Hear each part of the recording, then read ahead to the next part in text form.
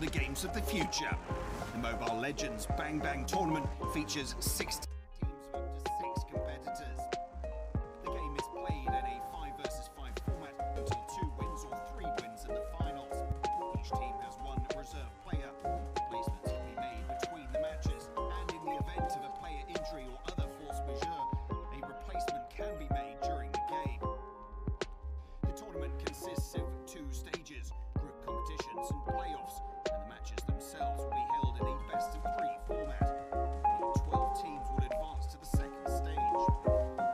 The group stage is played in the GSL format, the playoffs in the Olympic format. Teams that finish the groups go directly to the quarterfinals, and those that lose one match will compete in the last 16. Teams that lose both their group matches are eliminated from the tournament. Good luck and have fun.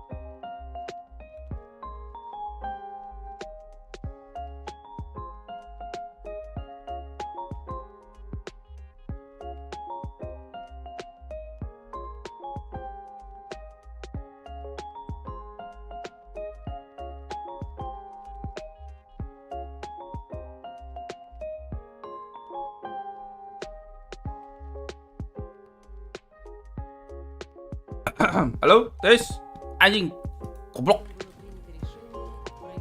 Apa muter-muter, cok?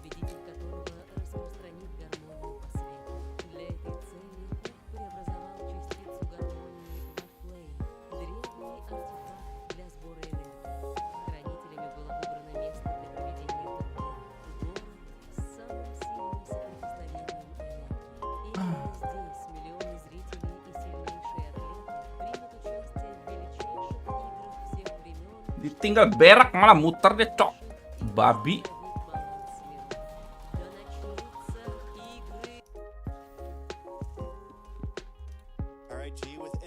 Alright, team. Hold on, man. This looks great, G. I just want to say real fast, you're looking fresh, you're looking clean. I love it. And with introductions out of the way, here we are back again on the final day of Games of Future. Now, it's not just going to be a grand finals match today. We're going to kick Hari ini kita akan melihat juara 3 ya. because the big difference about this bracket and so many other international melawan Free Fire. is this was not double elimination.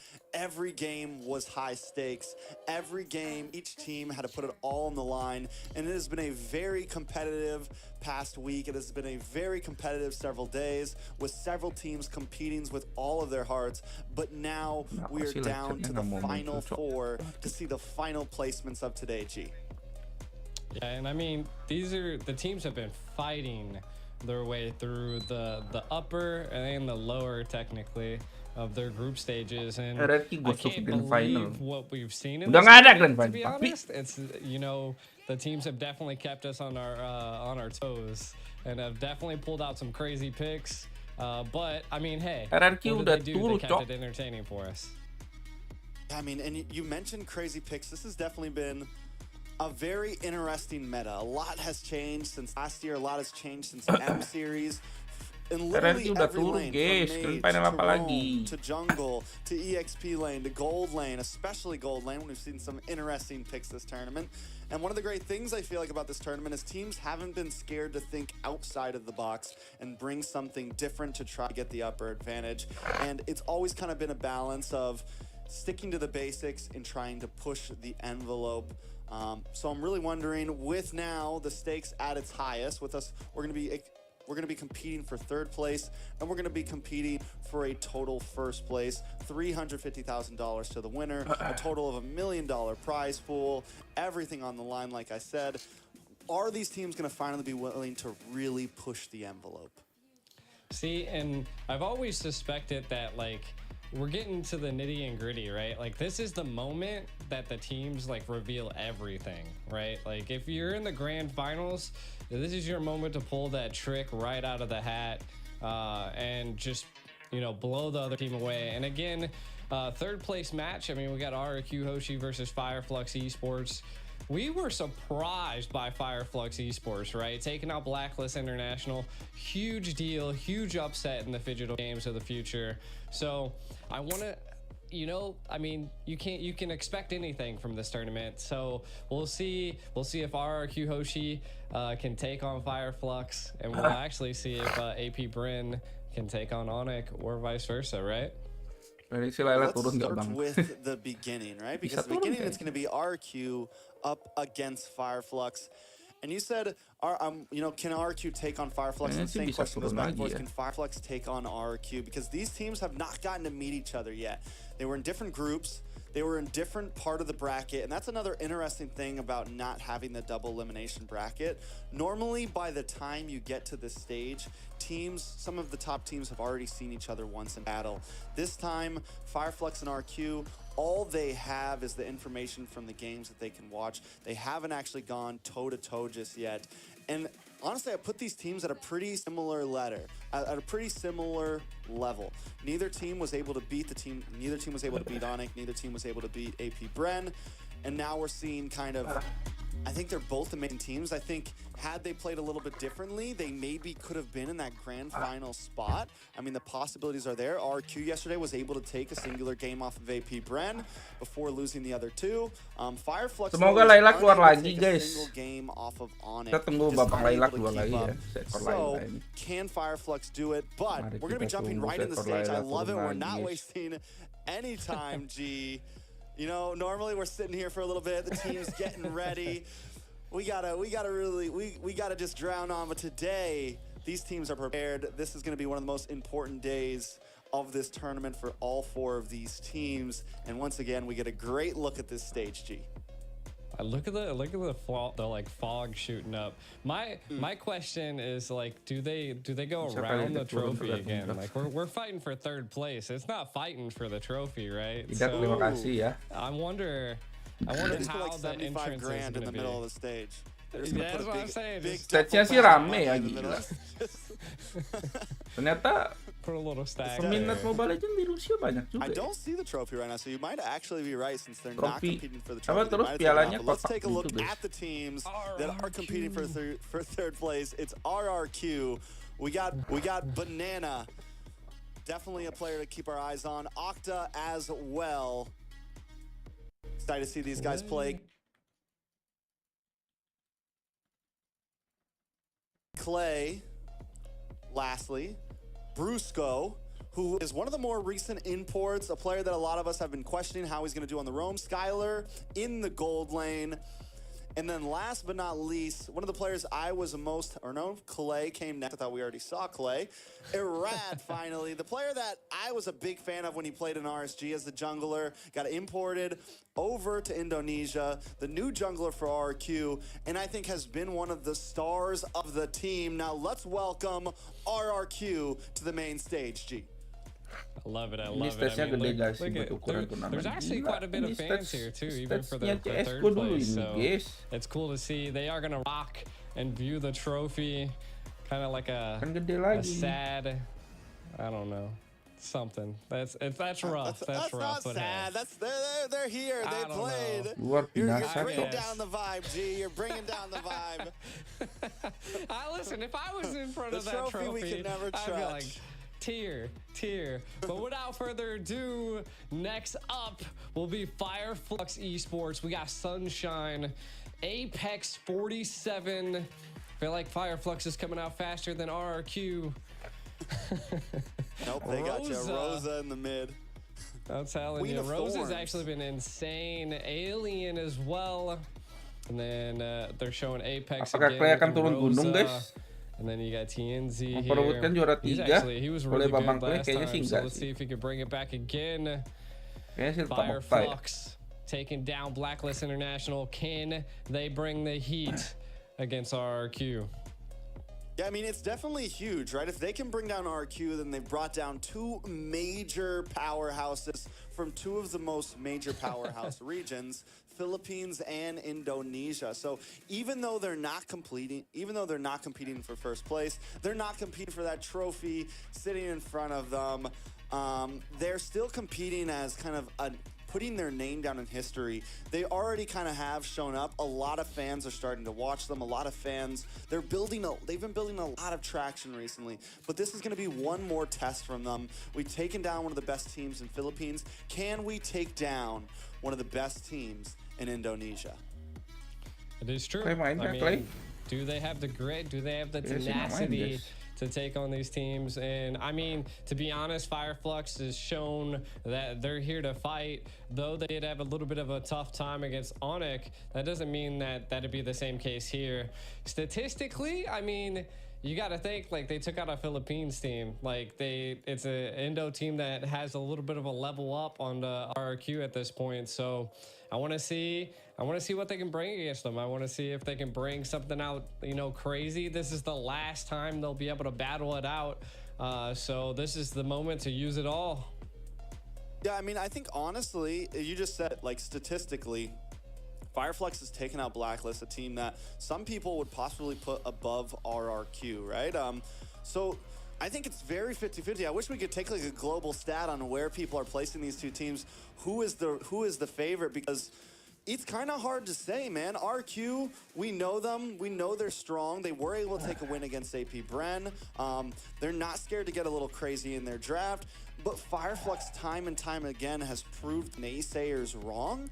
And you could almost argue that they could be the favorite coming into this match. I think RQ, just because of their history with the fans, with their history with Mobile Legends, with their history in M Series, MSC in the past, some people might say, oh, they have more experience, they've been here a bit longer, they're definitely the favorite. But you could definitely argue that Fireflux are the new hungry dogs on the corner right now, and they're definitely ready for this.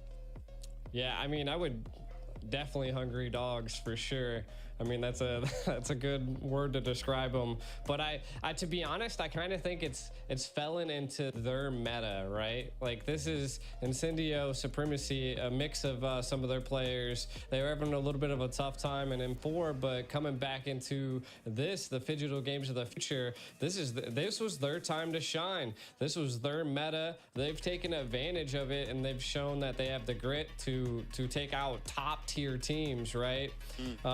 And RRQ, I mean, again, they've done exactly the same thing, and they've done it with a little bit of an unorthodox plays every once in a while. I mean, they've definitely been the trend and the viral sensation of the internet.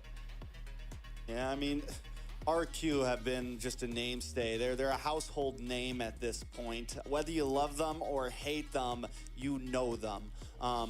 Fireflux is still earning that name, and this is just going to be another notch in the belt here if they can take this win. I mean, and that's why, even though it's just the third place game, there's still a lot on the line. And then RQ, like, what do they have on the line? Pride. They have, I mean, you have ego, you have those things, you have the fan base that wants, that already knows, you're already like, all right, we already came short, we weren't able to take down AP Brent. If we lose to Fireflux, if we lose to Turkey here, you know, we got Indonesia on our back. Yes, we still have Onic representing us, but still, RQ has been known to take some messes before in the past on international stages. This is going to be something that, if they want to at least keep their name up there, if they want to still be considered a top tier team, they're going to have to be able to take on Fireflux here. So a lot on the line for both teams. Mendengar ada suara GTA, Cok. Yeah, and I think one thing to highlight is that just RRQ, like, though they've picked crazy picks and, you know, have done some questionable things, they've still, like, come out on top. And even when they didn't pick anything questionable, they actually brought the fire as well. So you know, personally, in this third place match, I always like the underdog story, Fireflux, but I mean, right now, I think I would put RRQ a little bit above Fireflux in terms that they were able to take one game against AP Bryn. Like, that alone, no one's taken one game against AP Bryn. So to get that, I feel like it's just like you're a little bit higher up on the pedestal when you're coming into Fireflux, and it could be going both ways, right? Like, RQ had the time to be able to, you know, it's kind of like them dropping their weights, right? Like they've fought someone that's a lot stronger. Suara GTA ya? Lagu mereka ya guys itu. We'll see if they can handle it, you know. We are jumping right into the draft already. I love this so much right now. I thought we were going to sit here for at least another 10 minutes, but no, here we go, jumping in the draft. And now that we're in the draft, we'll talk about what we're going to see. And RQ Hoshi already kind of switching up from some of the norm that we've seen in the past. They're banning out the Barats immediately, which I like it. Guinevere coming from the side of Fireflux. We were looking at some of the stats before we started the stream, G, and Guinevere is definitely, I mean, one of the top win rates with the amount of picks Guinevere has. Yes, there are other heroes with better win rates, but Guinevere has been picked around 25 times or more and still holds a 72-73% win rate in playoffs. I wasn't looking at the group stage at the stats, but in playoffs so far, Guinevere is one of the most picked heroes with a very high win rate. Yeah, Guinevere's just shown that she's a star player at this point, and most of the time, if it's not banned out in the first phase, the first pick team always picks it. There normally used to be utilities, but as the tournaments went on past group stages into the playoffs, it's definitely shown itself as a viable pick for the first one.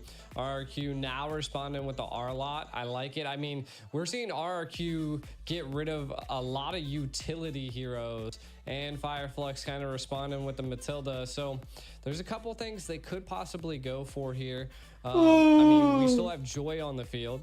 Joy's been like banned quite a bit, so maybe that's a hero that they want to maybe bait out. I mean, Novaria, there's so many great picks right now. It could either be banned or picked. Ruby still on the field. I think it just goes to show that they're ready for anything. But I think also, you know, things do slightly differ depending on the teams. Things do kind of change it up. And Fireflux, I'm kind of surprised by the Barat's ban here. I'm wondering, because we haven't seen Fireflux really like favor into this. They have picked up some utility junglers, but still it kind of makes me think that maybe RQ wants to put a rat on something a little bit faster moving. Maybe go for something like the Nolan if Fireflux doesn't ban this out. Maybe go for something like the Lancelot for a Rad. We know Arad likes to pick up those assassin picks. He's not scared to be on something quick moving. It's something that a lot of fans around the world got to know him for. He is probably one of the best Lancelots in the world, point blank, period. I mean, so just seeing some of those more bulky heroes banned out, something that can bully me if I pick something squishier like that, it could kind of be tilting the hand to Fireflux and what RQ Hoshi's trying to go for here.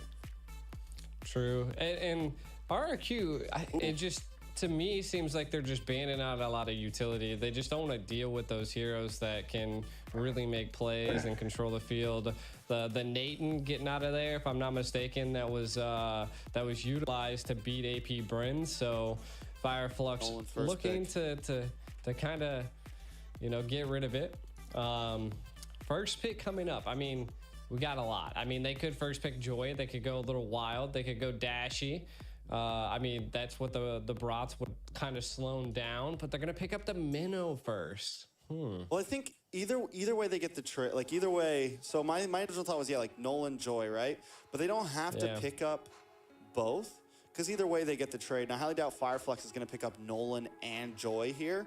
They pick up the Novaria, and then my guess is they either go for the Nolan or Joy, or they could wait as well and just wait for the trade. Because either way, either team can kind of hold off on that, because if the other team picks one, they can still get one for themselves, unless neither come on the field.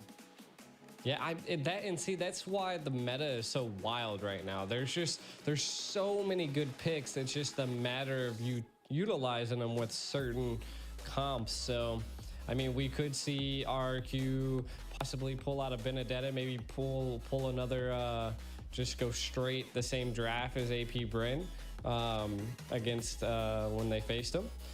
I mean, we'll see. I still do like the Nolan pick. I mean, you could go very assassin-y. That you'd be able to actually probably catch the Novaria at that point. There's the Benedetta. I was thinking they were going to run it back. Either one. Yeah, but they don't go for either one. Are they trying to bait Fireflux into it right here? Is it like, listen, we want you to, it's like, just pick the Joy or Nolan here, man. Just pick it, because they have some sort of answer to it ready. I'm really surprised because Arad had a monstrous Joy in group stage. I mean, like, I forget who they were going up against, but it was just insane the amount of damage Arad was doing even in the early game. So I'm really surprised it's not what they're going for. Again, could be the old wait and bait. They might have a plan ready to go. CC gonna get picked up by Alien in the EXP. We saw Alien, even after taking a couple deaths against Blacklist, still be able to scale very well on this CC. Yeah, I mean, RQ seems to be not playing around this time around. So, I mean, they're going gung-ho. And I mean, Fireflux doing exactly the same thing. I mean, they have the poke, the peel. They have a little bit of setting, but to be honest, like right now, I'm more into RRQ's draft than Fireflux. They do have a couple key picks, which the last two picks could be make it or break it for the team comp. But again, there's so much open. Right now, they need to start targeting. Target the gold lane. Sunshine's actually been a complete menace. I do like the Valentina ban, though. I mean, that could be that they're going to be picking some heroes that they just don't want Rereki, Nana still available. Benedetta So, Claude you have aja some ya. good picks. Claude-nya You udah have dikeluarin Vexana. nih. Like, Kemarin nggak RRQ dikeluarin still nih has Claude-nya a sama lot of sekali. loaded picks available. They also need to ban on the side of RQ. On the side of Fireflux, we still need a jungler. Fireflux We still akankah need a gold lane. Rosa bermain di RQ Liga? is gonna hammer into the gold lane since they've already picked up Claude. We take out the Brody. I mean, we take out the Bruno. Maybe we take out dikasih main Lilia nggak nih? the Ixia, something like that. Maybe we, I mean the Babang Rosa kita. what else? The Clint's become kind of popular. I think it's been more of just RQ picking it up a little bit in the past, or AP Bren has actually picked it up as well. That's another gold There's the lane pick Vexana. that is kind of sky rocketed in. There goes the Vexana ban. So this leaves Kayaknya sih RQ Lilia just nih. Lilianya nggak with di a ban little ya. bit of the Nolan ban. Fireflux will Nggak get bisa first dipakai pick nih, here, guys. though, right? And both teams still need a jungler. Does Fireflux finally commit and go for the joy here? I mean, to be honest, that would be a udah good, ada hero Nobar to ya, be Cok. able to catch the Claude. They Apalagi need Lilia. something that can definitely pierce the back line, because you're gonna be dealing with that Claude quite Udah a ada bit. Nobar Depending ya, on Jing. what Mage is picked up here, which Fairmiss is still Mablek, technically guys, baru open. lihat. So if they opted to go Fairmiss, Terus RQ gua would just bermain be Minosaurus. a tanky comp, and I mean it would Anjay, Freddy scale Jungle, really bro. well with the Claude and the Benedetta. So I mean there's still, again, Nana definitely has one of the highest win rates, so that could still be picked on the field. The Fredrin being picked up, it's good. I mean they need a little bit of Nana boleh sih, Nana. I'd say. The Ruby, you got Octaman the Ruby Nana and the boleh Fred, sih. but these next Lawan picks I Ruby. think are going to be pretty crucial for Fireflux. I mean, overall, Fireflux, you know, pretty simple. A little bit of a front to back, not too divey overall. RQ gonna pick up the Basha here, keeping things simple, not risking too much. I feel like both teams just taking a pretty safe approach to it all. And there's the Aurora pick.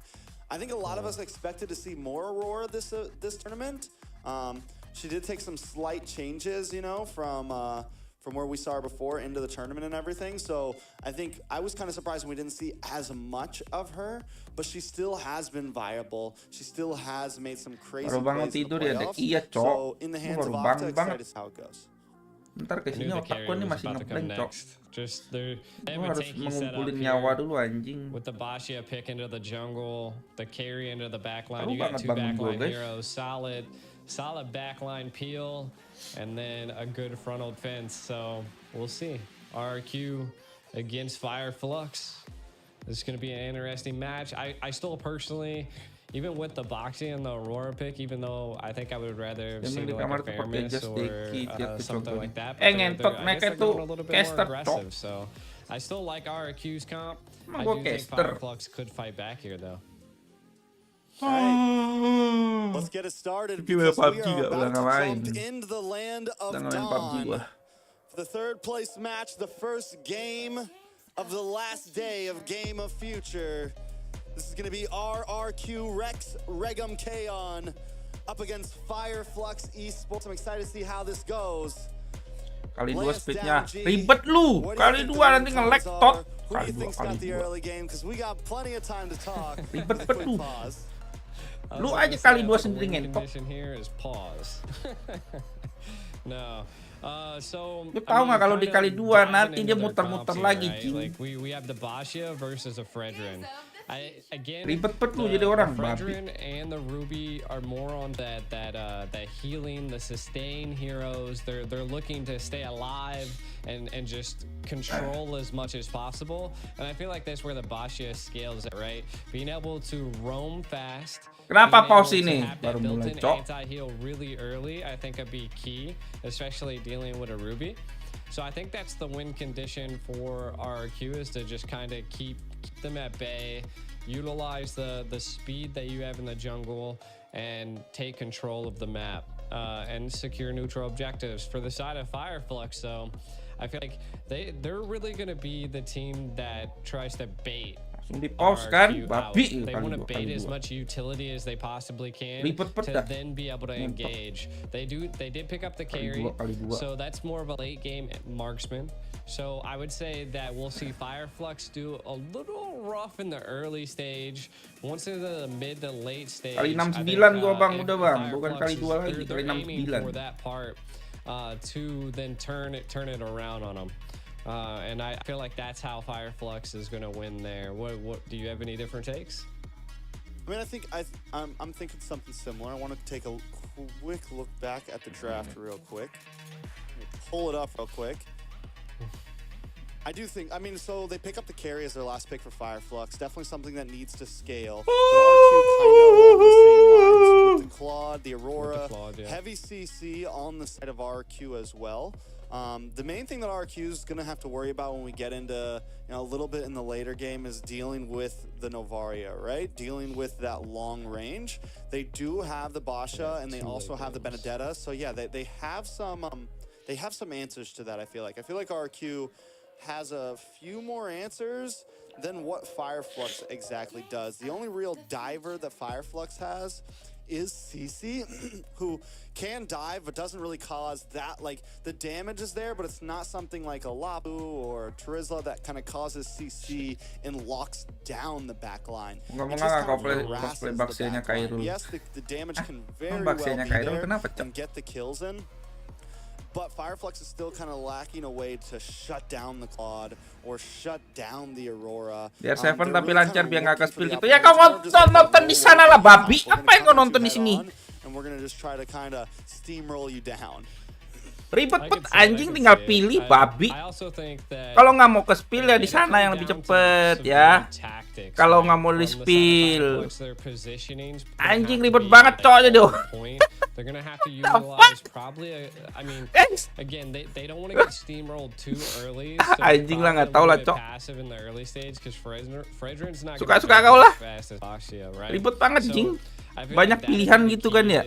Kalau nggak mau nggak tahu lah anjing. Overall, how fast suka kau lah. can rotate and help. I feel like we'll emang ribet cok orangnya, suka membuat masalah gitu. Suka memperibet diri sendiri cok. But so does Banana, right? Like the Apex 47 dengan Rubai anjay mabar kok. Kok Aurora cok. The game happening here in the middle. All right. I'm excited for it. Finally jumping into game number 1. Luckily, the pause wasn't too long. Now, you mentioned EXP laners, and I want to touch on that because I do believe that the way that whoever kind of ends up winning out, I think, in this EXP lane is going to be huge for each team. Both of these EXP laners have the ability to rotate pretty quickly. Both of these EXP laners kasih tahu, be crucial in the mati nggak sih Apex? Wah, pinter ya. RQ already showing some heavy aggression, kind of taking control of the river, but Banana taking some damage as well. This is not your typical bulky EXP laners. They're definitely going at it. Kenapa ini cok? Difficulties in game here. Again, Kenapa ngepost ini? I do like what's kind of going down there. You can tell that each side has that poke and that peel, and I think it'd be just outmatching that, right? If CC can keep the Benedetta at bay and not allow her to rotate, I feel like that'd be a win for RQ, right? But if she's able to win the lane and be able to rotate, then that's a huge win for Fire Flux. So we'll see how it goes out there. Now, a Claude against a carry, if I'm not mistaken, like a Claude definitely is going to be shining against a carry in the lane. So I feel like it's going to be a little bit harder for the carry in the early stage. It's going to definitely rely on the minnow to roam a little bit, but the minnow also has that sustainability, which is what I think is going to be, again, both sides have the sustainability, but more RQ has that they can initiate the sustainability versus the other team just has it passively depending on hitting heroes. So I think it'll come down to key plays by the minnow as well. I think one of the things that RQ Hoshi does have going for them here is they do have a lot of mobility, right? Virusnya nih di home-nya ternyata lebih parah ya guys. Clears camps quick. You also have the Claude who's known for being able to jump around, BMI, and then they also have the Benedetta. So it's just a fast moving, bukan muter-muter lagi dia babi. You add that, you layer that up with the CC supplied from the Aurora, the CC supplied from the Minotaur, and it's definitely deadly. Karena pakai IndiHome juga, iya adalah Indonesia best provider in the world. wanting RQ Hoshi to come to them, using the Ruby as kind of the stopping point, the thing to kind of slow down RQ and all of their movements. And if they can pull that off, I think if Fireflux can kind of stick in the game here, they do have some very good scaling here. They're just going to need to be careful of those big CC plays, of those big plays coming from the Minotaur and the Aurora, because if they are too grouped up and they get hit by something like that, it is going to be bad when it's paired up with something like the Blazing Duet. Yeah, and I think ultimately that's why RRQ went with more of the Basha, was just because it has that mobility and can avoid the Ruby. But we're going to be getting back into the game for a second time. Moving, aggressive composition. You add that, you layer that up with the CC supplied from the Aurora, the CC supplied from the Minotaur, and it's definitely deadly. Fireflux, I see them a bit more just... The fade, man. The glacier. That's what I'm saying. Oh man, that Aurora, the CC from Aurora is honestly insane. This is one of the reasons why I expected to see a bit more of her. With the way that the meta is right now and how reliant so many comps are on heavy CC, you're having sometimes 4 heroes that all have some sort of lockdown, all have some sort of freeze, all have some sort of immobility. It's just huge, and she plays very well to it. Nice knock up come from Bruce. Oke, Bennett kelas, irapnya, nice. Freddy-nya mati, Octaya masih ada pasif, kelas. Aman aja bro. Oh, Minonya belum 4, cok. Aduh, dikit lagi 4 ya. Bam, bam, aduh. Goes down, so it's a 2 for 2. Turtle over to the side of RQ though. That was probably the most dramatic death I've ever seen in Alien. Kinda in a little trouble. Do we see Banana? I don't think the Banana doesn't have an ultimate, but they're still coming out at him. What is this aggression? Mati dong, Irat. Bang Irat, tidak. Banana, targetingnya di mana ini? Aduh, guys. I like it. It's 3-3. Gold at a standstill. The style play is coming from Alien. Iratnya meninggal, cok. Definitely great to see. 3-3. Both teams are at it. Banana, though, overstaying their welcome a bit.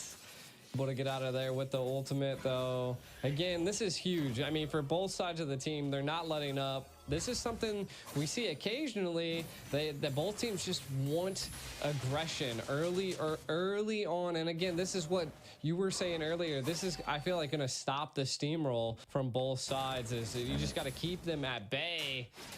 But TNZ want to fight. I mean, they're definitely going at it. We're 3-3 right now, about 4 minutes in. Next turtle going to be up in 30 seconds. Now, Banana and Alien both have not taken a death yet. They're both doing great in their respective EXP lane. And I think... Sakit banget cing cicinya. I love this meta of EXP laners right now. It's not your old school... Cici kalah ya guys kalau lawan Bennett guys. These guys are moving and they are aggressive. A little bit of action up in the top side as well. A nice meteor connects onto Skylers. Brought down to about half health. TNZ gonna take a glacier to the face. Frozen up there. Both teams deciding to disengage. At this point, I feel like RRQ might want to do something against Alien. They're definitely a back and forth battle happening down in the EXP lane, but if they're able to scale with the CC, it could be a little bit of a problem for Octa and even possibly Skylar. So we'll see first turtle, well, the second turtle happening right now. We'll have to see. I mean, Banana is ready. Look at holding the mid bush here to possibly catch CC on the rotate, but Alien reads it very well. Who's going to get that engage here, Trex? Banana has the Petrify ready to go. I'm excited to see Banana try to make the play into the backside. Alien able to zone away Brusco here.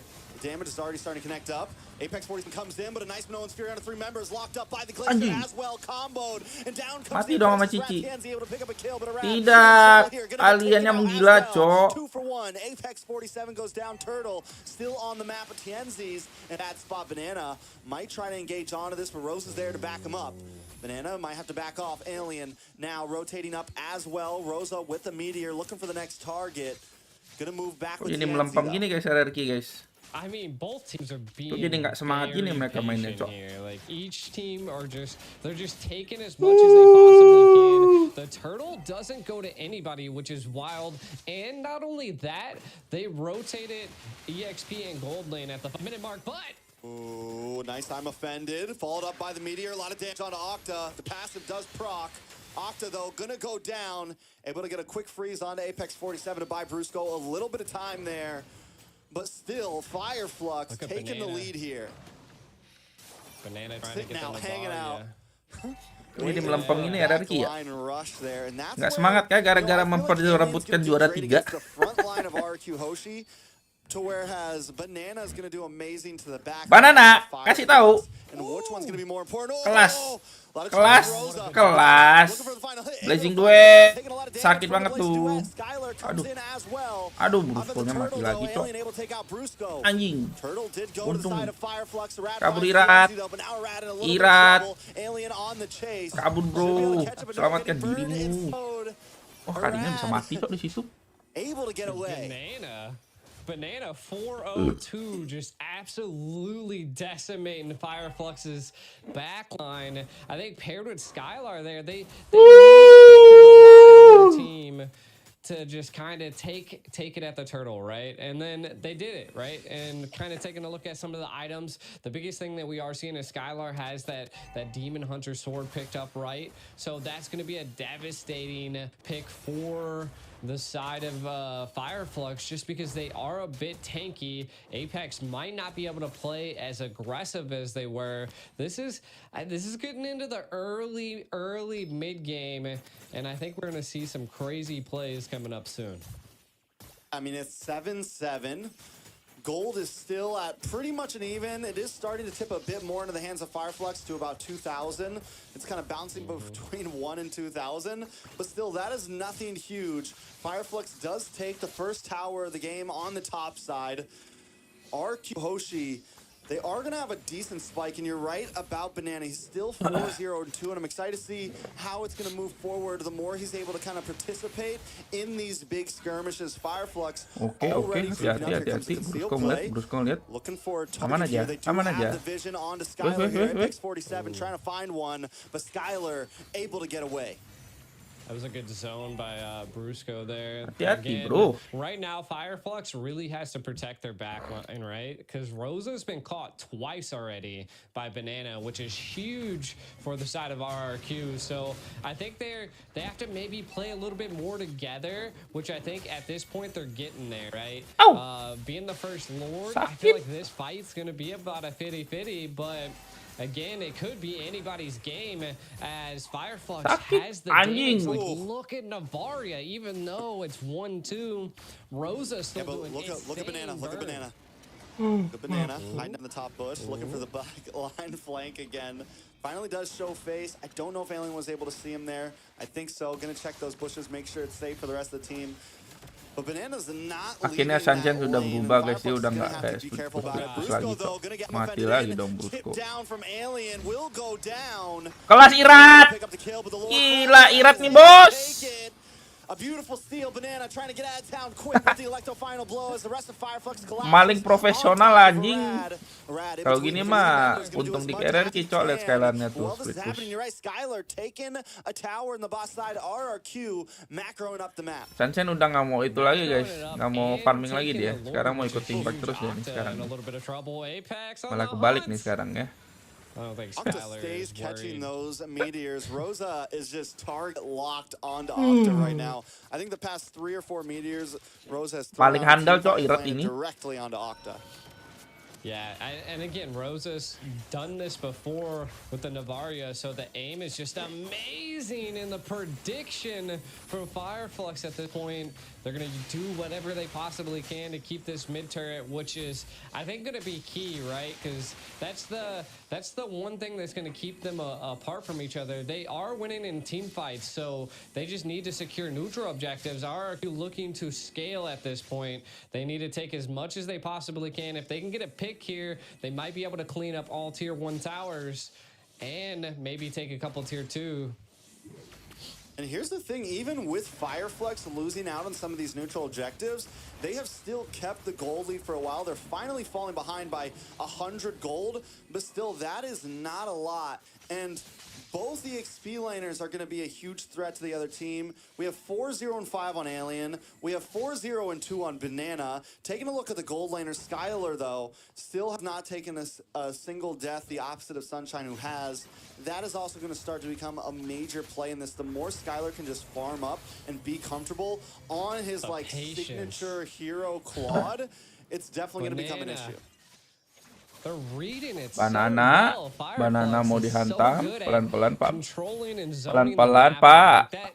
That is what I love to see from teams. Like it's like an octagon. If you just constantly keep phasing out parts of the Land of the Dawn and the river, you'll understand kind of where someone is at. And Fireflux is doing so good at reading the map and understanding where Banana's at. Because we can tell, I mean, Banana loves the patient plays to wait for the flank. And I love that Fireflux is now responding to what Banana is bringing to them. Yeah, but they're going to have to start responding to the map control from RQ Hoshi as well. Yes, Fireflux does great in kind of controlling the fights, but I feel like when it comes to overall macro, RQ is definitely chewing up these turrets right now. Has taken everything on both off lanes, but Fireflux has done well at defending that mid lane, and as long as they do that, it will kind of keep RQ's rotations in check a bit. There's still this bottleneck that both teams have to move through if they want to get to the other side of the map. Lord gonna be up now. Fireflux take control of the pit up Kedua, let's go. Yeah, and I feel like that's their ideal goal, right? Mana nih combo Minosaurus sama ini nih Aurora nih belum kelihatan, Cok. Let Fireflux do that, right? We'll take other things. Like you can have belum kelihatan ini guys, combo Minotaurus sama Aurora. Sunshine push face. Banana's like, no. I know you got someone else with you, man. We're not gonna go 4 lawan 3 sih ini. 4 lawan 3 sih. Banananya udah split push itu, udah pusing dia. Irat apakah akan menjadi pemaling handal lagi? Pam. Kelas Irat. Irat nih bos. Pusing udah Fireflux. Anjing, Indomaret terus gue cok. Pusing udah nih guys, siapa ini Predinnya cok. They do, and they want to take Indomaret more lagi as guys. well. They're still showing such great aggression. I'm so surprised that Fireflux wants to take the 50-50s on the Lord. I mean, this is the second time they've lost it, so let's see what they can do. Again, they held really well on the first Lord. Can they hold really well on the second Lord as RQ is barreling down the mid and the left lane? Ooh. 2 kali ya, Irat ya.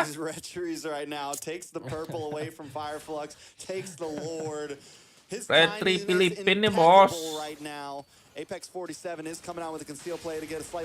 Anjing. Apa itu Okta? Woi. Fireflux loses their first inhibitor to the game. RQ claims that they're going to move on to the mid side now, take that tier 2 as well. They are picking Fireflux apart down to the bones. Kok you bisa tahu deck Irat yang ambil lot padahal lot belum habis? Itu makanya lihat tuh skor di atas, kan ada kepala lot itu. Pas dia retri itu udah kelihatan nambah 2 gitu. 11, almost 12K gold. Makanya lihat dong. Damage from Skylar there. We haven't even seen Skylar get super involved yet. That's the big kicker here. He's just been farming and farming. And RQ has still been able to handle these fights very well. We haven't even seen like an insane backline blazing duet or anything yet. Kelas Brusko. Mati si TNG-nya udah trigger banget, Cok. Udah inting banget, Cok, TNG. Predennya sih udah inting parah, Cok. Udah nge-tilt kayaknya ini nih. Udah nge-tilt abis nih dia, guys.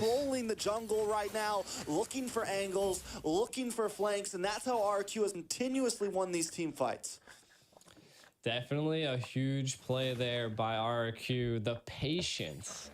140 pixel nggak kelihatan anjing bang, mending yang nonton banget ini mata kau itu katarak, Cok. Mata lu buta anjing.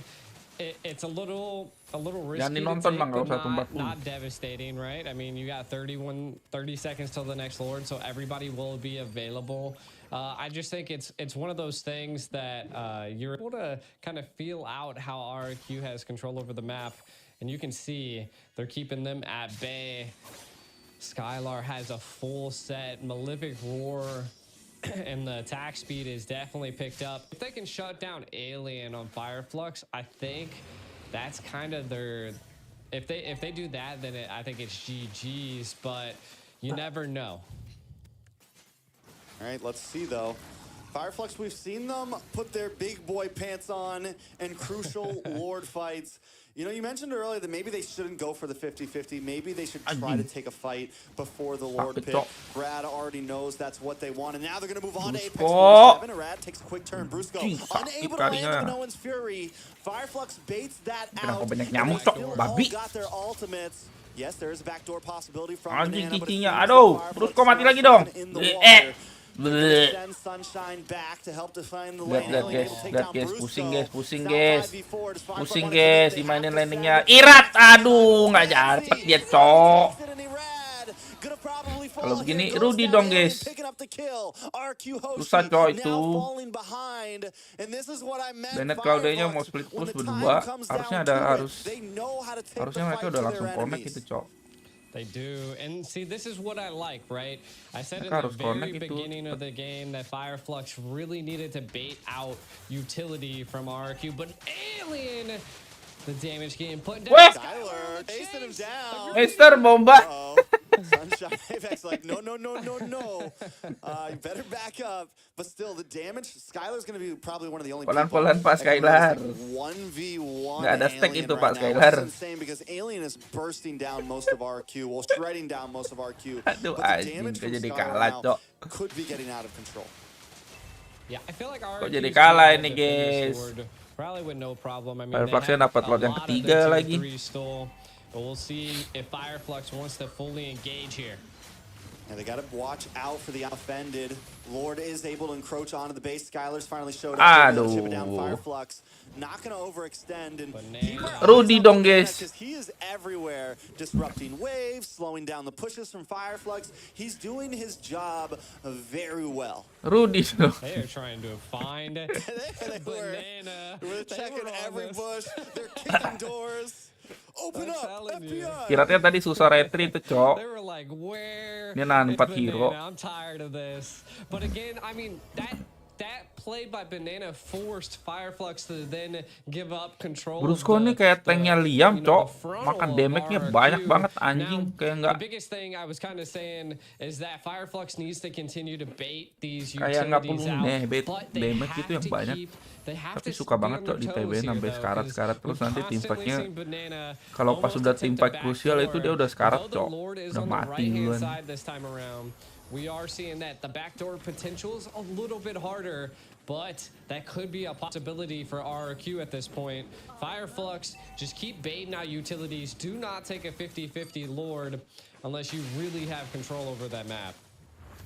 I mean, with the Lord being on the bot side here, in the long lane being in advantage of Fireflux, it does kind of help them, right? RQ is going to have to be a bit more stressed about getting up to that top lane and clean those waves. Luckily, they do have Banana, who's been extremely mobile, extremely proactive, but it's definitely something we got to keep our eyes on. As long as Fireflux kind of lets that lane stay pushed on RQ side, it's going to be very helpful for them when it comes down to these Lord fights. Exactly. I feel like it's key that RRQ has such great ability, but I do also think they need to execute it, especially, you know, maybe try to reset the Lord a couple times or try to get it out of Fireflux's hands. And I think that's where they're struggling at this point, is that they're all about the split push, and they really haven't had a full engage at a Lord. And maybe if they had a full engage at the Lord, RRQ could be on the winning side here. But Fireflux kind of has them pressed back against the wall. Fireflux, you know, in past international events, Wolf coined the meta for Fireflux. He calls it the Turkish delight. You know, you got the Ube strat coming from Blacklist, and we have the Turkish Delight from Fireflux. And I always like to kind of call, like, it's very layered. The way that they take these fights is very layered sometimes. They're very good at meshing everybody's ultimate together. Oke. Skylar di atas ya. Nggak ada yang lihat sih kayaknya. Rosa sih kasihan banget, Cok. Dari tadi kena flank. Oi! Mantap, Banana Chan. Oke. Udah guys, menang ini guys, menang guys. LRQ ini udah kayak main rank, Cok.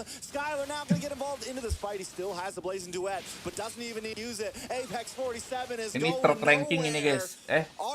Strat ranked ini guys. Split push 1. Sisanya objektif.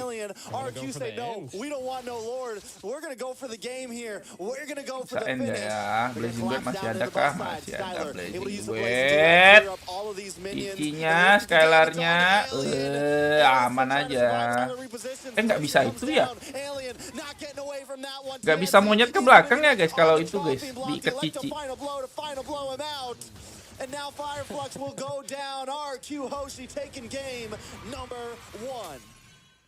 Game number 1, what a play. Nggak bisa ya guys, kalau kena ulti cici terus monyetnya ke belakang gitu nggak tetap nggak putus dia ya.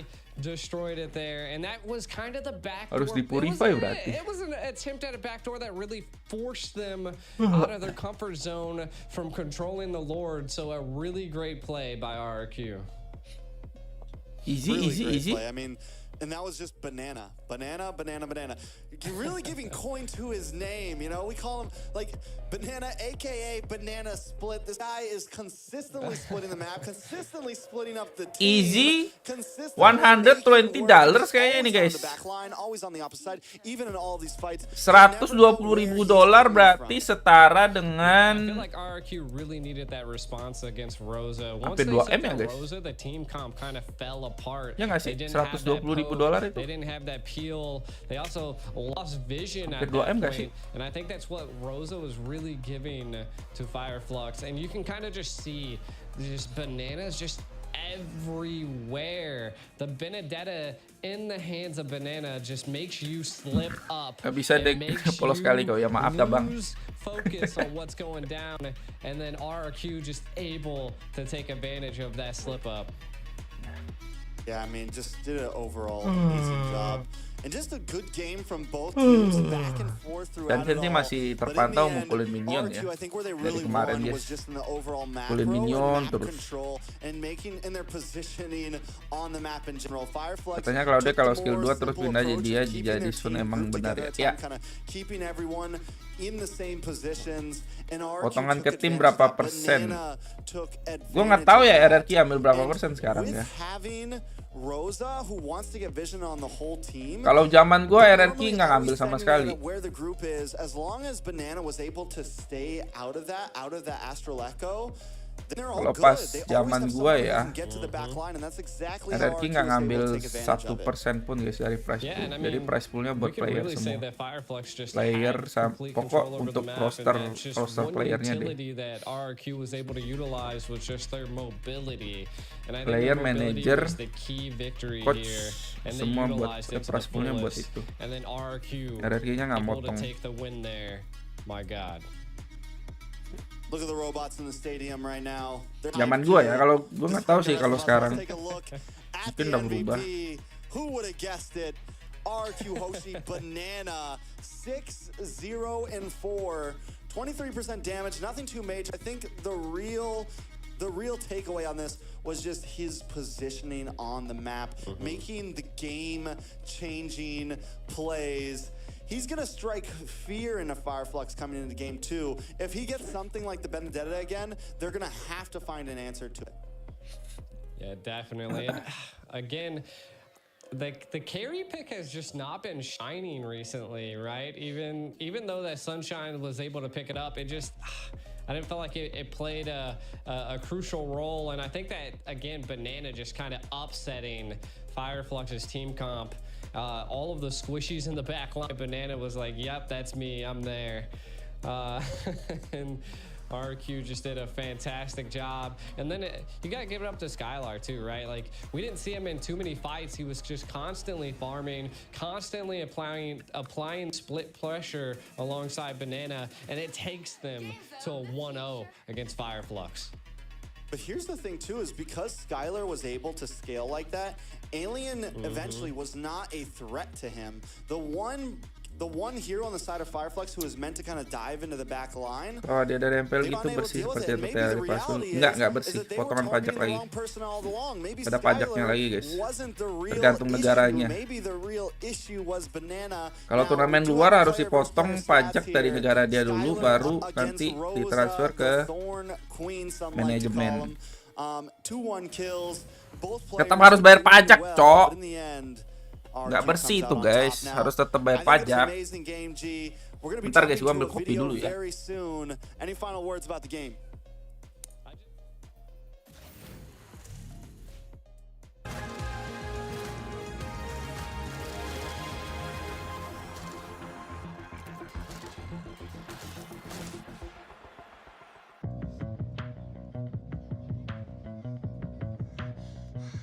Вы, наверное, хотите спросить: Аймурат, куда ты едешь, куда ты так стремишься? Все очень просто. Сегодня 1/2 финала. И давайте выясним, кто же сегодня станет сильнейшим.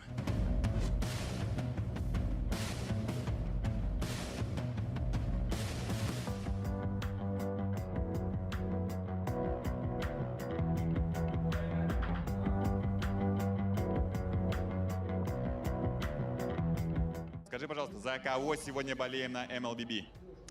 Всегда болею за хорошую игру, но в данном случае болею за Оников. За Оников. А именно вот на текущей игре за Epibrain. Да. Ну что, я вот болею за RRQ Хоши, поэтому давай попробуем так сделаем. Смотри, если сегодня выигрывает RRQ Хоши, ты поцелуешь моего оператора в щечку. Ладно. Ладно. А если выигрывает Epibrain? Да. Если побеждает Epibrain, то я 10 раз отжимаюсь. А я буду сидеть на спине. Давай. Я не думаю, что ты много весишь. Давай, забились. Добились. Давай. Все, круто, отлично. Попался ваншотер, попался. Это что у нас, фанатки?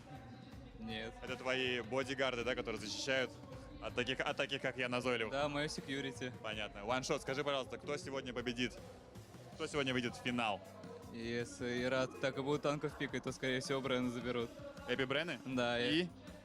Ну, кто в финал выйдет? Две команды? Брэнна и Оники, повторение М5 финала. Конечно, я болею за RRQ, потому что... Я тоже за RRQ, я тоже. Пипи Брэнна, они все-таки, сильнее, это очевидно. Но надеюсь, что RRQ что-то противостоять смогут откомбечить хотя бы одну игру. Я думаю, наша с тобой энергия сегодня им поможет. Я зашел, мы с тобой как Double Dragon сейчас соединимся и просто пустим энергию, и они ее почувствуют и разнесут всех.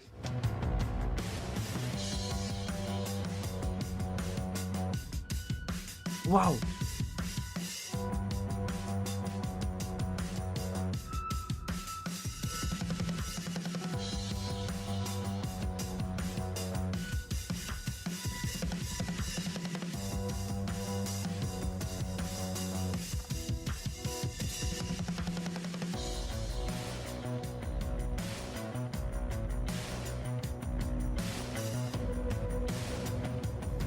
Tell me please about your feelings, about your emotions. What do you feel?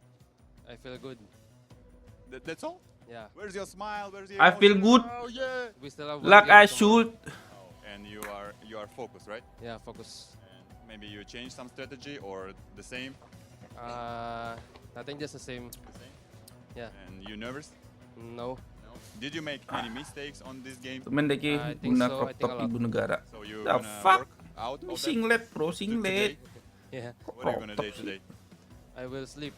Just sleep at all? Yeah. And relax. Yes. Башня упала на карте. Лорд повержен скиллом. В душе моей мир. Но грядет битва. Грядет финал.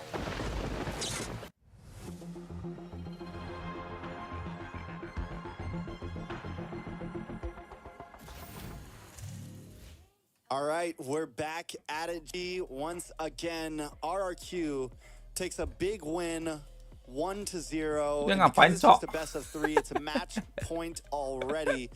Fireflux has to turn things around here. Yeah, now my main question that I have is, since Itu dia RQ's up ngapain? one, are they gonna keep the serious aspect that they've done in this very first game? And I mean, this is against Fireflux. We've seen that Fireflux was actually doing a little bit of opposite of what I suspected them to do, and they were controlling that early game, right? They were, what you were kind of saying, trying to steamroll RRQ, keep them essentially pushed back against the wall, but RRQ being able to read the situation a little bit better with that mobility that they had on the team. I want to know, like, are we gonna see some spicy picks here? Like, are we gonna see the formidable Layla? Well, that would be RQ. I don't know if we're going to see that. Maybe just as a final snub, they're like, hey, yo, let's... And it's funny, because before this whole thing started, Tadi you know, I hostnya was ngapain, talking to guys? some Baca other mantra-mantra casters, gitu, globally, guys. some Indonesian people, and they were talking about, you know, one of the things a lot of people see on Skylar is that his Claude is amazing. His Claude is one of the things he's known for, but sometimes the rest of his hero pool can lack. So a lot of us were wondering, you know, what is he going to bring out? Does he have something new up his sleeve? And I think the last thing we all expected was a Layla pick, but hey, they made it work once. Weren't able to make it work the second time, you know. So he's on match point with Layla right now. You know, he's 1-1. Maybe he does pull it out just to tip the odds in his favor. I mean, RQ Hoshi's feeling pretty comfortable right now. I think they could throw Skylar on whatever, but honestly, the real people that Fireflux has to watch out for are going to be most likely Banana again, and then also Irad. Irad right now in the Lord Pit is just outclassing TNZ. In the early phase, he's able to secure those turtles, even when it's not in his favor. He's able to secure those lords, even when it's not in his favor. So they have to find a way to zone him away, and they have to be able to do that without getting flanked by Banana at the same time. And I think that, like, Fireflux would have won that game if that was the case, right? If they were able to zone out Erad in the Lord Pit, I feel like they definitely would have had full control over, and they would have kept that steamroll going. And I just think it was just, I don't know if they felt pressured by the split pushes, or again, that's just what causes teams to fall apart, is when they have to make major decisions like that, right? When they have to decide if they want to send someone to stop that split push or respond to it. And then the moment that they didn't send anybody, Banana just took advantage of it. They're like, well, you know, like, I'm going to just wait back here until Rosa comes back, and I'm going to just take him out, right? And that happened multiple times. And I feel like that's Ayo, what Trafuy. Fireflux Nah, has to really do here, bagus. is to maybe Jangan lama-lama not dong. dial back, because I felt like they were Bosen doing nih. excellent in that first game. Udah nggak I feel semangat like they need nih. to figure out how to control RRQ's mobility. Udah nggak semangat nih, guys. Banana in general. Do they ban out something like the Benedetta here, right? Like, do they start to focus on it? Or do they pick a composition where you don't have so many loose ends? Because Novaria is always going to kind of hang out aja very bisa far turun gunung, in the Mia back, Hanabi kapan away nih? from the team. And that's where Nggak, the guys, Benedetta nggak. was just such a great answer to what Fireflux was bringing there. Because you Mia want, Hanabi like, susah, you guys. kind of need Apex 47 to hang out with the Apalagi team. Hanabi, Cok. And maybe help out that back line, but you also need Apex 47 to make those plays in the front side. And because Apex 47 was trying to zone away Irad, everyone else on the side of RQ, if they wanted, had full access to the back line. So great answer. This time Fireflux is going to ban out the Novaria, meaning they don't really want to go for it this time, but they also don't want to give it up. True. And I kind of want to know if Fireflux has that fear factor. So far, doesn't seem like it. I think they might be trying to bait maybe them being able to pick up the Guinevere, but RRQ might respond with that being banned out.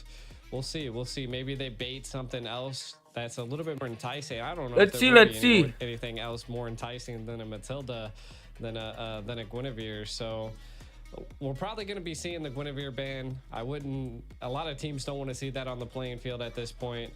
Now, Fireflux, what do they do to respond to this? It just looks like we're going straight back into the same bans besides the Novaria here. They could, I mean, the Nana was available last time. Like, I felt like, I don't know. I mean, the Novaria, yes, it was good, but I think RQ countered it really well in the draft phase. So it comes down to it that Game I 1 feel tadi like udah Nana dibilang would disiplin be nggak game a parent. Dia safer terlalu pick jauh. at this point Nggak for tahu sih. Fireflux. Nggak terlalu merhatiin I sih, mean, it's tapi definitely, oke lah. it's definitely something that can stay with the team, and if that's kind of, if they want to go for more Hikam, thank you. Ube-esque strategy where everyone's grouped up, yes, you definitely want a mage who's going to hang out with the team. They do go for the Joy Ban this time, so they are going to put on the map, even though it wasn't picked at all last game without being banned. But still kind of foreseen, and they don't want to ban out the Gwynny because they want the Gwynny here. So now we're putting our Q in this position of having Masa to Hikam choose, yang right? gift? Iya, What Cok. do we want to take out? Unyil And sama Gwyn is Minik mana definitely nih? very Aduh, viable. pecat apa Last kita time ya? RQ did ban out Moderator the, gue nih harus bisa give member, guys. support. Ya I'm nggak? having a Pecat total nggak sih? mind Pecat blank nggak right sih? now. Did Cabut ban nggak sih out, obengnya? The Angela and the Yep. Barats along with the Arlot. So do they want to ban that again? Or Gue switch cari that? moderator baru nggak sih yang bisa Yeah, I give mean, membership gitu? I can't particularly Minimal say sebulan that I've seen 10 lah ya. Fireflux pick up an Angela, so Kayak Ben, I'm not quite Karel, sure Yani what gitu. why they wanted to Minimal get rid of that segitu last time. sih. I guess it could have been played into something, but they're gonna opt to go for the Ruby. Okay. So Fireflux did pick up the Angela against Onic yesterday. They lost with it. They did lose with it. They played the Angela Joy combo, but there goes the Guinevere for the side of Fireflux. RQ now got to respond. Moderator gue harus so yang bisa gue palakin two gitu, picks. Cok. You get two solid picks. Minnow is still open. I felt like Minnow was such a clutch. Minnow's always good. Like, I mean, Gunifer? Gunifer jungle sih ini You've already fix, got rid of the Arlot. You've already gotten rid of the Ruby. So, like, the roam position is very secured, I would say, for RRQ. And then they could respond with the Claude again. Like you were saying, Skylar's all about the Claude. If they're going serious here, I would just pick up the Minnow and the Claude once again. But they're going to go the Minnow and the Nana. The Nana. The Nana. I like it. I mean, I think the Minnow right now is very Banana. similar, in a very similar position as. Kok agak geli ya gue ya dengar banana. It has a great win rate in playoffs right now. It is probably the most used and Biar highest majikan win gak ada rate hati perut. in games of future Loh. right now. It is not just Emang picked for no begitu di reason. sini. But here goes Rose's Minik ini signature gimana sih? pick. Emang di sini Lilia. peraturannya. Whenever Fireflux gets pushed up against the wall, Harus bisa there's give one thing they membership like to di do is, sini. all right, let's get back to Sebagai comfort, boys. pemegang Let's do obeng ya. what we know best. Now, here's the problem. Last time we saw Rosa on the Lilia. Oh! The Rat Fanny Irat keluar akhirnya, Cok. Spicy. That is very spicy. Wow. Could be why we saw the Ruby ban here from the side of RQ Hoshi. Pertama kali nih gue lihat guys Irat pakai Fanny ya. Gue mau lihat nih segalak apa Fanny-nya. Segalak Kairul nggak? That is a pick that makes you like, oh man, now we have to draft something in for this Fanny. They could go for something like the Cho, they could go for the Kufra, they could go for a Franco, Kaja. They have some options to deal with it. Fermis is also still open, but they already have the Lilia, so it would have to be something like a Roam Fermis, which, you know, isn't as viable right now. Some options for an answer, but it's still kind of tough. What I want to know is what RRQ is going to pick up for the Marksman. Right now, it's looking a little dicey, you know? They're going to get rid of the Naden. That's good. I like it. They also got rid of the Tig on the side of RRQ in their ban phase, which, again, from Fanny, Fanny atau Funi nih guys. a little utility. Fanny atau and- Fanny? 'cause They're going to need a little bit more CC. Ini apakah other akan than menjadi TNZ. Fanny atau lucu dia guys? So Apex, we Jagoan could Fanny see, Apang mana-mana. I mean, the R-lots out of there, they've just been utility. They Udah lah don't guys, want kalian tuh to harus see bisa any move on dari utility Apang, picked Cok. up, Apang tidak akan kembali for lagi RRQ. guys. And again, they're kind of doing that split push. Nah, play. Lilianya udah diambil Rosa nih ya. Hati-hati aja nih. Fireflux could ban out the Benedetta here. Yeah, Could ban out the true. Benedetta. I don't Hati-hati really aja think kalian ya. with a Fanny on the field. Rosa-rosa it's kalian nanti Skylar guys. can pick whatever marksman he wants, really, man. Like, because Irad can be down to that gold lane in a matter of seconds at any time. I think the real pressure is gonna be on, on Don't say Fireflux's that. gold lane. So we'll see. They do ban out the Harith though, so they do kind of keep it a little bit simple. I'm still wondering what's the answer to this Fanny. I think they feel like gotta we're go gonna for see something a like the Layla. Kaja. I feel it. It's in my bones. It's in the bay. Ayo dong. Give me the Layla. Manifestation is the key, man. Fireflux though, they still have again, they could still go EXP, I think. Kalian udah harus merelakan Apang, guys. Apang tidak akan kembali ke dunia per-YouTubean, I also believe what you said. They could still pick up the Benedetta. I mean, it was clutch. It worked out. Okay. RQ, we can officially say they're being serious right now. Yeah. They're not unless they go EXP lane Layla, right? No. You left me speechless, I'll tell you that. Bruno? But it could happen. It could be freaking EXP Fanny. Who knows? Kalian main Bruno? I do feel like they might want Kansen dengan Claude-nya lagi. They could go for something a bit Hilda, Cok. Waduh. Irat.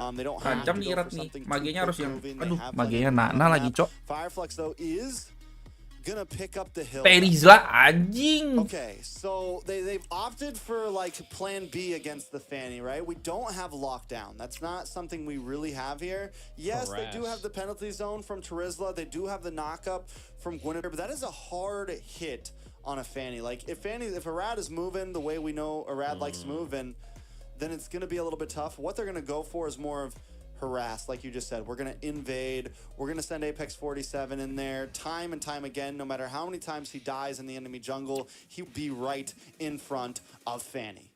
Bruno first item berserker bagus. Enggak. Hasclaw. Tetap Hasclaw. Jangan langsung berserker, Cok. Berserkernya kedua aja. Hasclaw tetap nomor 1.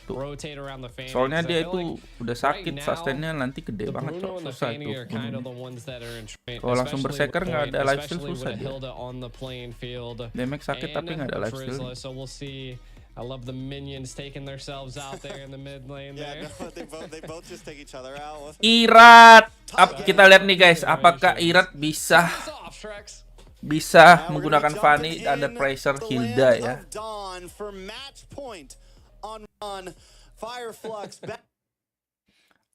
Hitam lagi kau. Fireflux backs against the wall once again. Can they prove to the world that they are a force to be reckoned with? Can they claim bosan banget, Cok, lihat Cici ini, guys. We'll find out in this game, kind of setting the stage here. Now, to be honest, I feel like Fireflux is going to be winning the mid lane in the early stage, right? Because the Lilia just does... I feel like it's a great counter to the Nana, so I like it. We'll see. Fireflux is... but look at the lane clear there with the duo. And the pressure already on the Apex. Apang emang kenapa? Dia udah menjadi businessman, guys. Dia udah nggak main Mobile Legends lagi ya. Dia cuma main Magic Chess sekarang. Dia sudah jadi koko-koko penjaga toko. Jadi dia cuma bisa main Magic Chess. I mean, one of the problems, normally, yes, Fireflux would have great wave clear, but going to be using Apex 47 as jadi kerjaan dia cuma duduk, mantauin karyawan, udah guys. Kelas Irat, kasih tahu Irat, kasih tahu Irat. Boleh juga nih Irat. 11-12 lah kayak Fanny-nya Apang ya. Fanny-nya Apang juga gitu kan guys. Tapi enggak sih. Aduh, mati dong. Oh shit. Skylar mati guys. See, this is the problem that I believe that they were gonna have, right? Like they're gonna have to kind of let up on the left and right lanes and kind of gonna get cut off here. Ooh. Kalau main rank nggak bisa jaga toko, nggak bisa, Cok. Gua dulu begitu anjing jagain toko gua sambil ngerank. Tapi gua tetap ngerank sih, tapi kebanyakan AFK.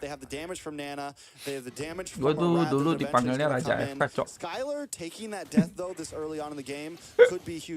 Dulu sebelum jadi pro player, guys, gua kan jaga toko gua kan.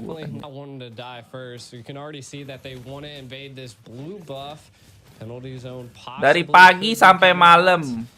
Gua buka toko itu jam 9 pagi, tutupnya jam 9 malam. Nah, itu guys. Aduh. Passive does proc for Octa. Octa able to get away. Irad Woi. flying through. Gila But itu Alien still looking for the kill. galak kali bang. From level 4 Rosa right now is just insane. Able to zone away Alien. Aduh, during the mati turtle. dong Where's Banana. Banana in trouble.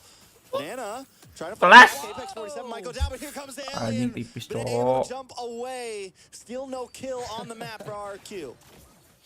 Just the micro plays there alone was so impressive. So again, Banana not one to give up, wants to keep that lane clear.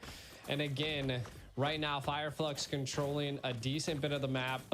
They're going to have to keep the pressure up, though, Trex. They're going to have to keep this going, and we can see it that they have it. Now, this is just the early stage, though. If RRQ can make it into the late stage, Hilda's going to start falling off. Jaga toko tuh enak guys. So Sekarang harassable. tuh jangan gitu lah guys. Sebagai Chinese itu jaga toko tuh udah kayak pride tertinggi orang Chinese cok. Orang Chinese itu harus punya toko ya. Kelas, Irat, bersihin gak sih? Wait. Kok gak ada blue buff cok? Aduh anjing. Skylarnya mati lagi cok. Oh iya anjing, facecam gue masih di tengah guys. Yeah, I mean, maaf. being able to take out Skylar once again Maaf is guys, going to be a nggak lihat. problem for RQ. Definitely want the gold lane to scale, and we can kind of see 2,400 gold to 27. Abang jadi buka so akupuntur not too much enggak? of a difference. Dia menjadi Skylar does have the Hawes koko Claw, so penjaga has that toko sekarang. sustainability. So we should see him staying a little bit. Itu tuh lower into kamuflase the guys, battles abang here, guys. probably Koko winning a jaga bit toko, against tapi bisnis Sunshine sampingannya now, yang as we ngeri can guys. see. Kalian They know jangan RQ's terkecoh like, ya we sama gotta help abang ya. Skylar out now. Bisnis sampingan dia itu yang lebih ngeri guys. Someone up there, 2 deaths on a Bruno. You definitely want to be able to scale on the Bruno. You want to be able to output the damage. And with that, it's going to give Fireflux a little bit of an advantage. They're about 1,000 gold up. They're going to take another turtle here, most likely. The Fanny still unable to pop off.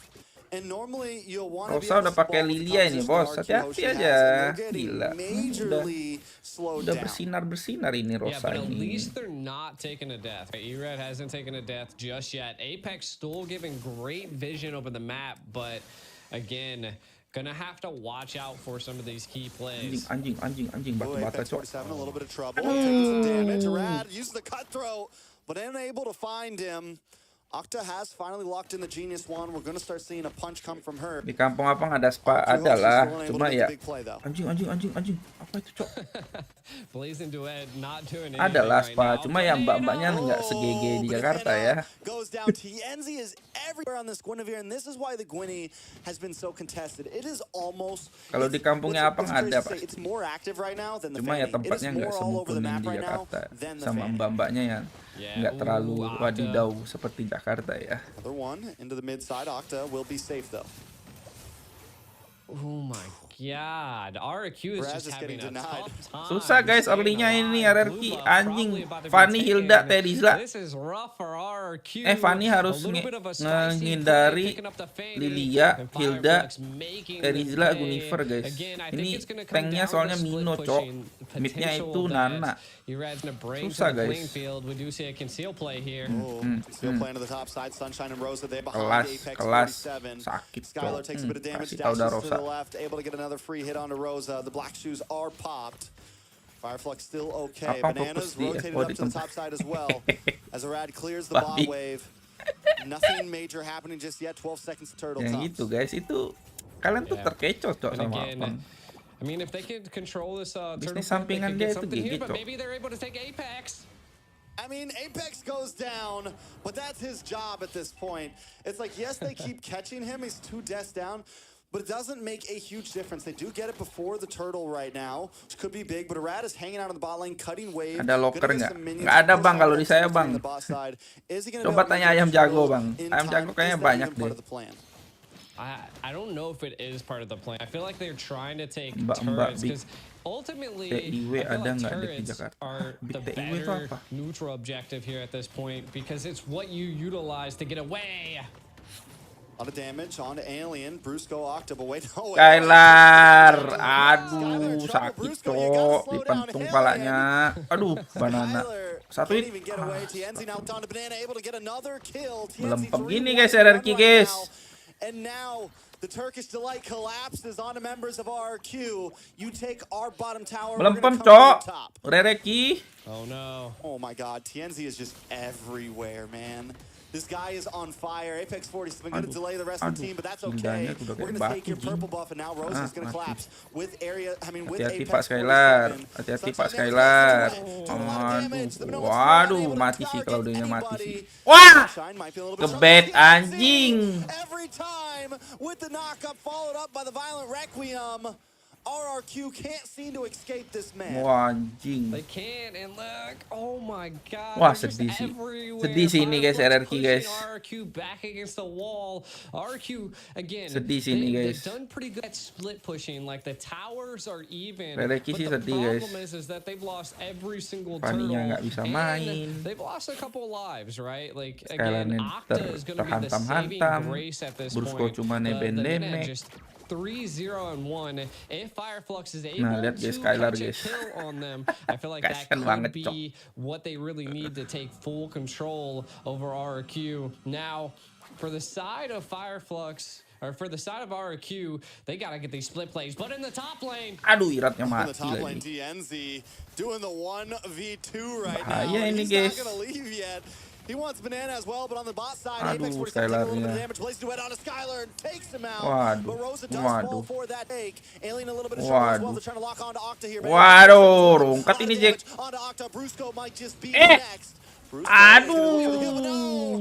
Sunshine flickers in and finds the kill with the BMI. And up on the top side, Banana gets shut GG, down bro. on a TNZ. Fireflux maybe finally biting off a bit more than they can chew.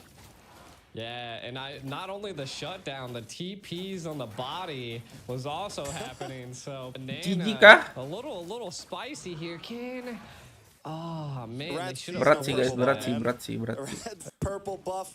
Berat sampai nge-lag-kan anjing.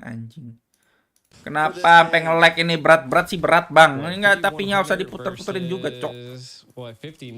So the jungle's not too far apart. I think the big difference that we're seeing here is the Bruno versus Claude, right? Like the Claude's already picked up the Demon Hunter, so the damage is going to be coming out onto Brusco, which is literally their saving grace in some of these team fights. Though I do like the split play action happening here. Berat. Look at Apex. Berat guys. Apex 47 in the boss side, Beratnya gonna berat, harass guys. on Rad. Rad's got to make his way to the Lord Pit. Does RQ not want to try to fight this 4K deficit? We've seen teams Berat fight with hati lower. ini. Anjing lah. Rosa though, the zonage from Rosa. This is the great thing at the Lilia. Rosa plays Lilia like it's an EXP laner, man. In your face, and there's a violent Requiem on a Banana. Arad now trying to come in with the Nolan's Fury. Gets the double knockup on a TNZ, on a Apex 47. TNZ goes down, but Sunshine's here to clean him up with amazing duet. Rata, Gonna be next, Rata, triple kill, making a maniac. Keep on going, boy. The Sunshine don't shine down here for RRQ. The Lord is going to be taken by Fireflux. I don't think RQ is going to be able to do anything. It's nothing but Octa on the map right now. Let's take a look at the replay. Yeah, Sunshine was the saving grace right here. The Minnows Rage came out and knocked up quite a bit Sinyal of kentang Fireflux. deki. Bukan dari gua tot nih, dari IndiHome Rusia-nya Into a anjing. maniac Skylar. I think he was just, I don't know what it was. He was there, no escape. Just give it to him. Lee Sunshine has come online 5-0-3. Silent but deadly. We haven't seen too much through him from the game, but that's that early in the early phase when they were able to get those kills on Skylar. When they were able to let Sunshine just free farm and do what he wants. Now we're seeing it really start to pay off, and the damage is getting out of this world, out of control as Fireflux encroaches onto these inhibitors right now. Arad gets a little bit of poke damage onto Apex 47. The Lord does not get the crash. It is not enhanced. Kelas Irat, should be able to chip this down and maybe not lose a single tenang guys. Alien holding down the front line. Irat with trust. To push their limits. Again, this is what RQ wants to do, right? They want to make it to the late game. Securing and keeping your tier 3 inhibitors is where you need to be. Again, I think they're going to lose their second tier here. So, yeah, I mean, this is the safest position that RRQ could be in. It's just to keep it like this. They could, at this point, they have 102 seconds. Maybe Erad needs to start split pushing, kind of utilizing that. Fireflux at this point probably should just freeze lanes, kind of clear up all of the jungle, keep that gold lead going. Bisa sih guys kalau pelan-pelan ini mainnya. Bisa sih guys, bisa aja sih guys, masih aman aja gamenya ya. To scale and be the one to deal the damage here. Ooh, he was feeling it out. He had a feeling that something was about to go down there. Again, I do think that Fireflux keep them at bay. You can see they've already controlled the map. Ini kenapa ya guys, tiap Banana kayak nggak main hero yang bisa nge-split push itu kayak RRQ ini laningnya mati banget cok. Ini apa perasaan gua dong atau gua sotoy dong ya guys? Setiap Banana main hero yang nggak bisa mainin landing guys, pasti RRQ kalah cok. Bukan kalah sih, kayak pasti terbully gitu anjing. Ali sama mid game-nya pasti terbully gitu cok. Tienzi though was ready for that, man, and Rad knew it. Nggak tahu ya. Tienzi, you could see like the positioning. Tapi gue liatnya dari kemarin sih begitu ya guys. Tienzi would have caught him, and Rad knows it. Both of these junglers, I'm talking about ultra instinct on both of them right now. Ooh, is he overstaying his welcome? Dari yang gue liat sih begitu ya guys. Possibly gonna happen. It's easy. Fanny can lebih do that. Ke sotoy sih, oh iya mungkin gak sotoy ya guys. Maaf ya bang, kan gue cuma berpendapat cok, gue cuma berpendapat guys. Soalnya gue liat Banana kan dari kemarin main Cici kan ya, Cici Bennett. Pas main Bennett tuh kayak landingnya bener semua cok. Pas tiap main Cici guys, landingnya nggak pernah ada yang bener cok. Irad should be split pushing at this point just because they don't seem to want the Lord. Yang hero-hero yang nggak bisa nge-split push itu kayak RRQ kayak mati kutu gitu. Aduh, sakit banget dah Claudia cok. Kailan yang meninggal lagi. Aduh, GG.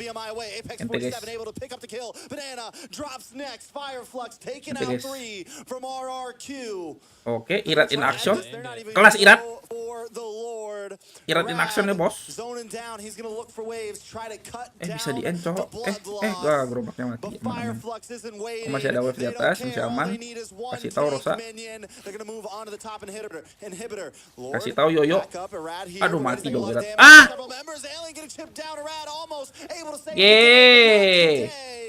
Fireflux Esports still dominating. The Blazing Duet comes out to clear it up. GG cok. Pushed Fireflux. Well, Fireflux pushed back. Oh man, what a play by Fireflux there. Look at him. To be honest, I think they got the crowd buff. I could during that whole match, I heard cheers galore every time Fireflux was pushing.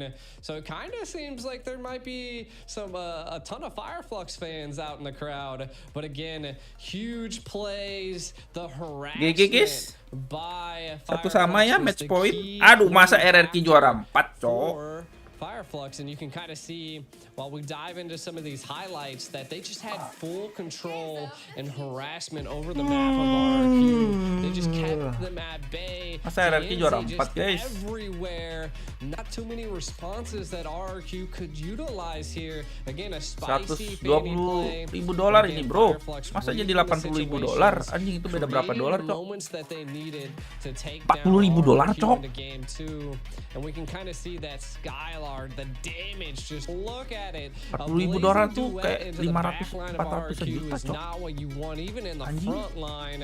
Janganlah, juara 3 lah. Juara 3 lah, ayo RRQ. Aduh, kok jadi melempem gini cok.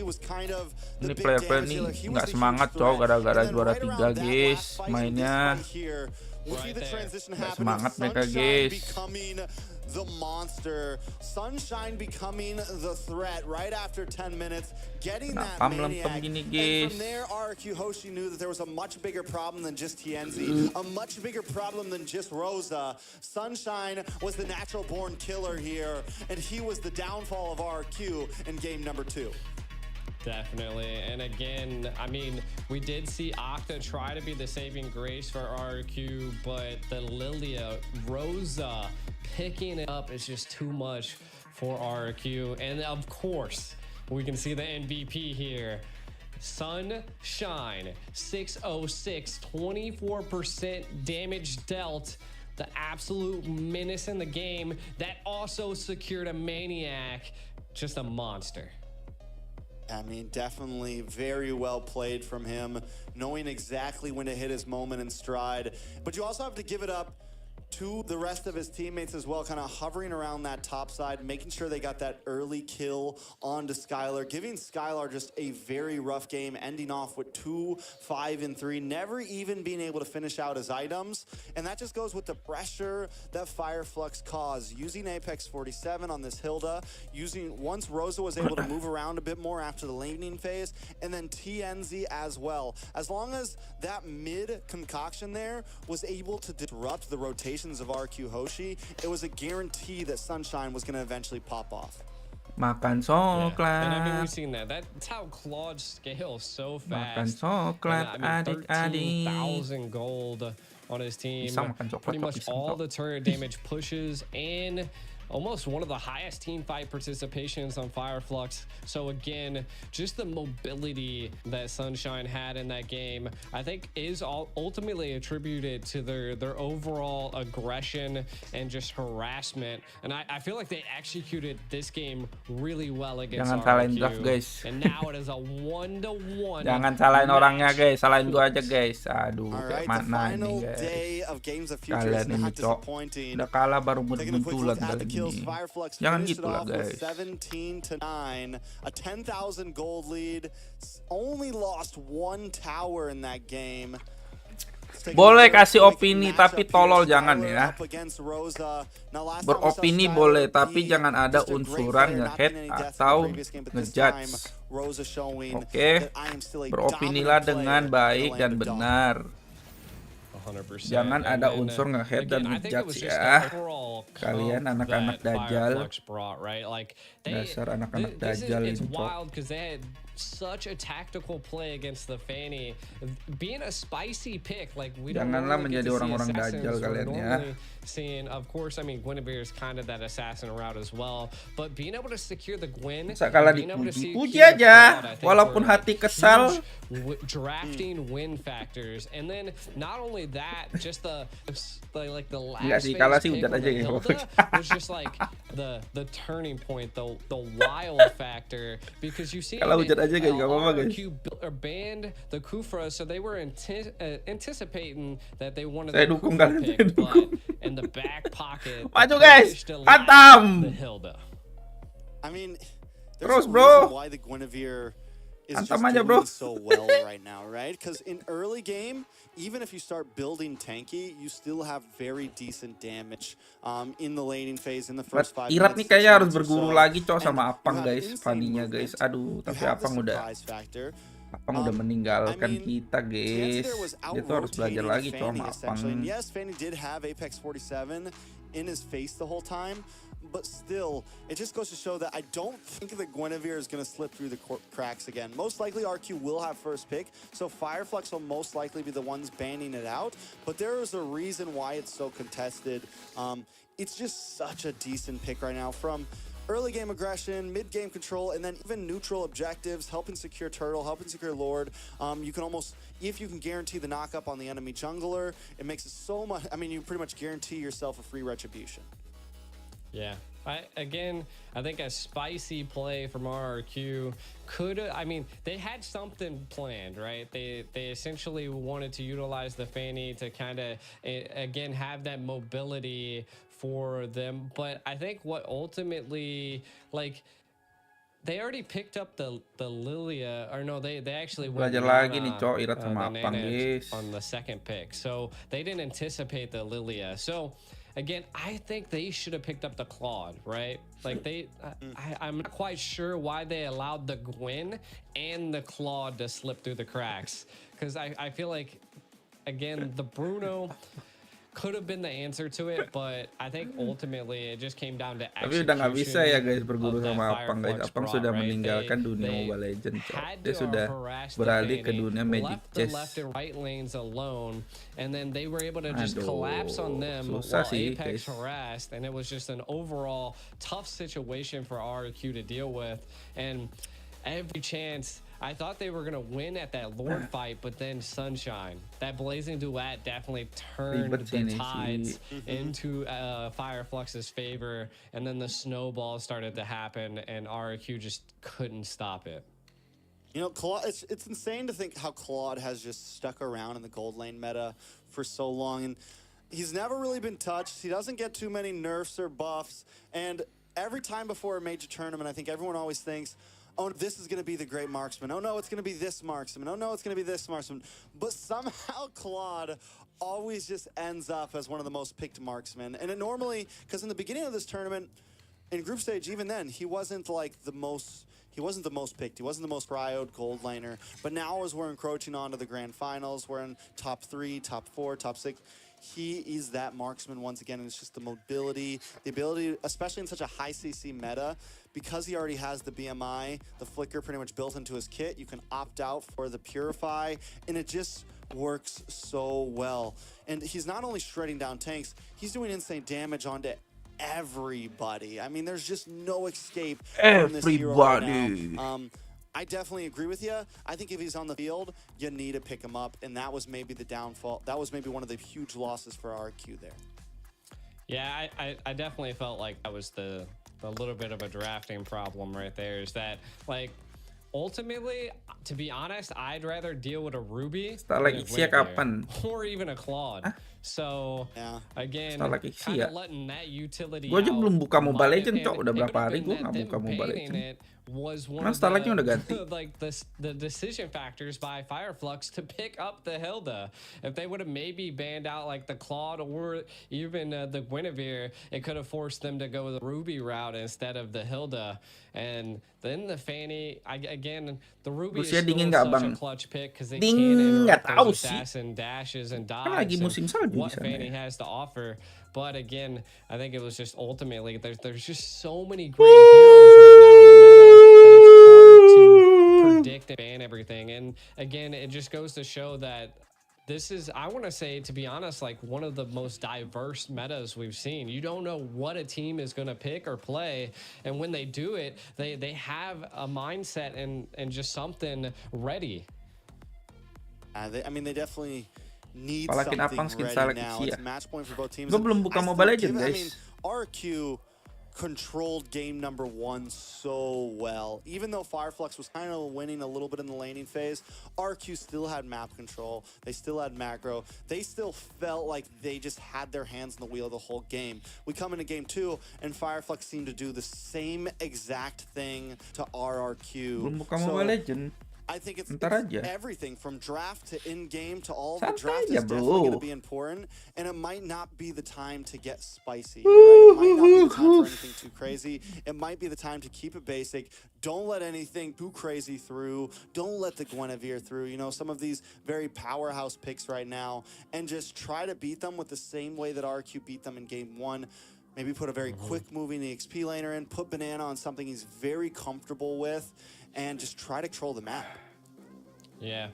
And again, I believe RRQ is really good at coming back from something like this. So again, even though that they are down, they had this draft wasn't the best, and Fireflux was able to counter the draft that they picked.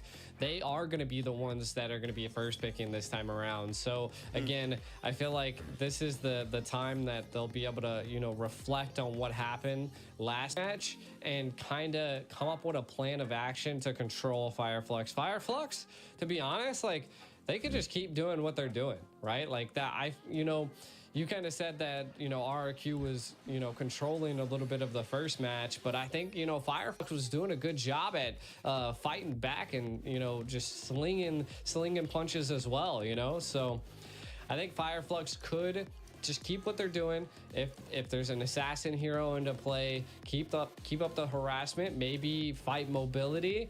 Again, Bennett, there was just so many options that could have been a factor and could have been played that it's really hard to ultimately break it down just because it was just such a clutch game there by both sides. Both drafts were definitely grand finals Kenapa, worthy, Dede? even though it's the third place.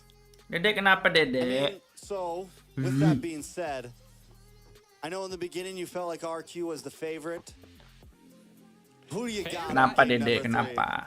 You know, I still think RQ Penentuan, guys, would let's be go. the favorite Satu sama ya. there. It looks like they're not first pick this time around. I don't know if it's something they get to decide, but it looks like they are second pick again. Satu sama ya di I sini know in a adik-adik. lot of internationals, the loser gets to pick a lot of the Gets time. to decide. I don't know if it's I don't know the exact format on this. It's been a little we while, do normally see them so- switch, but I think so. Either every team has been favoring blue, and that's why they've been switching nonstop. Yeah. Or maybe it has been loser picks, and this time RQ is like, no, we want second pick. They do ban Get out the rid of the Guinevere. The They're banning Claude? pretty quick. Okay. Hopefully this isn't This is going to be a whole different we're game. gonna play it real. Yeah. Yeah. This is going to be a whole different game this time around. I mean, the Matilda is still available. They still have the Arlot, the Ruby. So, again, one of those are probably going to be sneaking through the go here. So, we might see... Maybe they bait the Matilda out for Fireflux. Kita nobar force Onic them ya, guys. into that first Nobar pick, lah ya, and then gila, they grand could final, bro. utilize something a little bit different on the RRQ Onic. comp, or they could Onic vice Epi versa, Brand you ya. never Big know. match, I big mean, match. Let's they go Onic. could be banning out the Lilia. Onic main jam berapa? Jam 9, guys. Kalau ini kayaknya telat sih. To the Nana. Kayaknya bakal telat sih. Soalnya ini udah baru masuk ke game 2 kan. Ini kelar-kelar paling jam 9 lebih 10 menitan lah guys. Tapi pasti breaknya nggak bakal lama, cok. Yeah, I mean everything's on the line. Soalnya udah ngaret here. dari schedule. I think it's 120 grand on the line right here. So even though it's just a third place match, quote unquote, it's still a big thing for both of these teams, especially a team like Fireflux, who hasn't, has never gotten this far in an international event. Even in previous years, they've gone from top 8 to top 5, things like that, but never been able to really push the limits, and that's where they're at right now. RQ is not going to ban out the Ruby this time as their third ban. Opted for that Gwynny and still keeping the Matilda. X47 going to quickly yoink that up. RQ Hoshi now, quick to response. Last time, what was their last first 2 picks? It was the Nana and the Minotaur, thing like that. Ah, kenapa nge-lag lagi, cok? Woi, babe. Quite a bit. Maybe again the Arlot is still on the field. Nge-lag terus so kok ya, I'm jembut. not quite sure how comfortable they are with utilizing the Arlot, but could be a good thing. Picking up the Nate, and Anak I keep shit, feeling man. that they need to load Skylar up first because he just seemed like he was having a little bit of a difficult time. There's the Arlot, so I like it. I like this is a very tactical approach. Again, has the sustainability to work with, depending on because it's Flex Hero too. It could either go Roam or it could go EXP. So, I mean, and it is in Banana's hands, but could still be swapped around. So I feel Arlot that's something Nathan we ya, gotta keep on guys. our mind. Wuhui, mantep It's definitely nih. possible it could be a Roam. It's definitely possible it could be an EXP. Nathan ini, bro. We know RQ Hoshi thinks very highly of this Arlot. They've banned it the past 2 games. Hati dengan Nathan ya, adik-adik. And it's been a solid pick Nathan so far mengerikan, in games guys. of future. And with the range that it has with the final slash, you can kind of displace this Ruby if you need to, right? Without getting close. And a lot of heroes have trouble with that, right? A lot of heroes have trouble getting CC onto Ruby because Ruby's so good at just stopping that. But TNZ gonna pick up the Nolan here. So we're looking at early game aggression from TNZ. TNZ, we saw it last time on the Gwenny, but this time you're not gonna build tanky on a Nolan. You're gonna commit from beginning of the game to the very end. And I feel like you need an assassin type hero like that to be able to possibly catch Skylar, right? And again, we could be seeing some type of EXP being picked up maybe by Fireflux. Could be a CC. Again, RRQ could flex this Arlot into the Roam slot. and pick up CC to be able to have that front line. I do feel like they need to build that front line for the Nathan. And that's why Sunshine picked up the carry, right? Right away, the Phoveus, though. Oh.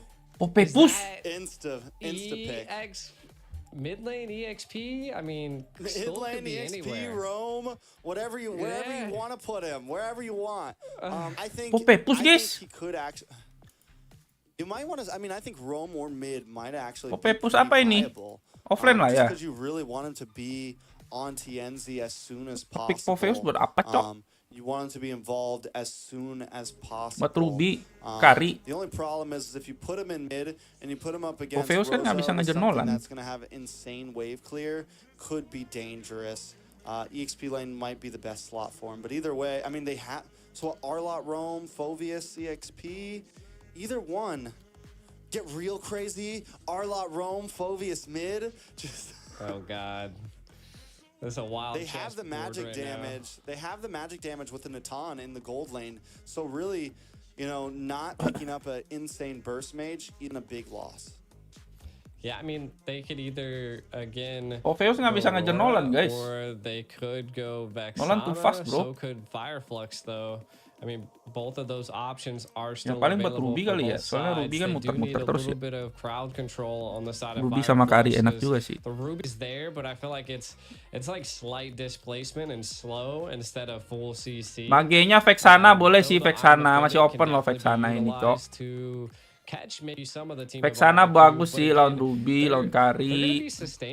Lawan Nolan. To sustain in fights, and I feel like that's what they need, and they were lacking in some of these other team fights that Fireflux was coming with.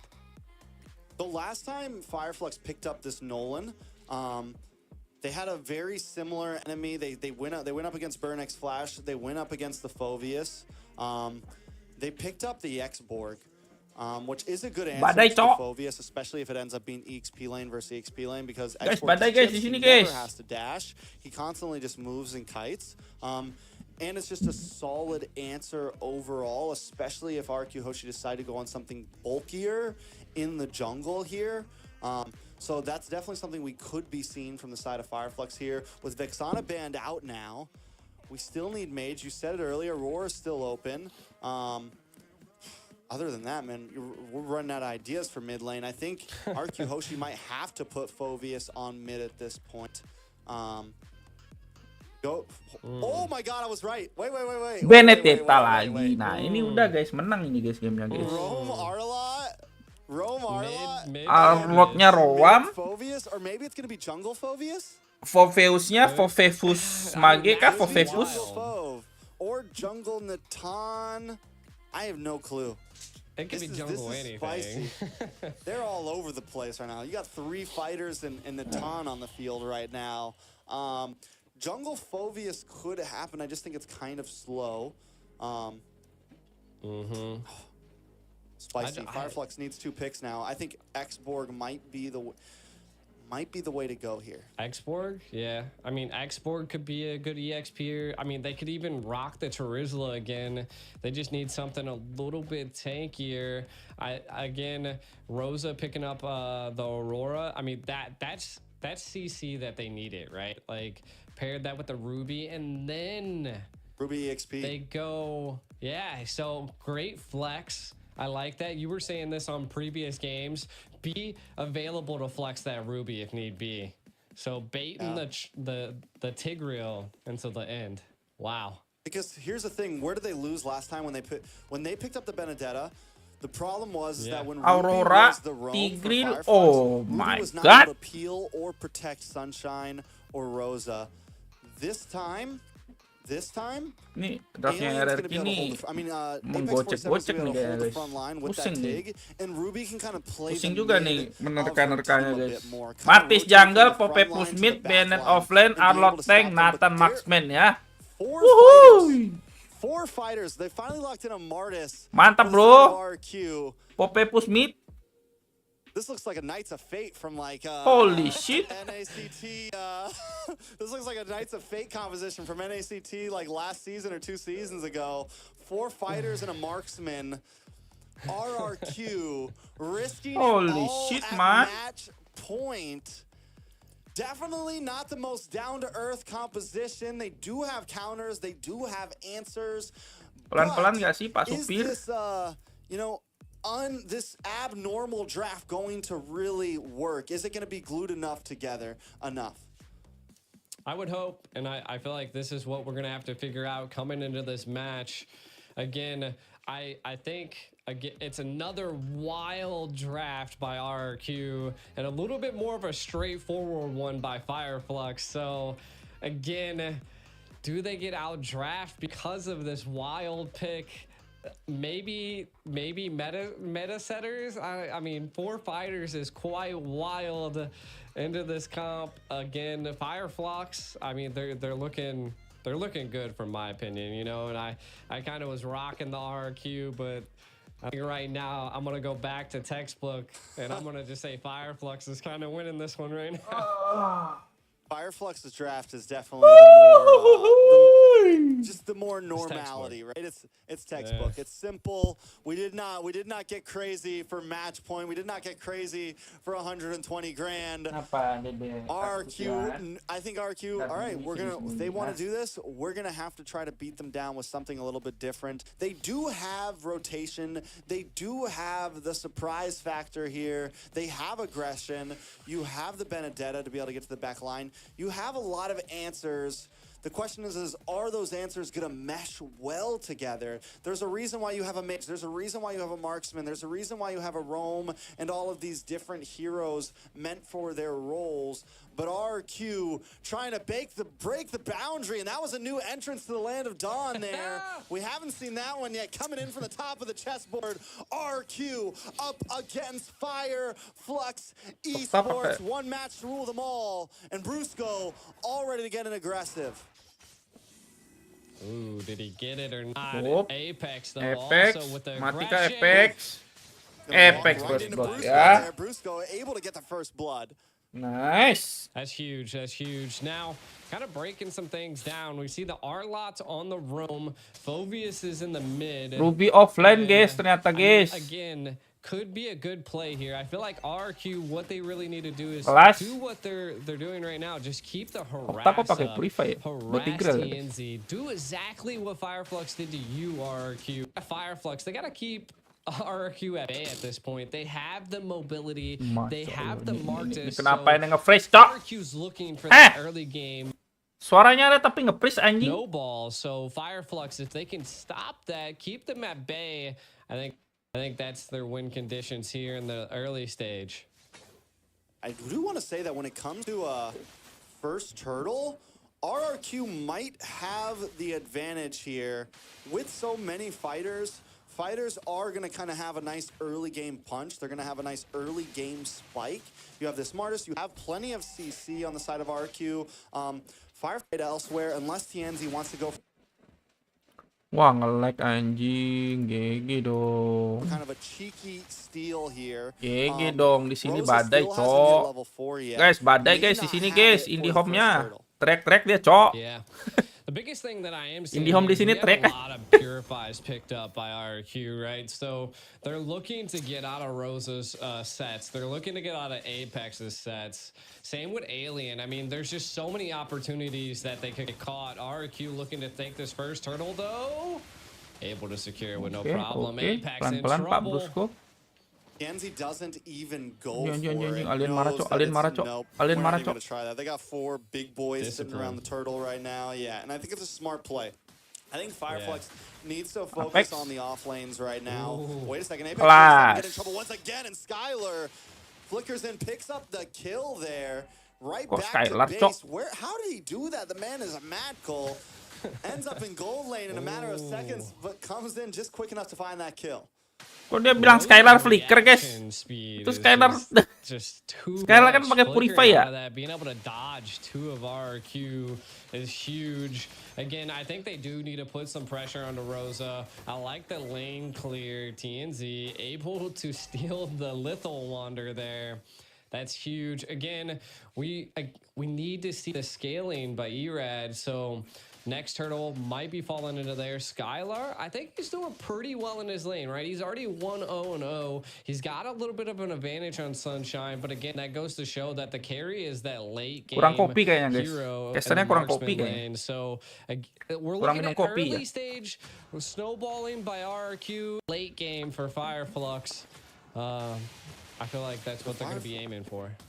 Yeah, Fireflux needs to find some momentum though. I think if Skylar is able to just farm freely here, then Atan is going to be a problem. This is like funneling at its best. It's like old school fighter off lane. You know, they're just going to pocket around Skylar here.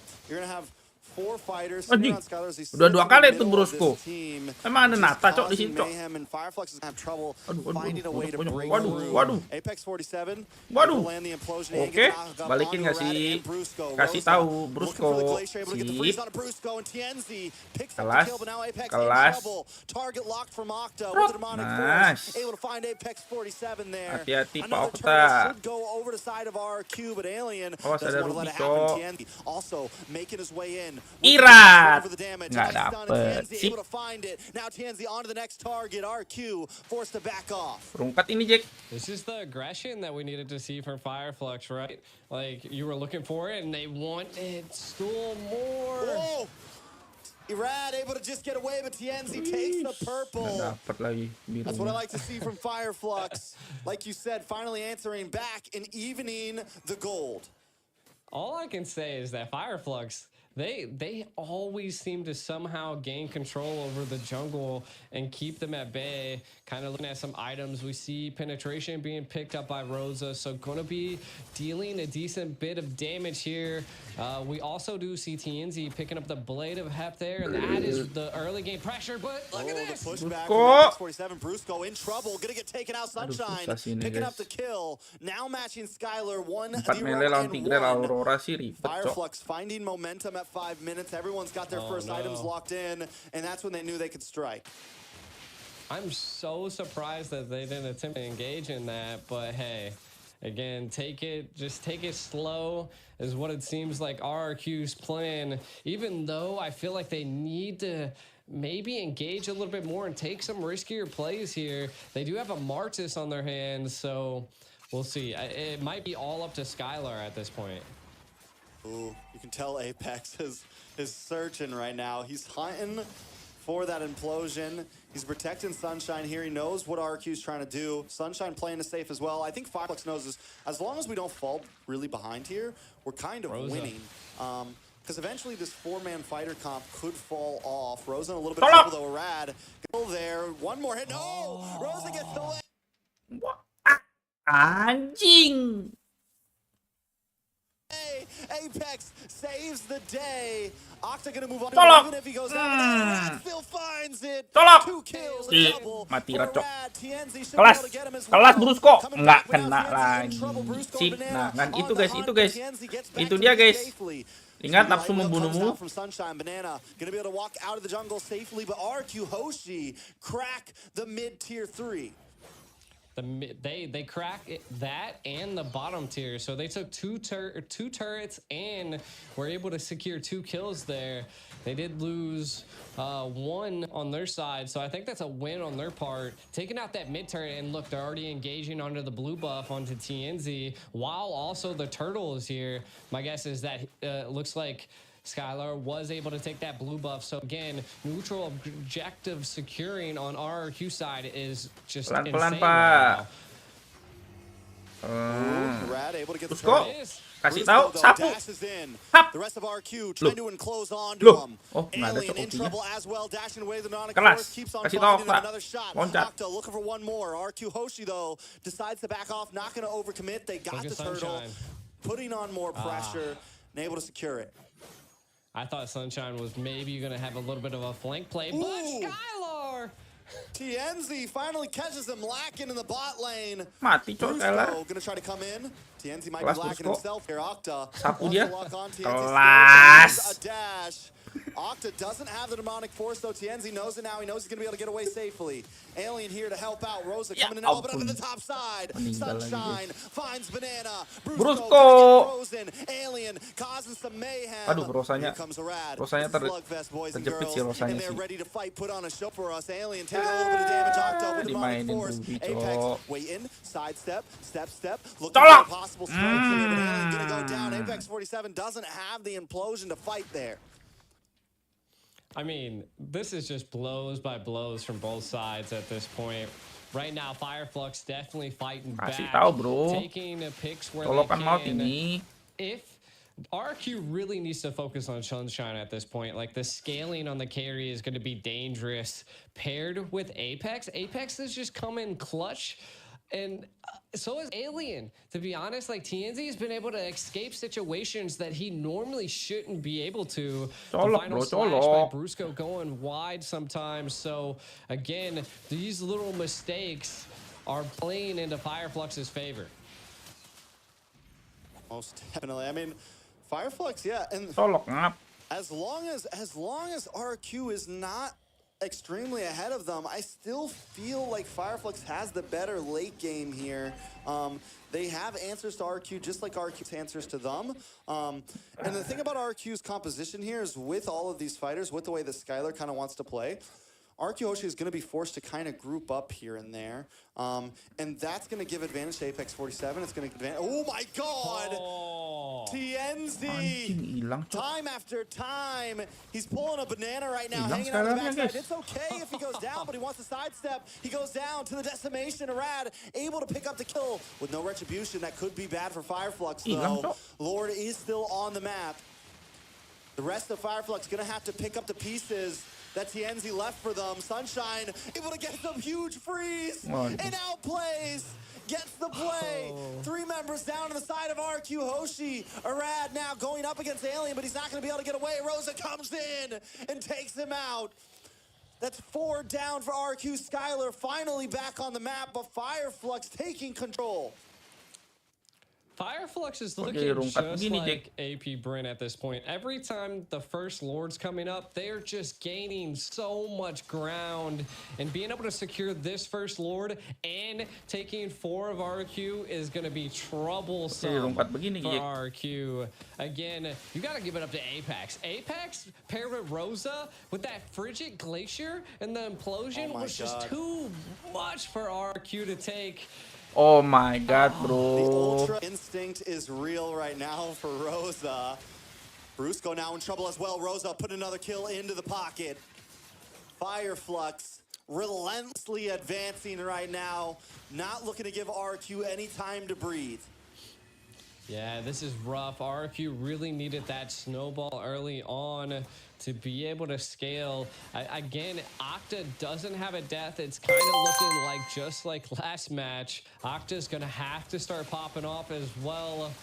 TNZ just keeps finding Skylar. So I feel like if RQ wants to stay in this game, Skylar is going to have to stop getting popped by TNZ.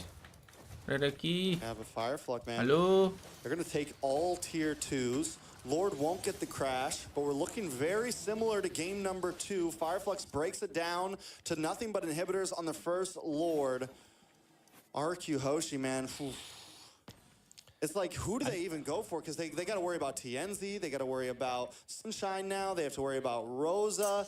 It's a tough call, and they have the players that can kind of pick people off, but if they split up too much, they get taken down. And if they group up too much, they have to worry about the implosion and the I'm offended and the glacier. Yeah, right now I feel like RQ really just needs to. They have the Benedetta. I like what their approach is now. Do some split pushing. Where's that tactical, positioning that we've seen from Banana in the first game? I feel like with that, with baiting out utility from Fireflux before full frontal engages, RQ could turn this around, but they have to do that. They keep running into every ultimate that Fireflux has face first, and they just think they're not going to have any repercussions. Karinya sih I will say this is the difference. One of the differences between the time that we saw Banana able to do that was exactly what we said when we saw the draft. Is this time They have the Tigreal on Apex 47, and they have Alien in the back line, and they have Rosa also kind of protecting Sunshine here. So it's very tough for Banana to find any kind of angle here. This time, Fireflux are the hunters, man. I think they just have that card. Banana's not going to be able to do what he did last time. I feel like the communication right now from Fireflux, they've kind of read the map at this point. They know that Banana's just kind of, they don't know where he's at, but they have an anticipation that he's in this bush, and Apex is watching it with a passion, and they found it. This is going to be a little tough situation here. Do they go for it? Conceal play comes in. But not today, Banana, not today. Taken out. That's going to be a big advantage for this Lord. Waduh. Alien, TNC Sunshine chipping away as Alien tries to zone out a Rad. Just keep him backed up. Fireflux going to change pace. TNZ moving position. Taking a lock onto the purple buff. Back to Lord now. Waiting for the rest of the team to come in. A nice reset to buy the team some time so that they can make it a 5-4. Wah, GG. Deletes him down. Skylar GG dong. back instead of forward. RQ got to go running back to the base as Fireflux takes another Lord. Man, the passion that they've had from last game, bringing it into this game, RQ definitely seems to be down in the dumps, and Fireflux are just, they are roaring and ready and on fire at this point. Another Lord gonna be barreling down RQ's lane. Anjing Ruby-nya padahal full damage loh, guys. Again, I mean, Nathan's Ruby-nya full damage, line, but Sunshine War X Endless. Overall controlling the damage Counter Strike tuh. Mau beli Oracle dia sekarang. Next Lord push. I think RQ, they can defend it. All of them are alive. They still have all of their tier 3s, but again, this is going to be an enhanced Lord. It will crash into a tower, and the base will be broken open, and Fireflux looking to take as much as they possibly can here, Trex. All right, let's see how they do this. Lord going to be a little delayed on the bot side as Fireflux pushes in on the mid and top. Waiting for that connection. Fireflux going to continue to chip things away. RQ Hoshi position themselves behind the bottom inhibitor. They're going to try to chip down the Lord. Lord's taking a step backward, forced to go after that minion. A slight mishap. Not able to get the full push in. Skylar able to melt it down. Fireflux have broken one. Wah, GG dong. Waduh.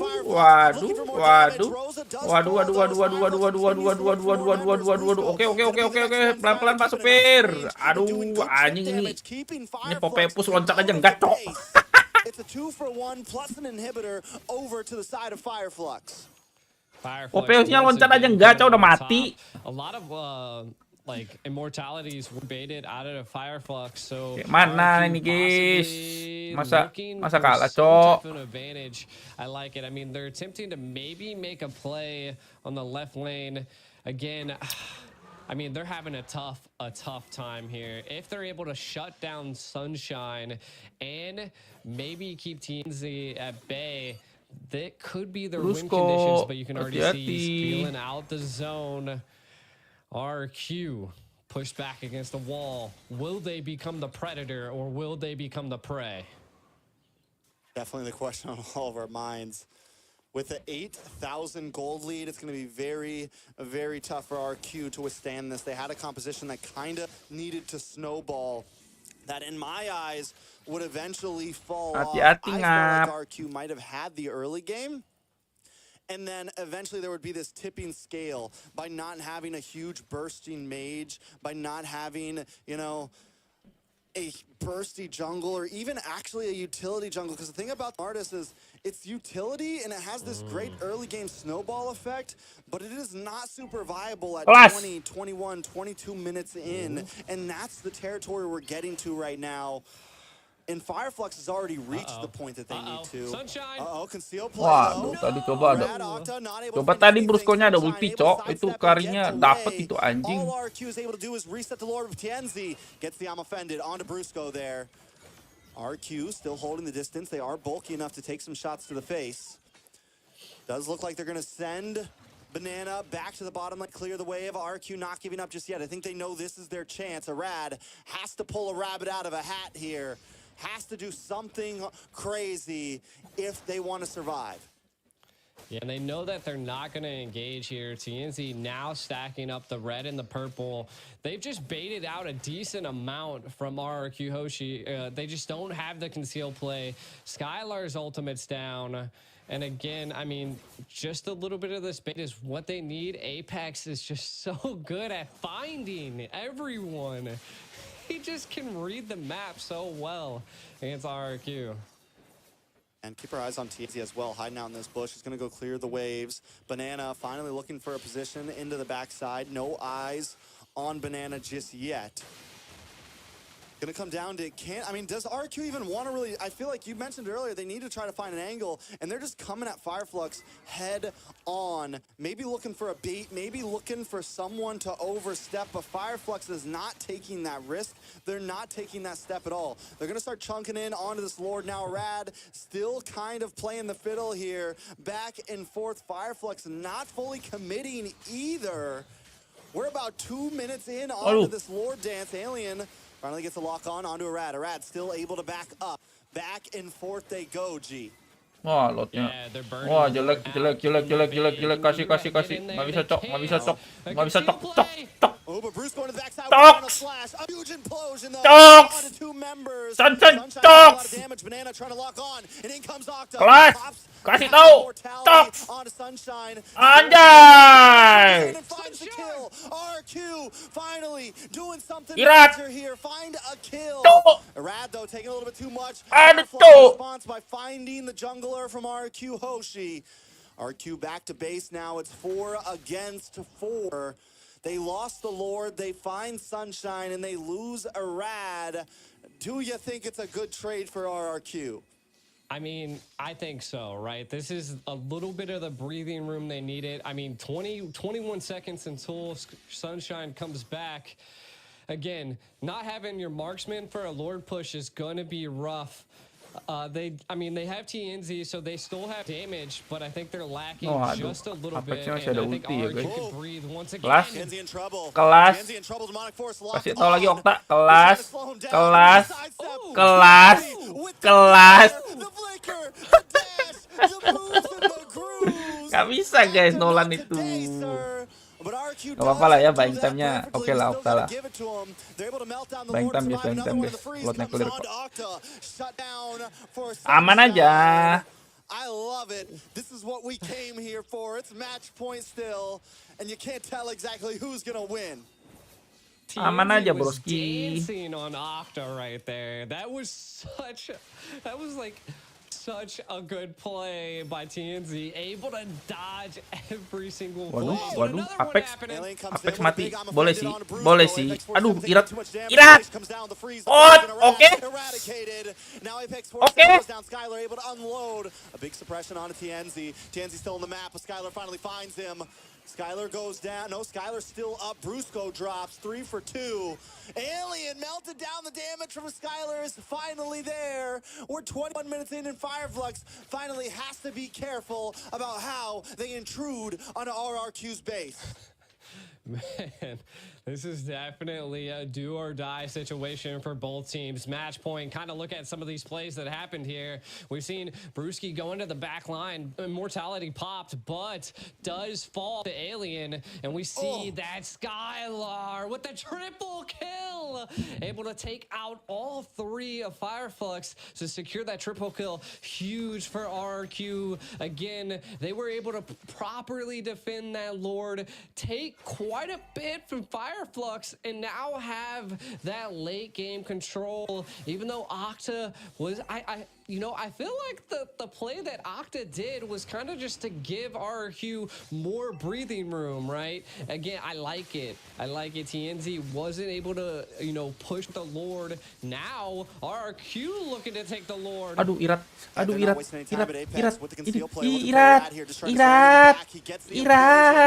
TNZ mau mati, cok. TNZ juga mau mati. Kelas banana bot. Kelas. Mampus. Aduh, Kena gocek, cowok. Oke. Goes down, still has the Aduh. immortality. RQ forced to go back to base because minions are closing in. Alien look the lockdown onto Brusco here. Brusco? Looking for the outplay Aduh. himself. The man is gone though. Alien finds the kill. 2 members of RQ Hoshi down. Fireflux could take a free lord. Yeah, great. Oh play by my the god, Sentry bro. there.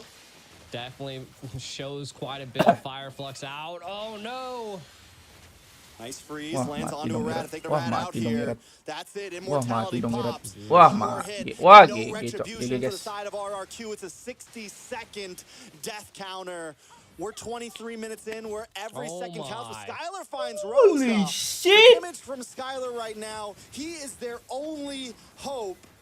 Can they defend one more GG's. Lord push? Can they turn the GG's. tables?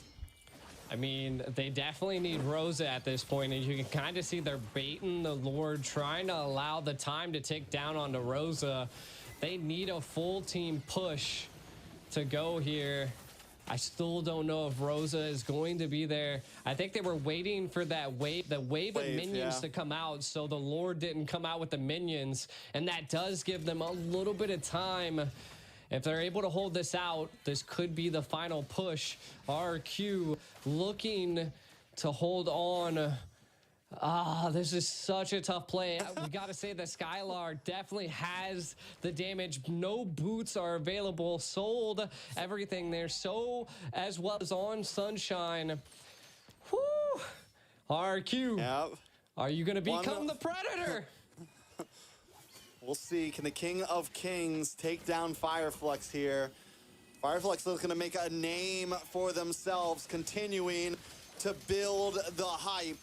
Ada Nathan sih guys, aman. On to Skylar there. Are we going to go Oh, another Lord? Alien sakit getting tuh, chipped away. aman, masih Fireflux defend ya, cannot masih defend enter ya. the house of RRQ Aman aja right broski. now. Untung tipis banget tuh anjing itu rubinya full damage, The cok. damage of Skylar is unleashed right now. Fireflux backing off.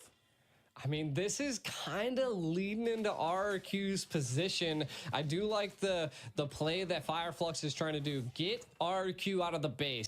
We need to make plays, and mortalities are there. You have 3 of them picked up by Fireflux. They just need one key play. If they're able to capture Skylar, that is going to be the fall of RRQ. But man, what a defense that they are playing, and I am offended not able to utilize the retry comes out onto Alien, but again, just not enough. They're trying to get something here. Yeah, they want Irad, man. Irad has to be more careful. If he gets taken out, they need that retribution, right? And Irad has a wonderful retribution. As long as he can gain position, he can compete for the 50-50, right? He can definitely compete for it and come out on top of it a lot. The problem is he hasn't been able to step into the Lord Pit. But now we're at a point where RQ Hoshi has scaled. I'll swallow my words because right now they have a decent late game. It's still tough for them, though, to find the right positions. And if Irad gets caught off, they're not going to be able to compete for Lords. It is true. And I feel like and it's kind of hard for RRQ right now to make a backdoor play, right? Just because the turrets are there, but if they're able to get a team wipe, I feel like that could be a play, right? The turrets won't even matter this far into the game. We're looking at somewhere around like 70-second death penalties. So that is why so many immortalities are being picked up by both sides. And I feel like they're trying to bait it out so that they all have immortalities. Rosa picking up rapid boots, by the way. Keep an eye on that. They want to be quick. They want to be able to rotate. I feel like they're just there to CC at this point because they're going to allow Sunshine to scale here. TNZ kind of controlling a little bit of the right of the map. Now, the biggest thing that RRQ is facing is that the minions are just so much Kayaknya fight stronger terakhir ini guys, slot terakhir ini, for cok. Fireflux, and that just goes to show that having all of your Ini ada inhibitors gini down is susah a banget sih guys, landingnya pasti nggak play, bisa a bener, tough cok. thing to deal Ini with. Irat, aduh Rad's Irat, gonna walk into Apex. mati dong Irat, That's a lot of damage. GG, No, cok. not like this. Oh, God. Immortality drops. Irad will not be able to escape this one. Wait, maybe he will. He's back into it. One more hit. No, Alien finds him. GG, cok. Brusco GG, gonna be the cok. next to drop. GG, Does still cok. have an immortality GG, up. cok. Skylar looking for an escape here. They're trying to collapse onto him. Fireflux looking for the next target. GG, Drops cok. next. RQ hosts Ente guys. members by the second. GG's. Banana. Fireflux now finally GG's. on top of this GG's. game. Skylar GG still up NTRK, there. Still juara damage to be 4, reckoned with. Can he guys. make the miracle play here? Fireflux looking to claim a victory here. They moved on the base, and that is it. A new era for Turkey. A new team on top of the pendulum. Fireflux looking to make a name for themselves, and today they have done it. Ente. Turkey, man, what a game. Ente. Taking out Blacklist International and now taking out RQ. Ente guys. That is a region you don't want to just throw under the bus. They are here to fight. Again, able to secure that third place udah spot. tilting banget, Cok. What a RRQ mainnya. battle it was. Udah ngetilt semua, guys. It's kind of bittersweet, right? We take a look Udah at ngetilt Rosa semua and itu the team player-playernya. members. I mean, they have to be happy to win, but also there's still the salt Anjing of dulu, guys. yesterday's loss in their veins right now.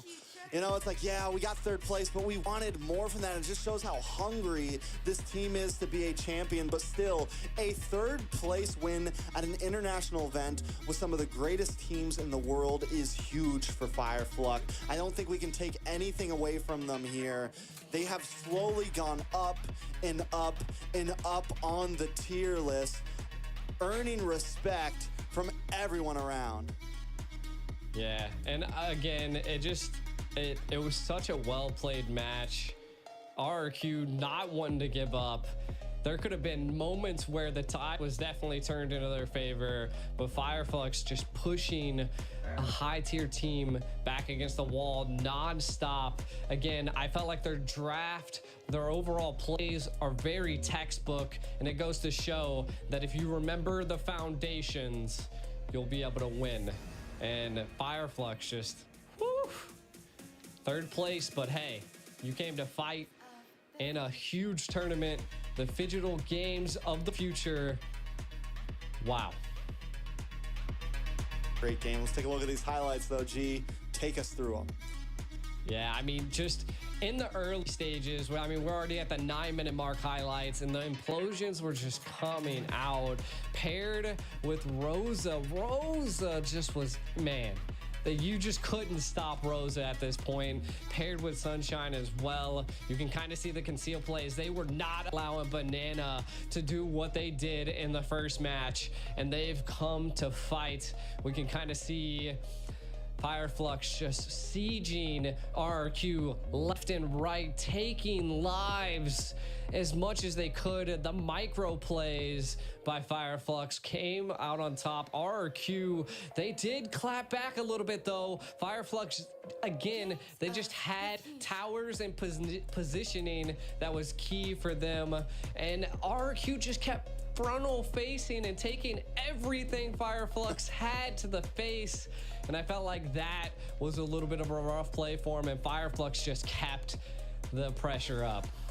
And this was a moment that Skylar finally kind of came online here. This is when a little bit of fear came into the blood of Fireflux. Skylar was able to bide enough time and almost take control of this game again. But I think the real people we got to keep our eyes on here for Fireflux is Alien and Apex 47. Just did such a great job at stopping all the dives from RQ, completely protecting Sunshine and Rosa, able to let them do what they needed to do. Anytime Brusco, anytime Banana, anytime anyone, anywhere tried to get to the back line, Apex and Alien were there to slow them down, to push them out of the way, to stall for just enough time. And this was the final nail in the coffin here.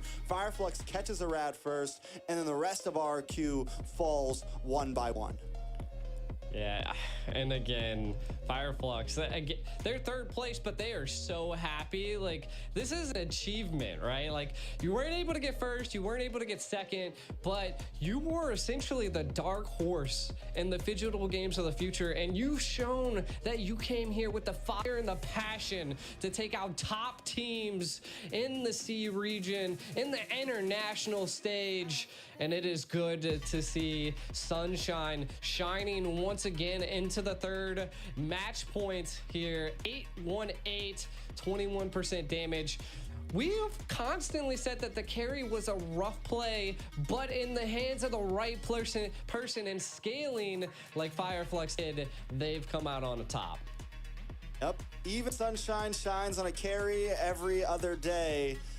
I mean, definitely just did well here. Overall, an amazing play. MVP for Sunshine there, 8-1-8. The whole team, I feel like this is a game where everyone on Fireflux did their job, and it was the same thing on game 2. When Fireflux gets that momentum, when they're able to all work together and everyone kind of achieve their major role on the team, they play so well. And RQ takes the risk in game number 3, putting together a composition that was pretty questionable overall, and ended up the Fireflux gets the win because of it. Man, I feel like RQ took 2 risks. I mean, that was a lot of fighters. The Fanny was a slight risk. And I mean, Fireflux just, they made RQ make mistakes, and they just took advantage of it. And 2-1, Fireflux taking 3rd place. This was huge for them. And I mean, kind of taking a look at some of the stats here, 13 kills versus 25, 56 assists. And look at the goal difference. My God. Monstrous. And one last matchup between Skylar and Rosa. 5 to 6 kills, 3 to 2 deaths. Assists by Rosa, 16. And though Skylar was eventually able to output the gold, like get enough gold in to really just fuel himself, it was far a little too late, not enough for the side of RQ. So Fireflux will be our 3rd place holders for the games of future. And the series did not disappoint at all. It went the whole way. The farther and farther we've got into this bracket, the games have got more and more exciting. And I mean, if that's just any kind of a foretell of what's to come, then we are gonna have one hell of a grand finals. Everybody is definitely waiting for the grand finals. And I mean, it's the grand finals of the Digital Games, but it's also a rematch in the making. This is definitely going to be insane. We'll toss you guys to a video here. This is a really cool background, though. We'll see you guys in a second.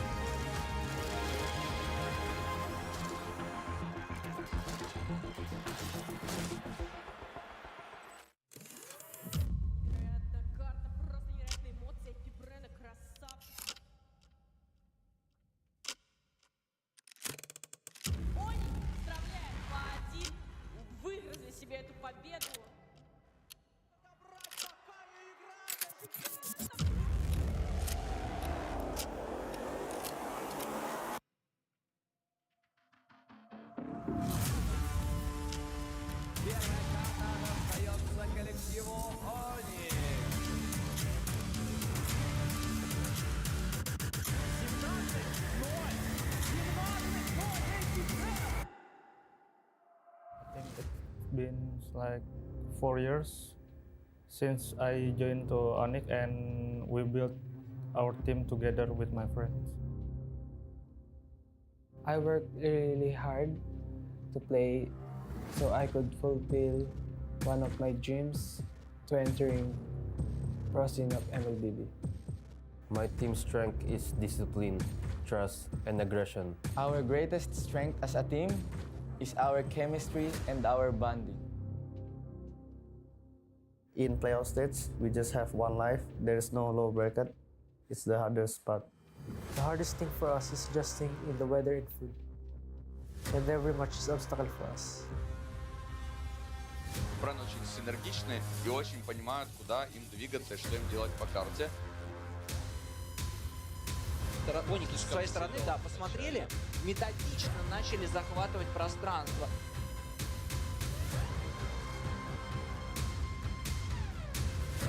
И тут уже без шансов, ребята. И тут уже, конечно, Ират подставился конкретно. И AP Brand сделали все очень-очень грамотно. Our only enemy is ourselves. GG cok. Sorry guys, ambil makan tadi ya sekalian. Это повторение Lapar, финала bro. чемпионата мира. Две топовые команды подтверждают свой статус на нашем крупнейшем турнире. We never Lapar, split up, guys. and we just keep on improving. That's why we are here now.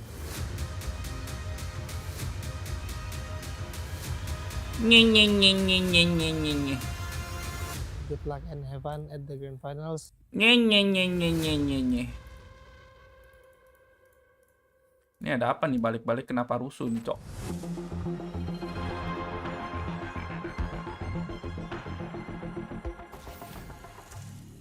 All right, after an amazing third place match, we are back. If you're just joining in, my name's Trex, and just We are back.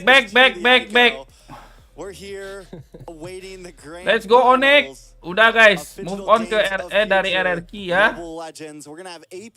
Udah nggak perlu dibat apa-apa lagi Cok RRQ. Udah move on aja Cok. Mari kita dukung Onic. And we can take it all the way back to M5, where they win a full 7 games with AP Bren taking the final game and taking the World Championship. But it seems fate would have something in plans, because here they are again at the largest prize pool Mobile Legends has ever seen in the heart of Russia, in Kazan, on stage, ready to duke it out, go blow for blow, and I'm hoping that we see all 5 games. G, I'm just trying to lay down the groundwork. If you're new here, if you don't know who these teams are, this game is gonna be hype. Well, at least it better be hype if it's gonna meet up to everyone's expectations, G. Yeah, and to be honest, I think it is going to be a hyped game, right? Like, this current meta that is going on is just insane. It's anybody's game. People can come back from such a deficit, and they can keep the game just held on. So, again, RQ Hoshi just faced Fireflux, and Fireflux moves on to the 3rd place spot. And then our next game's AP Brent versus Onic. Like you were setting the stage, one of the most anticipated matches of the century here. And that is, it's going to be a revenge match, right? Like, this is the 2nd time that they're going to be meeting once again. Can Onic take it to AP Brent? If anybody can do it, it's Onic. And as something to kind of reminisce on, both teams have had pretty flawless runs through this bracket. They were slotted on opposite sides. AP Bren start off their run against Hoboys with a 2-0 sweep. The only match that AP Bren has lost so far is up against RQ Hoshi, match 2, and then come back to makan guys, makan. match 3, and that's where they secure themselves into the grand finals. On the lower side, Onic starts off their run against RCC, and that's where they find their only loss in the bracket. RC was a team that we have to kind of show some respect to, because they had a long run, and no one expected them to be able to get a win off Onic. But Onic still ends up getting the dub in the same fashion that AP Bren won against RQ Hoshi, then move forward to face against Fireflux, and they decimate them. And this is a team that we just saw give the works to RRQ. It's kind of a tough call to say who had some of the tougher matchups, who had some of the bigger matchups, who's really earned their slot here. Homeboys was a team a lot of us had our eyes on, and AP Bren was able to make quick work of them. Fireflux was a great team, and Onic was able to make quick work of them. I mean, this is a tough call. AP Bren, we were talking about it earlier. They're just a team that it feels like they haven't even broken a sweat yet, G. Yeah, and again, makan I guys. think if there's a team that is Biar going semangat to kita make them dukung break Onic the ya. sweat, it's going to be Onic, right? Like they Oh, have langsung that dulu, Cok. tenacity and that grit, and what it takes to face a team like AP. Let's Bren. go Onic. Now, I would say like the biggest thing Let's with go, is that the meta Onic. has kind of shifted a bit, so there is quite the possibility that we see again. Nobar, I would say it's gonna Onic be like a 50-50. versus We went all AP. full 7 matches back. Game in of M5, Future and I can only Mlbb. imagine that they want to gua go ganti ya. this far again. Just for the sake that it's going to be Let's great go, Onic. entertainment. And I don't know. I mean, who do you statistically? I feel like they're equal, right? Like I feel like it's a 50-50 chance. Like AP Bren, like you said, lost to RRQ, but Onic also losing to RCC could have been that RCC is kind of like unfamiliar, so they didn't have a lot of planning that they could have done around them. The meta was still fresh. It's the first international tournament of the year. They're still kind berarti sama kayak M5 lagi ya, Cok. Finalnya anjing. Onic Epi Brand lagi. We can make up excuses for days. KM series, Cok. Ini kita lihat nih ya. Misi balas dendam Onic, guys. Apakah Onic bisa menang melawan Epi Brand di sini? Tapi Sans lagi sakit, Cok. Kayak mana ini, guys? They essentially just kind of they feel out the game early and then they just flip a switch right there. Kayak mana ini, guys? And make you make mistakes and take it, right? So I want to see what Onic is going to do to respond to that. And we'll see what's your take on that.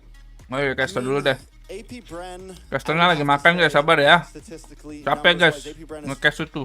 Slightly the favor here. I don't think it's anything huge. I wouldn't like say it's like 80-20, 70-30. Nge-cast juga butuh tenaga guys. Jadi kita harus makan dulu ya. 55-40. Mainly just because they are currently the world champions. Not to mention as well, this is the same exact team we're looking at from World Championships, to where here's kind of the wild card on Onic. There's no CW. We have Albert in the gold lane. And yes, he's done well, but there's also been some questions there, right? And yes, is it going to be the huge deciding factor? I don't want it. I mean, if Onic loses, I don't think we should all point fingers and just be like, it's Albert's fault, you know? Like, even though fans like to do crazy things, I don't think that's the case here. But I do think it is something we have to look at. Is the full synergy there? Is the team, without CW, without the 5-man that was playing together for a very long time, is Onic going to be able to compete against what AP Bren brings? There's always, I mean, I think any team going against AP Bren in this day and age, there's always the worry in my eyes that, like, this could be a sweep. I don't care what team you are right now. AP Bren is just that dominant. If they catch momentum and you are unable to break it, it is bad. One of the ways that Onic was really able to turn the tables certain times is they're losing and Keyboy gets a huge play, right? Like the huge implosion play that we saw in M5. Things like that. You have to find that singular moment to break the flow of AP Bren. If you can How you feeling, sir? Then you can start to maybe secure some wins. How you feeling, sir, after Russia, sir? I didn't even nggak nonton guys. Papa nggak nonton. AP Brand as well is just it seems like the only time they've ever lost is when they absolutely got stampeded. So you're just gonna have to have full control over the map. It's just going to be kind of rough, but kind of looking at how the Digital games have played out here in the quarterfinals and the semifinals, you can kind of see RRQ Hoshi versus Burmese Ghouls. RRQ taking that, moving on to AP Bryn into the semifinals. Again, this is where we were speaking, right? RRQ was able to take one on the AP Bryn, but they were still able to move on. And then the same thing for Onic, right? They did take a loss to RCC, which again, one of the teams that kind of just came out of nowhere and showed that they had the grit to compete into the higher levels of this tournament. But coming into the versus Fireflux, which a team we see that is very disciplined, Onic was able to 2-0 them. This is just, again, an overall feel of how the tournament's rolled out, and it's just been a great time, to be honest, for all these teams. I think this is a great learning experience for them. And it's interesting to see how the meta has just been changed from the winter time. Something that's big to talk about with AP Bren too is overall the depth of their hero pool on everybody on the map, right? If we look at their game against RQ Hoshi, there was a lot of Outlander picks such as the Clint. They picked Grok in roam position against RQ. Did lose that game, but still it shows that they're willing to kind of switch things up. Their gold laner played 3 different marksmans, from Beatrix to Brody to Clint, up against RQ. Their EXP laner, we got Paquito, Lapu, and Xborg. They never feel locked down into one singular thing, and they always make anything work. And even when they pick some of these more outlandish picks, they don't get too crazy. They don't try to break down too many walls like what RQ did in the last game against Fireflux. They still keep it simple, but kind of, they're never scared to pick something that maybe isn't exactly meta, but still could be a counter pick. Right. I will say one thing that's kind of sticking out to me is that they either like in the ban phase, and I mean we could go a little bit more depth in this later, but they do not like Joy. They have banned out Joy every single time that they've been in a match against someone, and I mean that just goes to show that if they let the Joy go through, they might attempt to pick the Joy. Do you want to eat or some water? No, sir. I want to eat. Is to see how they reply to that. But again, they have just grinded their way up. I haven't finished from my group eating. stages to the quarterfinals, controlling the semifinals. And I think it's going to ultimately come down to which teams adapt the most, right? Like, has Onic learned the meta and the coaches have just, you know, drafted up such a plan that it could just set AP Brent off, or it could be vice versa, right? So I think that's like the things to kind of keep an eye out for, is to see if Onic, you know, if they're prepared.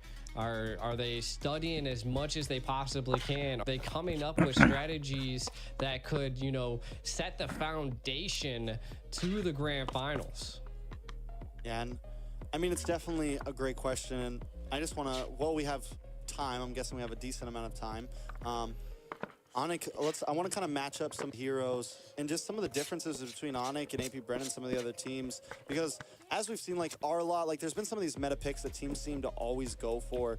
But Onic and AP Brent both have a few heroes that kind of differ from the rest. Whereas Boots and Flapteasy both have been rocking this Lapu in an era where we don't see a lot of teams playing the Lapu, but it just goes to show the mastery of these two players and how well they're able to get on the back line, how well they're able to play heroes that not everyone else is running currently in a CC and Ruby meta, you know. They're still playing things like the Paquito. They're still playing some of these bursty EXP laners, and both of them are hyper aggressive. Flapteasy was the MVP for World Championships in M5, and he was kind of the game changer for AP Bren. Boots wasn't able to show up in that grand finals as much as a lot of people wanted him to, but so far in the games of future, at least in the games that I've casted and the games I've seen, he has been playing impeccably. And Onic versus RRC, when he was on the Lapu, me and you were casting that game, remember he would just appear out of nowhere with the bravest fighter, literally be all the way on the top line. He was very proactive, he was all over the map, and I think that's gonna be critical. And if we take anything from what we saw in RQ Hoshi versus Fireflex, the EXP laners are going to play a major part in this upcoming series. Yeah, and I mean that's just like the Caster yang di tengah dia mulu ya, kiri kanannya. Nowadays is that yang di tengah itu apa? The team with the first EXP. Caster yang tengah itu makan gaji buta, Cok. And to be the most proactive is going to be the team that normally controls like. Soalnya yang kiri kanan tuh udah makan, yang tengah tuh belum makan, guys. Jadi kita gantian gitu loh. Mereka dua udah makan, gue belum makan tadi. Tadi kan gue nge-cash full, guys. Things, right? Like how the Lapu was able to. Tadi gue kan nge-cash, mereka itu enggak. Jadi gue break makan dulu, break makannya. Mereka kan udah kenyang, Cok. Kasian nanti gue pingsan gimana. Masa kalian mau lihat gue pingsan, Cok? Jahat kali lah. How's that one go? I think you said it about right, I would say. Yeah, my mind, and my money, and my money, and my... Anyways. Rapper Rex. Now, there are... If we want to go a bit more, one thing we will say from both teams is, surprisingly on Kyrie, we haven't seen as many...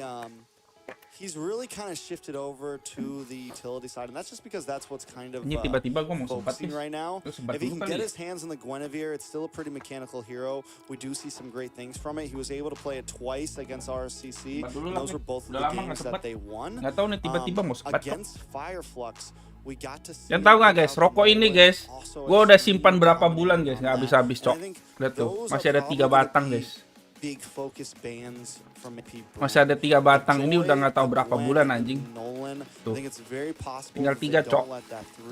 Now, if they do, you mentioned that they don't like to ban the Joy. They have let it through one time against Homeboys, and they came in with the Hilda. They came in with the Basha, with something very similar to what we saw Fireflex do against RQ Hoshi's Fanny. They came in very aggressive. So Onyx gonna have to be careful for those baiting strategies if that's what AP Bren, like if AP Bren leaves something like that open, Onyx needs to kind of use some future sight and be prepared if AP Bren wants to go for something to switch it up.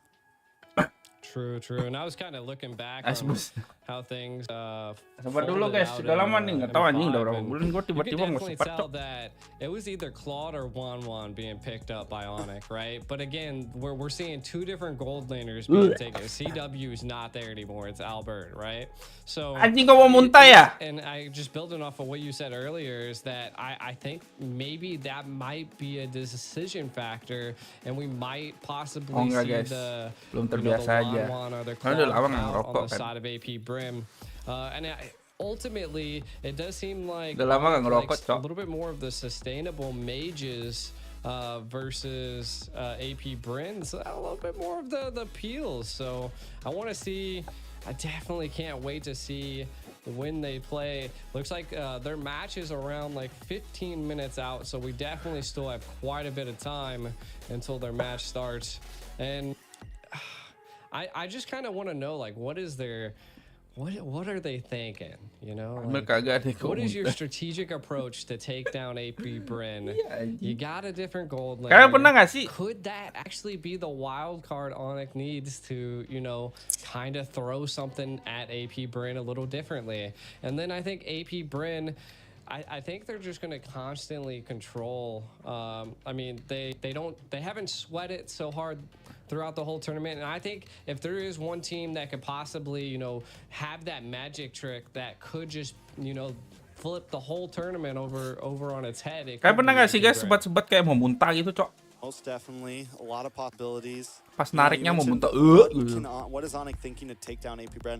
And I think honestly, like anjing nggak mau lagi guys. Masih panjang, Cok. When it comes to, you know, some of those basics, the teams are pretty well matched. I don't think there's going to be some huge draft choice. I don't think there's going to be some huge secret in the pocket. Anjing nggak enak banget, Cok, rokok. What I think, and when we look, I mean, when we look at M5, it came down to more of decisions in games. Like the final play that was the nail in the coffin for Onic was Kyrie checking a bush and just getting taken out right before Lord, you know, and that was it. AP Bren capitalized on that singular moment and took game number 7. And that's what I think a lot of this is going to come down to.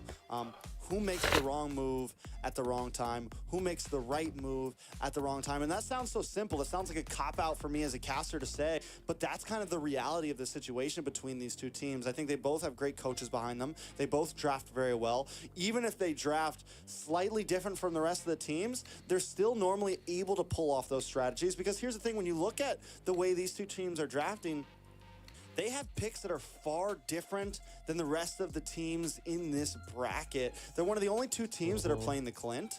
Onic is one of the only teams that's picked up the Wan. They're one of the only teams that are playing the Lapu. They're one of the, you know, if you look at their games, like they're constantly switching things around. Xborg, like they have a very different pool, and maybe there's a reason for that. Maybe they know a little bit more than the other teams, or maybe they're just able to pull those picks off. You know, we looked at the win rates of heroes like Carry and heroes like Ruby, but if either of these two teams picked one of those heroes, I think they could make it work very well, right? They would show that it is still very meta, even though the other teams are whiffing with it right now. Yeah, and that just goes to show that their hero pool is just crazy, right? And one thing that we are seeing, to be honest, kind of just going over some of these hero statistics, is that based off of the few games that just happened, we're looking, she's at 91%. Like, she is a monster. So probably going into this game, I mean, we might be seeing like a Minnow, we might be seeing Guinevere. These are just heroes that are just excelling in this current meta. Though, like we were building upon, like the Clint still is a good thing in the hands of AP Bren. The Xborg that we're not seeing too much of, but they are pulling out, is something that works for them. It works for their comp, their aggressive turret takes. AP Bren just has that capability. Now, and they're gonna have to reply to that, right? Like it's gonna come down to CC. Suruh diam dek orang dua di samping lu. Nggak bisa guys, mereka lagi kerja, kasih lah kali ini. Mana sih orang lagi kerja, bro. Gua nih lagi ini itu apa? Apa sih anjing? Menginspeksi mereka, guys.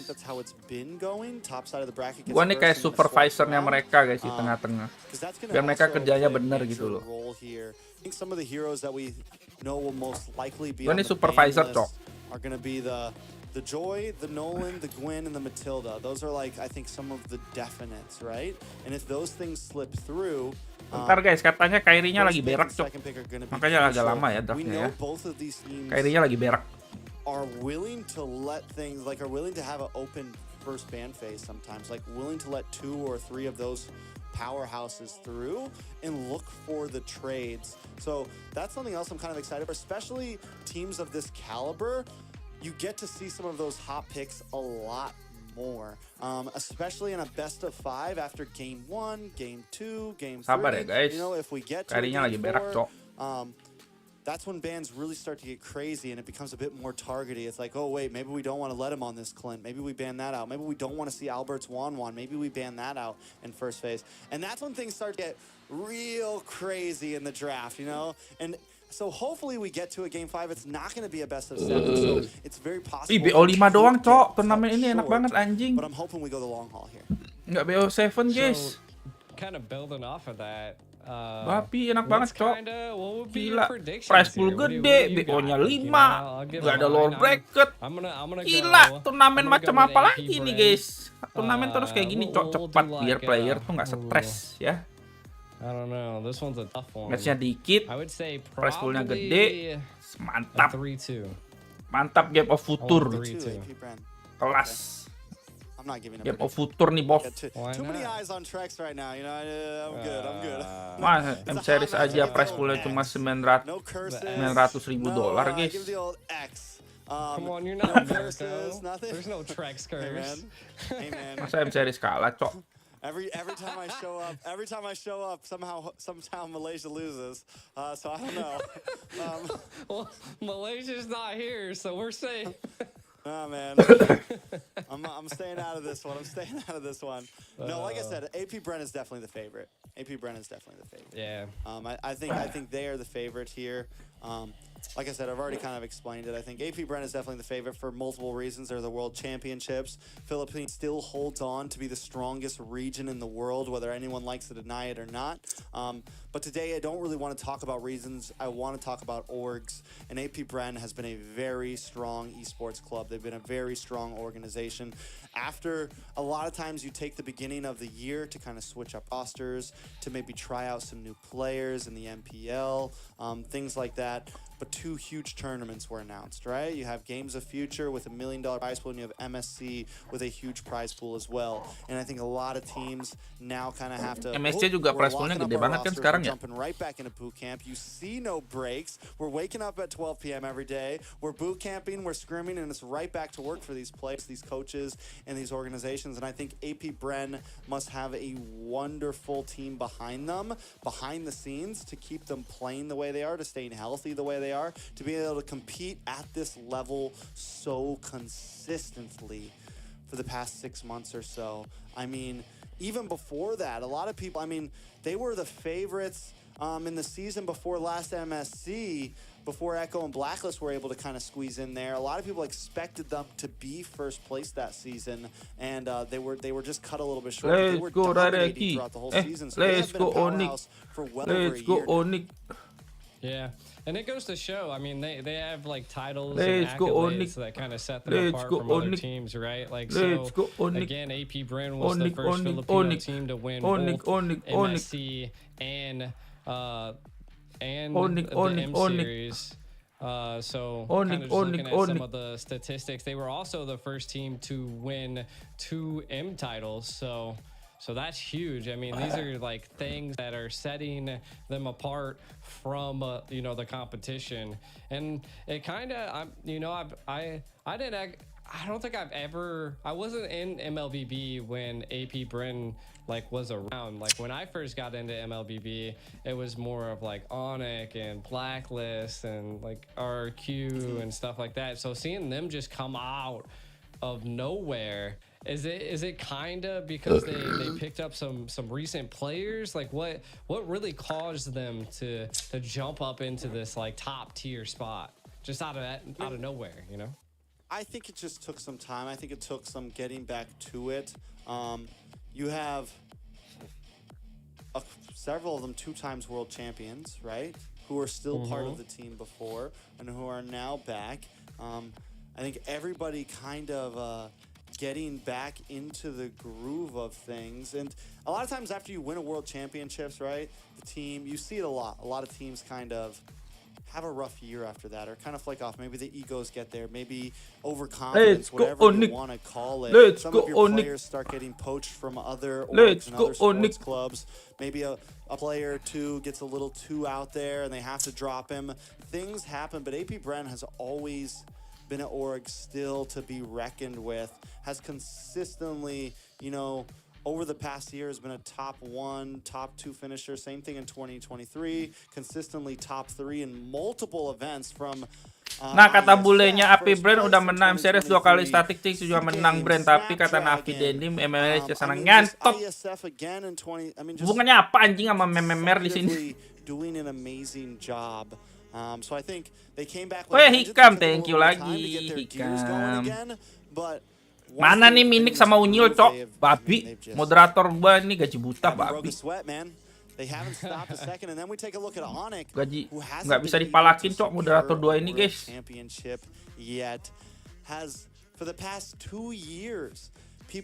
Moderator yang 2 ini nggak bisa dipalakin, cok. For the past 2 years, it's been like, oh yeah, Onic's gonna take this one, and then they fall short. Oh yeah, Onic's gonna take this one, and then they fall short. You know, when are they finally gonna get that huge win under their belt? Yes, this is an end series, but I think winning this right here would be a huge moderator ngasih gue yang bisa dipalakin, cok. Mainly because of just the prize size, the teams that were involved. I think whether we like it or not, Games of Future is a pretty huge event to the scale of even M Series. So them winning this is definitely just speaks volumes, and I think it's very good notch in the belt. Yeah, and I want to see both teams succeed, you know, ultimately, you know, as a caster, we try to stay on everybody's side, right? Though we can definitely take some hot picks at sometimes. Gua nggak bisa kasih membership sendiri ya. It's crazy. It just blows my mind because, you know, just kind of diving into the international stage. I just remember Onic was just a menace. Kind of looking at their record, they just have first places everywhere, and then just AP Brand comes out of nowhere, becomes a titan. Imlek kemarin uang gue habis gara-gara outfit, cok, anjay. Imlek aja gue nggak beli sama sekali. So I think this is a Imlek aja gue nggak beli baju sama sekali. Gimana nih? Revenge match for Onic. Pecat deh, gue ganti aja. Nah, Hikam kelas. Hikam 100 member dulu nggak sih? Langsung gue kasih obeng dah. Langsung dipecat nih Minik sama ini nih. Minik sama Unya langsung gue pecat nih. The clock is whittling down right now. I think everybody's on the edge of the seats. Everybody's waiting right now. And now with I mean, just about exhausting every single talking point I have, Onic and AP Bren, you know, we're just kind of waiting for these teams to get ready and get started. Yeah, I'm excited for it. I think it's going to be a great match. I think I'm really hoping. I don't know. There's something in my gut that kind of gives me the vibe of like, 100 member dah. Like just for some reason, langsung I have kasih this obeng. bad feeling in my gut that like, that it could kind of end up being one-sided or something. Malakinnya jangan tanggung-tanggung sekarang, guys. He says it's a sweep, but who knows? But kind of taking a look at some of the rosters that we see here, everybody should know AP Bren. Let's go. It looks like we're diving into something here. AP Bren's most picks and most banned. We can see probably the most ngepet 100 member deh. We want to take a look at, right? Gwen, Joy, Ruby, and Faramis, Matilda. Ngepet dulu dah, ngepet. Like the Guinevere and the Joy. Ngepet babi jago mana, cok? Babi jago. The Guinevere because we've just seen it perform like a babi jago harus disuruh ngepet lagi. Queen on the field, a land of dawn. It's crazy. So that's something, if it is slipped through the cracks, it's probably something that AP Brent's planning. So I want to see what they do here. Kind of looks like we're phasing into something as we see the minions fighting here in the animations. This is a pretty cool little Land of the Dawn. Now diving into Onic, right? And we can see that we got Albert, Keyboy, Albert Sons, Nelson, Boots, Nicky, Kyrie, Fernando, an Gilang-Gilang, absolutely Muhammad, loaded Satria, team Sanubari, that is Kyrie, ready YG, to Nacho. retake their crown to be the kings once again. Definitely. I like this. Did you notice that in the stage? You see like the little names pop above the robots. I think those are chat viewers, maybe. I think those are people in the chat where like they're like showing names above the bots who are watching. We'll take a bit more looks at some of the stats, and this is what I was talking about. The Lapu and Ruby as most picks, and it just goes to show how much Onic has been favoring Boots and putting him in this position, and no other team, other than probably AP Bren, has been favoring the Lapu like this. It's just been honestly insane. Yeah, and also I did see that names were like popping up on some of the crowds, and it'd be a little crazy. So, well, without further ado, let's jump into a little video so we can actually rest our voice for the grand finals. We'll see you guys here soon. In a world that seeks a balance between metaverses and healthy lifestyle, video games and traditional sport, live shows and web entertainment, we found the only way to harmony. Introducing a new era in the realm of sports, Phygital, a revolutionary fusion of the physical and digital worlds. This is an unparalleled mix of the most exhilarating and dynamic youth sports disciplines, all integrated with popular video games and cutting-edge technological devices. This unique sports format is accessible to all. Anyone can participate in Phygital competitions. Any sport has the potential to evolve into a Phygital experience. Football, basketball, hockey, lama banget racing, coy. Udah ngaret ini, udah jam 10 ini. Halo, udah jam 10 ini bang. The 2024 Games of the Future is a global Cepat dong. event that represents the pinnacle of Phygital sports worldwide. Udah jam 10 ini, kayak mana ini? Ngaret kali nih. Dijadwalkan jam 9 nih. Aduh. It marks the beginning of a series Kayak mana of top pula ini, Phygital guys? tournaments that will take place annually worldwide. The current official program of Games of the Mana Future pula mereka includes ini, 21 guys. innovative disciplines. Suka banget cok Classified ngaret-ngaret. into 5 groups, which we refer to as challenges: sports, technology, speed, Dingin tactics, lagi and gua strategy, babi di sini badai cok. openness, show, fun, and healthy lifestyle. Hujan, guys, Coming hujan. our way is the exciting Phygital era. So stay tuned. Join our Stay global tuned Phygital community and to come our over to the for upcoming our Games global of the Future. games community. Emerge as winners and Emerge heroes as a of the new winner, era. as hero, and the Games new of the era. future. Game of Future. Made for young generations. For young generation.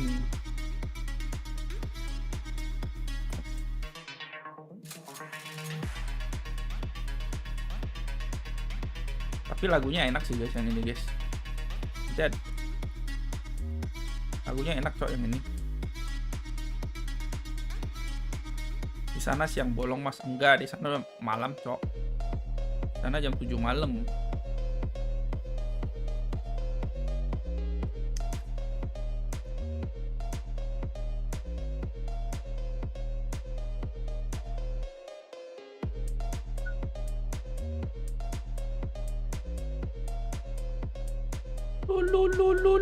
Lulu.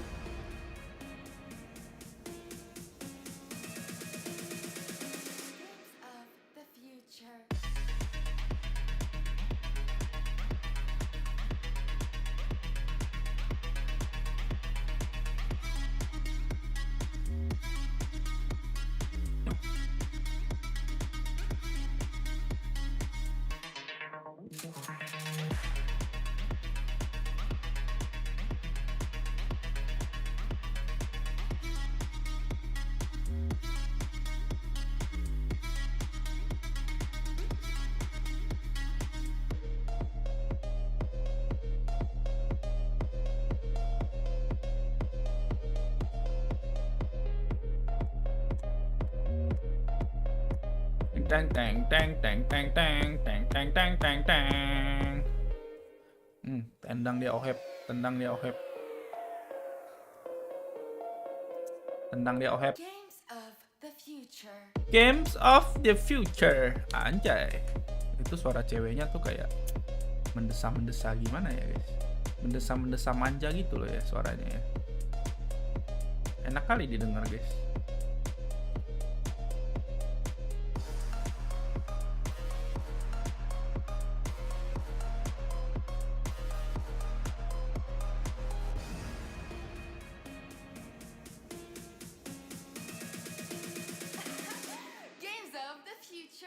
Game of the Future. Enak kali guys dengar suara cewek itu guys mendesah.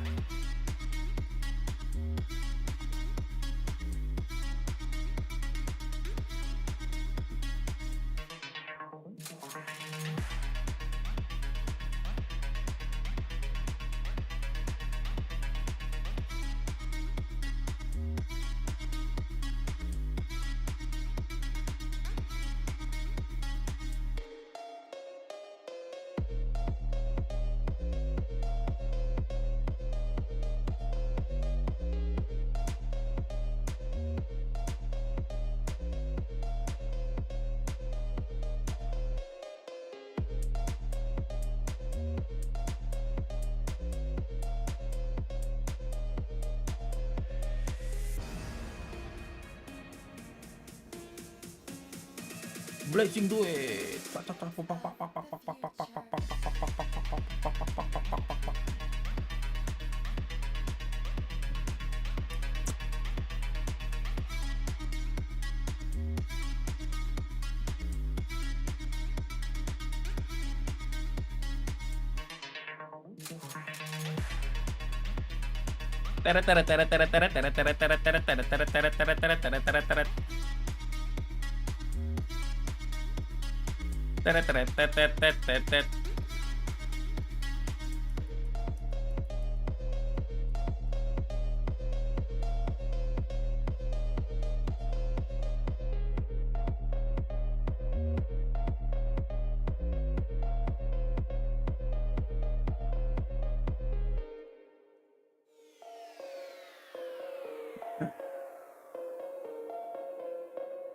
Games of the Future.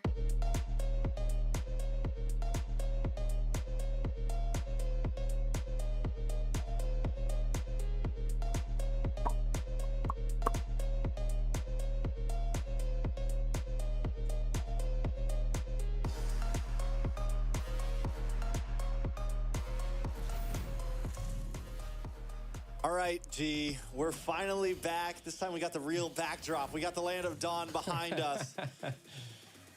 And it's a vibe.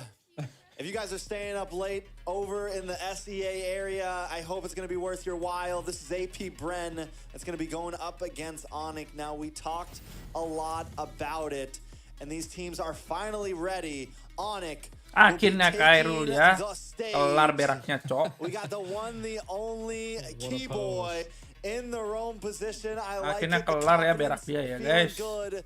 And instead of CW, we've got, oh, I thought they keep throwing me off, G. Kyrie gonna be coming in as well. I'm not even gonna say Sans because this one's Albert. Albert in the gold lane. Sans, Gilad Sans in the mid lane, the Maniac, CW, who's not going to be competing. A lot of us wanted to see him, but he's not going to be showing up on the roster. Boots in the EXP, who in my opinion has just showed up to such an extent. This is Onic Esports. This is Onic Esports. I love it. Definitely an entry. Cewek kok nggak main-main guys? It's always lovely to see like the fans just masih ada, cok. Bringing the, you know, just the atmosphere. Itu jidatnya Sans masih ada, guys. Look, there's so many people Happy there right Fever. now. Bye-bye They're Piper not anjing. actually playing for the trophy. They actually feel good about looking at the trophy. You know? Bye-bye Piper guys. Yo, hello Russia. Like he's got his hands up. Rame cok tuh lihat guys, penontonnya banyak banget cok di Rusia guys. Most of the time international events. Di sini makin banyak nih yang main Mobile Legends di Rusia ya. Most time international events have always been held in Southeast Asia for Mobile Legends, but this time we're in the heart of Russia right now, and the fans are showing up. They're giving great support. It seems like AP Bren has already taken the stage as well. The teams are going to be loading up into the draft soon. I'm hyped for it. The vibe is there. I'm excited. Now, you said you were going to give this 3-2 to AP Bren. Yep. Who do you think first game? How about that? Do we think it's going to be back and forth? Do we think it's going to be nail biting? Do we think are we going to have some 30-minute games here? What's the lowdown, G? Let me see that the first turtle. Yeah, boy. Yeah, boy. Oh, yeah, boy. Hey, we can Oh, yeah, boy. And guess. Let's go, boy. Oh man, we'll see. I think again, AP Bren. I have the feeling that they're here to play. Like even though a lot of people say that Onic is going to be the team that makes them sweat, I feel like, I don't know. I feel like AP Bren is just a different team from what I've seen before. So the way they've just like steamrolled through the semifinals and the quarterfinals was just different than I've seen any other team, right? Even when we watched and cast Onic's game, it seemed like Onic was just a little bit on the back foot on sometimes, and they just didn't know how to make some of the key plays. But again, that's just, you can live and learn from those types of situations. So I'm hoping that that's the case right now. What do you think? Like, I mean, do you think, again, I mean, you're not going to give us your prediction, but I mean, I personally feel like AP Bren just is smooth right now. Yeah. I mean, if time would tell, AP Bren is known for kind of taking the first game here. I think if Onic can get game number 1. Masuk angin bang, enggak bang, masuk anjing bang. Like I think game 1 is going to be a major tone setter for this series, and game 1 could maybe even tell us the future of who's going to win it all. If Onic can come in strong and immediately put AP Bren off pace, like immediately kind of mess with AP Bren's mental and build themselves the momentum. I think Grand Final M5 diterulang lagi, adik-adik. Let's go Onic, ayo dong Onic. We've seen them come back after taking a loss. Saya mau lihat Onic menang nih. We've seen them pull themselves up Masa kalah lagi si and still Onic. secure a series. We've seen them Janganlah kalah terus thousands of bang gold in Onic. deficit and still secure a game. So I mean, it's a tough call. Both teams are known for pushing the boundaries of Mobile Legends. Both teams have extremely star players on them. I mean, if there's any two teams we guessed were going to be here, it was these two teams. Yeah, and the one thing that I can say is that Onic made it out to the stage first. I mean, that's kind of a win in my book already, so I like that. I mean, just the overall presence. AP Bren was already on stage. No, AP Bren was already on stage. Did we miss it we then? We missed the walk-in. Okay, so it's the opposite. I didn't even catch them. I didn't even catch that. They were already out there. They were sitting at their chairs ready to go. They said, we don't even need an introduction. Put us in the game. We don't need an introduction. They know who we are. We're the World Championships, baby. We don't even got to look at it because it's coming home with us. That is. Boleh dipercepat nggak bang? Again, I mean, we'll see. We'll see. Bang, I do langsung think, draft again, sih bang. I Lama feel kali like nih Onic's bang. definitely gonna bring something to the playing field. They didn't make it this far to not show me something, right? That's how I feel it, and that's why I still give Onic some games, you know. And who knows? I mean, they might flip the script and friggin' steamroll AP again. I think it just comes down to who has essentially learned the meta and learned how to, you know, bait the drafts.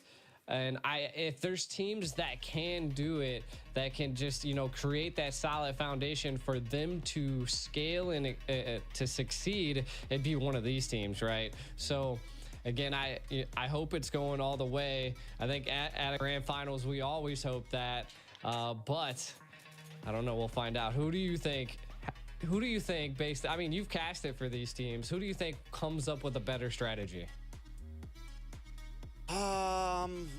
I think both teams will come with something. I think draft. I don't know if draft is going to be the decider here exactly. I really don't. Like I said, I really don't think draft. I think both teams have great minds behind them. I think both teams can even have a draft that's slightly losing and pull off a win. I don't think we're gonna get to a point where it's like, mulai ya. Let's go Onic BO5 versus Epic Brand. Ini dia yang kita tunggu-tunggu, guys. Finally, ladies and gentlemen, let's go, bitches. One in a best of 5 at the Games of Future Mobile Legends Grand Finals. Supervisor kalau udah marah tuh langsung, guys. And they are quick with it. Aman aja, guys. And the Ruby band from AP Supervisor udah marah ini. And the Matilda band from Onic. Yeah, and udah suruh cepatkan bayar. Aman aja, guys. One thing that we just want to keep an eye out for, right, is that if AP Bryn doesn't ban the Guinevere, but Onic lets it go through, then AP Bryn is trying to build the Guinevere into this current setup. So I feel like that's the biggest thing to keep an eye out for, is that in the draft or in the ban phase, AP Bryn does plan out to bait. And I love that. I love that from a team. I feel like that is what we should see. And they definitely take their time on deciding. Right now they could decide to ban the Guinevere, not even go for it. So there it is. Onic they did. Bans the Nolan. Yeah. Onic bans Possibly. the Phoveus got changed. It's actually a Faramese ban. They changed the they changed the ban. I was like, huh? Oh, para habis dibencok. Nggak mau kasih pio main para habis. Mantap Onic. I think with the Guinevere being banned now, Onic probably goes for the Nolan band. Maybe they leave it open, and that could be the start of, we were talking about baits and everything. Definitely a possibility there. Go for something where you let them have it, and then we pick up the Hilda or something very aggressive to enter your jungle with. So yeah, a lot of things. I was actually wondering, would AP... no, the Phoveus does end up getting banned here, which is kind of funny. Is that another mess up, or was that like future sight? What's going on? AP Brand is going to lock in the Nolan immediately. Did Onic not think that, they ban out the Phoveus and give them the Nolan? Do they lock in the 1-1 up front here?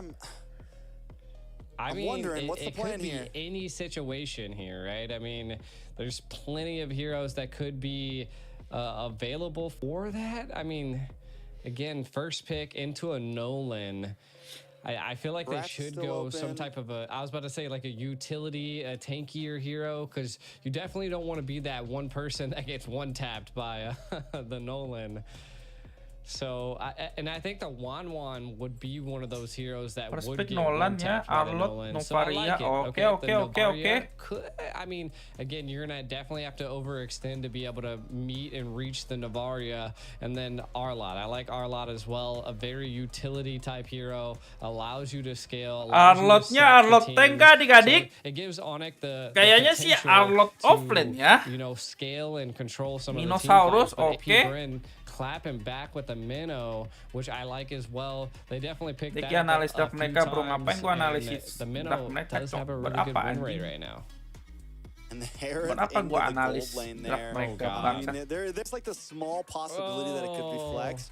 But still, this is what I meant, man. We're already seeing, it's such a different draft than what you would see from any other teams in the bracket. Fred in jungle. Onic gonna lock in the Fredrin here. So it looks like they are going to go the utility route. Something to deal with the Nolan. Focus was banned out. So I'm still kind of predicting maybe we see Albert on the 1-1. Pernah main do have Assassin nggak sih range, guys di you do sini have guys? something that Game can of kind Future ini. of still poke lanes and kind of deal with the range of the Harith, because one of the problems with Harith is he has great poke, he has good wave clear in the early game to deal Pernah with main a Hero lot of Assassin nggak dia marksmen. guys? So that's, I mean, Guys. I'm just wondering, like, when I see the Phobius, man, I gotta think they're... Bentar, their ini plan was to Fredin-nya pick masih bisa something Fredin offline dashy ini here, guys. unless they were just anticipating or testing the waters to see if AP Bren would go Masih 50-50 for ya. the Noland. Soalnya ini mereka berdua nih suka ngegocek-gocek draft gini, Cok. Ini hari ini udah pasti hari Jordan. It's like there has to be a plan here for like an idea here to either be aggressive, get into their jungle, something like that. Yeah, and I mean, the Claude is still a viable pick as well. The Wanwan could definitely scale as well, but again, I feel like we could see a Claude pop up here, right? And then not only that, I mean, we've seen AP Bren pull out a Beatrix. I mean, to be honest, like the marksman route is just so flexible. Nolan when pernah, it comes to AP Bren, it could just be anything. Oke. Right Iya now, ya, I think kemarin we should dia main kinda Nolan ya. focus on Anjing, Cok. the EXP, right? Like, Bagus. what could they possibly go that would be a decent EXP? Maaf ya, sudah tua And pikun. I mean, you still have the CC available, which is great sustain, as well as you still, I mean, we could see a Benedetta. Sedikit I pikun di sini mean, adik-adik, we could mohon still maaf ya. see a Paquito. I feel like something Facecam that's gua going to taruh get sini into aja lah, that back biar line aman, to Cok. reach the Nobar. Jadi bocil-bocil facecam tuh They take bisa a melihat lot away from facecam Flat player. Easy here. No Nggak tahu apa export, juga no sih yang mau dilihat, Cok. Phobius, no Thamus. They pick up the R-Lot. The Lapu is still open. Clint Ban comes from AP Bren. I think Lapu could we know that AP Bren has kind of fallen to that pick before. It's definitely something we could see Flap Teasy pick up here. The Paquito is also still open. So definitely still plenty of options for AP Bren. And both of those picks kind of give what you were talking about, getting into the back line, ways to target down on to Sans, who's going to be on this Novaria most likely. Yeah. So seeing what Onyx gonna pick up. Cici here, offline. this Oke, Fredin-nya fix jungle like berarti It's going to be ya. Roam Arlot. Alot tank guys. Alot tank I mean, ya. the R-Lot in the roam position is Ini probably tinggal the magenya key nih, right magenya now. kayaknya And again, but I think peu AP nih mau Bren's main kinda Vexana di got bawah-bawahnya. that in the bag. Vexana atau It's gonna Odet definitely susah sih be. ada It's Alot gonna ya. come down to strategic Nana kali, positioning Nana here, ya. right? We're gonna have to see Peu mau main Nana ke the peu R-Lot ini. just be in those key places to be able to Celine catch di ban, the Brody Nolan, to di ban, catch the Albert Harriet, masih right? ada 1-1. And Anjing what? Glue, Cok. Glue. Glue boy. First time? Glue mantep sih In the Glue sih. tournament? First time. So here's a Vexana pocket kan. pick. Is it something that they think can deal Gila. with Draftnya Brand nih emang the GG, CC Cok. here? How's it going to be able to handle it? It's another one that can also kind of get to the back Juara M line, Series-nya emang cause beda guys mayhem. draftnya guys. I'm not completely against it. Claude! I'm kind of a fan of the glue. I'm kind of sad that it fell off the meta. I think it's Alberto an main interesting Claude, pick. Cok. And now there's your Claude. Going to be locked in for Onic. Vexana for the side of AP Bren. It's only game one and the draft is already interesting, and we thought nothing less of these two teams who are never scared to pick something a little bit outside of the meta. This is awesome, right? This is what I was saying. Like, Mantap, the Bang. teams probably have that, like, the rabbit in Mantap, the hat. Bang And maybe Alborobok. it's glue. Maybe it's like no one's Gulu-gulu ever tried versus him. Cici, Maybe guys. he's gonna Susah sih absolutely Cicinya ya. dominate Cicinya in the nanti lane kalau of dawn, and gulu-gulunya anybody ulti can do gitu. it. It's gonna be AP Bren, Susah kan, right? guys? Again, we're gonna be getting into it. I'll let you lead the way, Trex. All right, Games of Future Grand Finals for Mobile Legends is about to begin. We're about to hop through the portal into the land of Dawn to start off the rematch, the revenge match, the grudge match between AP Bren and Onic Esports. AP Bren versus Onic Right, kind of Esports. getting into Let's this, the go. nitty and gritty here. I really want to focus on this glue pick, right? Like, what is it going to really establish here? And I think what it's going to do is really, like, kind of like what you were saying, being able Let's to go, bro. split, get into that back line, and be able to displace some of Onic at this point. Now, Onic, I love the early aggression, kind of keeping Super Marco at bay. But again, I mean, that's just them poking and propping at this point. One thing also, at the very end, AP picked up this Vexana. Could be a key factor into, you know, the solid CC that they needed. It does seem like AP Bren wants to control quite a bit of the team fights. Now, coming from on the side of Onic, right? Like, again, just building off of what I said in the draft phase, I feel like the R-Lot's going to have to really rely on key positioning in order to, you know, make plays for Onic, because it's going to be a little difficult as the team is just they're quick people. You got the Nolan, you got the Harith. Like, you're going to have to catch them off guard. I think it's definitely going to be a battle of wills here. I'm excited to see this EXP lane as well, man. Like, stiker nomor 1, benang nomor 3 ya. CC, one of the most dominant EXP laners in the game, should kind of get the better hand of Flapteezy in the beginning. But if Flapteezy can scale, even though Glue is kind of an out of meta hero right now, one of the reasons being is it takes a little bit too much time to get on the map. Kyle Teasy as well on this one. Once it gets the first item locked in, if he goes for something like the Blade of Hepates, we're going to see some big damage. So Albert's going to have to be careful. The rest of the team is going to have to be careful. And oh, look at the damage. A big Terrify Keyboy in a little bit of trouble here. Able to dash back. They're unable to find the kill. But we're already seeing the possibilities from Few and Ogwin. Yeah, and again, pelan-pelan, right now it's everybody's game, right? I mean, the first turtle is not going to make or break a team, but it does look like both teams want to fight for it. Curang, cok. AP Bren ini bolot, cok. Going to get involved here. Kasih tau dah Buttes. Kasih tau Buttes. Oke, turtle-nya kereset ya. Vexananya offset banget tuh. Aduh, alotnya mati tapi ya. Kyrie-nya juga digendong sama Flapteezy, guys. Oke, kelas. Boleh. Tapi turtle-nya udah didapetin sama Nolan ya. Blue buff-nya juga diambil sama Nolan. Waduh, rugi sih guys. Rugi banyak sih guys. You know, I wasn't really pelan-pelan even Pak thinking about Buttes. this, right? Like, they're gonna collapse on Boots though. Mati guys. Lihat guys, sandwich dari AP Bren, cok. Selalu guys, dipotong guys, dipotong. Pasti guys, kayak ngekepung satu hero. Dikepung, dikat, terus dipisahin guys. Gila, emang selalu gitu guys mereka sandwichnya ya. Mantap kali guys. Mantap kali emang AP Bren ini, cok. Anjing, towernya udah pecah, cok, menit 3. Aduh, mati lagi dong Buttes. AP Bren leading 3-0 right now. Gila. Galak kali abang-abang ini. Stomping in the land of Dawn. We've seen Onic in this position before though. But what they're going to need to try to turn things around is some big sets, some big plays. Albert still in the game, hasn't gone down. Galak kali guys abang-abang ini guys. Flapteezy is going to be able to move around the map so much more. Yeah, the CC is having such a tough time with the glue, the sustainability that he brings. They've already taken all the gold plating and the tower, which is what really is scaling them right now. If AP is able to keep this up, Onic is gonna have to find a response. And I feel like, again, the response is gonna come down to Keyboy's positioning. And we can see mati sih itu. The burn from Kyle T. Gila. That's disgusting, bro. This is looking a little rough. It's 4-0, 4,000 gold. Gila.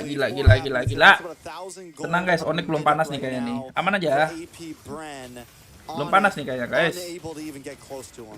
Ngeri bro. AP Bren ini bro. Ngeri. They're gonna roam up and they're gonna take all of the gold plating off this. Ngeri betul abang-abang ini guys. Ini baru abang-abangan cok.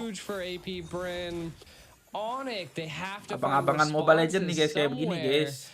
And there's no jungle left. Man, again, it could be anybody's game, but the snowball effect is definitely in place. Tapi emang draftnya Onic nih early-nya lemah sih guys. Early-nya lemah sih. Kalau draftnya Bren tuh selalu stabil cok. Early ada, mid ada, late game ada. Kayak draft mereka selalu gitu guys. They can either completely dominate you in laning phase, or they can take a slow approach. They are the best of both worlds. They have the discipline of the Philippines, but the aggression of several other hungry regions out there. They're willing to take things slow if they need to, or they're willing to be in your face at all times, and you just never know what AP Bren you're gonna get. It is true.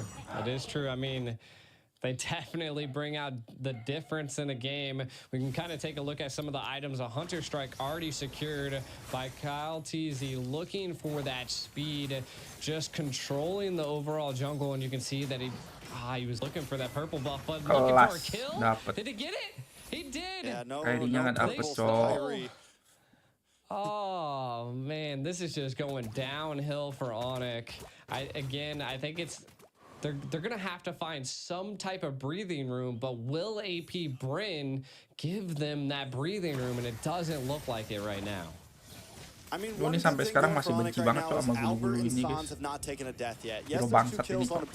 Not huge. We've seen CC still scale, even with a few deaths on it. Benci kali And aku sama hero itu, two guys. key boys. So Kyrie, Albert, or Sans, if they can keep up this pace, they can kind of slow play this and look for an opening later on. But it's going to be a little while until we see Sans or Albert really get the items they need in. Yeah, and I mean, that snowball effect is just in place now. AP Bryn are staying together. So again, I think Onyx gonna have to just kind of give up some of these neutral objectives, and if they don't, then they're gonna give up their life. So we'll see. Again, building off of what you were saying, Albert not dying is still a good thing. You got 4,600 gold versus 5,600 gold, 1,000 gold difference between the gold lanes, and the Hearth is just only going to scale from this point onwards. You only can see a corrosive scythe being picked up by Albert, and to be honest, everybody is lacking items. Everybody's just got like pieces right now on the side of Onic. They're getting what they can right now. That's about it. That's what I'm saying. They're just, it's like a puzzle piece. They're trying to put something together, but we'll have to wait Gulunya until tajir about banget, the Cok. 10 Lihat to guys, 11 Cici minute cuma mark for it 3.000 to duitnya, finally gulunya come 5.200, anjing. together. I mean, Booth had to take a slower pace. Gila, Onic sih kalah jauh sih, guys. The Dreadnought first, got Gila, the networknya breastplate beda in. kayak Just got the 7K war itu ya. action. Albert looking like he's 7K going to anjing, finish the 8 menit. DHS soon. So that's good. He'll have the corrosion, he'll have the DHS. Then it's just on your way to the wand. 8 menit beda He 7K, could maybe guys. switch up and go for wand first, but I think he's going to lock in DHS before that. We'll see. He had the Vampiric Mallet or whatever it is in. So both, I mean, they're definitely on the slow pace. Sans has the book in. It's not going to really give damage yet. They definitely need another item in. By the time they get that item in, AP Bren will already have their third in. So, I mean, it's a little bit of trouble, but Ogwin taking a little bit of damage, going to get pushed back. Flap TZ, unable to make the advance. Everybody locking on Albert. Able to get a couple free shots in. Aduh, mati. Flap TZ Oh, able to just survive. AP Bren not able to cause the damage they wanted to. Onic able to turtle up very well. Sakit tahu, Bang. And the first Lord coming down. I feel like this could be a turning point. Sakit tahu. Could possibly do something, but Onyx utilized quite a bit of their utility right now. San's the only one that really doesn't have an ultimate at this point, and they might just try to bait it here. You can already see the discipline coming from AP Bryn. They're controlling the lanes before attempting to take the Lord. Trying to get vision here. Onic might attempt Sakit to try. tahu, guys. We'll see Keyboy trying to keep them at bay. Lord just smoothly falling into AP's hands. Oh my god, Keyboy in a little bit of trouble. Gonna get grab and slam down. Kyle TZ able to pick up another kill. 3-0 in 1. Nolan's on fire right now. AP Bren takes the Lord. Onic just biding time at this point. Yeah, I mean, it's kind of rough, right? Onic, what do they really need to do? I feel like they have the ability, they have the heroes needed to mount up a defense here, and I feel like that is what they need to do. Again, they're playing passive, not losing the key. Claude's not going down. Albert staying alive. Kyrie staying alive. Again, the only person that's fallen has been Boots. But again, they're going to have to get some type of kill here as it's 5-0 and the gold lead is just, it's just going up from here. Yeah, good call by Sans there. Sends a meteor to check that bush and finds Kyle TZ, forcing him back a little bit. Gila, gulu-gulunya udah offset banget, Cok. Tuh, tetap aja dibunuh, guys. Okay, a lot of damage on Ogwin as well. Onic, not to defense of the appraiser's round. Kelas Albert. Sakit banget tuh Blazing Duet. blazing duet, looking for Super Marco. Super Marco drops him on Force. Ada yang kurang. Some more poke off, but Onic does defend without losing an inhibitor.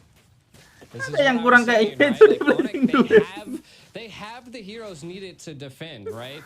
They're just really late game. They have the Claude late game, Navaria late game. So again, they just gotta keep the pressure up, but not get too overzealous, right? Don't be diving. You can already see that Albert's got 3 items now: the glowing, the golden staff, the corrosive scythe, and the demon hunter. So gonna be destroying some of the tankiness that AP Bren brings. And then look again, Sans just hitting shots left and right. Super Marco falling a little bit low, but again, AP Bren just has the sustainability to just be there.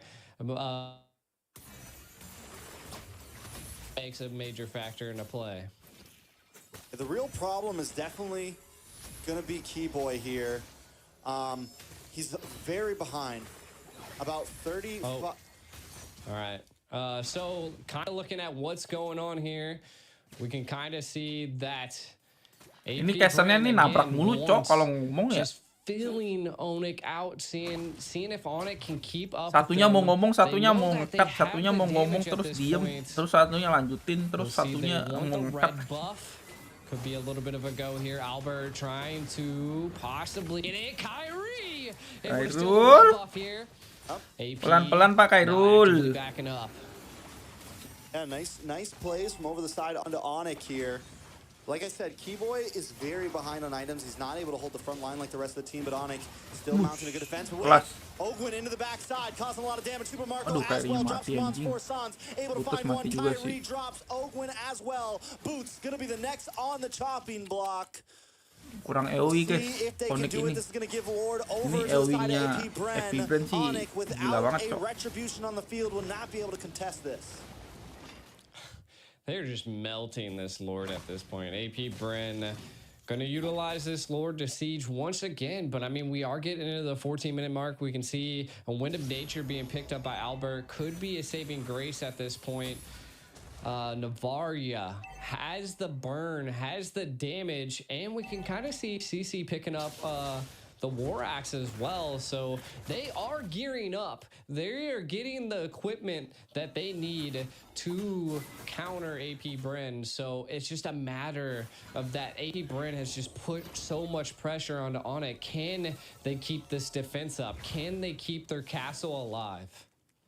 I mean, if any team can defend with a 12,000 gold deficit, it's definitely Onic. But I don't think AP Bren wants to let it happen. Keyboy falls. Kyrie might just be the next Palp. He's able to pick up the kill. Albo with a blazing duet. Able to lock on a little bit of damage, clear the waves with the Lord still coming on the top side. AP Bren gonna try to mount the attack to a different angle. Flap Teasy taking a couple shots to the face, but he's okay. Kyle Teasy onto the backside. Lord finally connects. Boots immediately destroyed along with the rest of the team, and AP Bren takes game number 1.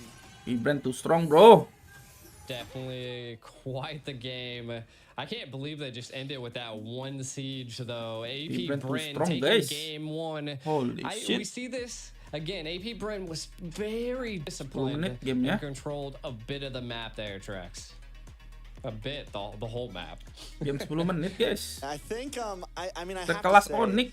that I 10 menit think doang Onic kelar. has to think twice about letting the Nolan through. I think, and Onic is known to kind of test the waters game 1, but I think this is not the time to do it. This is not a best of 7. This is not a huge thing. They banned out the Phobius. They let the Nolan through, and they just had no answer to it. Tim yang kita bangga-banggakan di Indonesia, guys.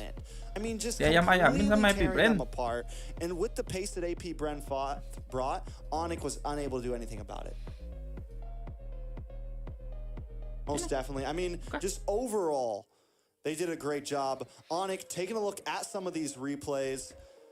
AP Bren completely controlling the pace, and even at around 10 minutes, when Onic did start to like put up some fights here and there, it still was not enough. They needed definitely another 10 minutes or more to be able to compete here. They needed a lot more time to be able to even make it, G. definitely. And I mean, we could just see Onic trying to hold on with every grasp that they possibly could into this game. Well, I just feel like the major factor was that the glue just came in clutch so much for AP Bryn, and you can just see they again, the R-Lot Keyboy did try to make some key plays, but it just wasn't there as AP Bryn was just scaling and snowballing. This was another take right here. They were just not allowing Kyrie to get the buffs that he was needed, and then jauh banget cok dia tarik belakang ya. Just too Bulu-bulu much ini emang for anjing Onic at cok. this point. Hero And then babi. this would have been the final siege, if I'm not mistaken.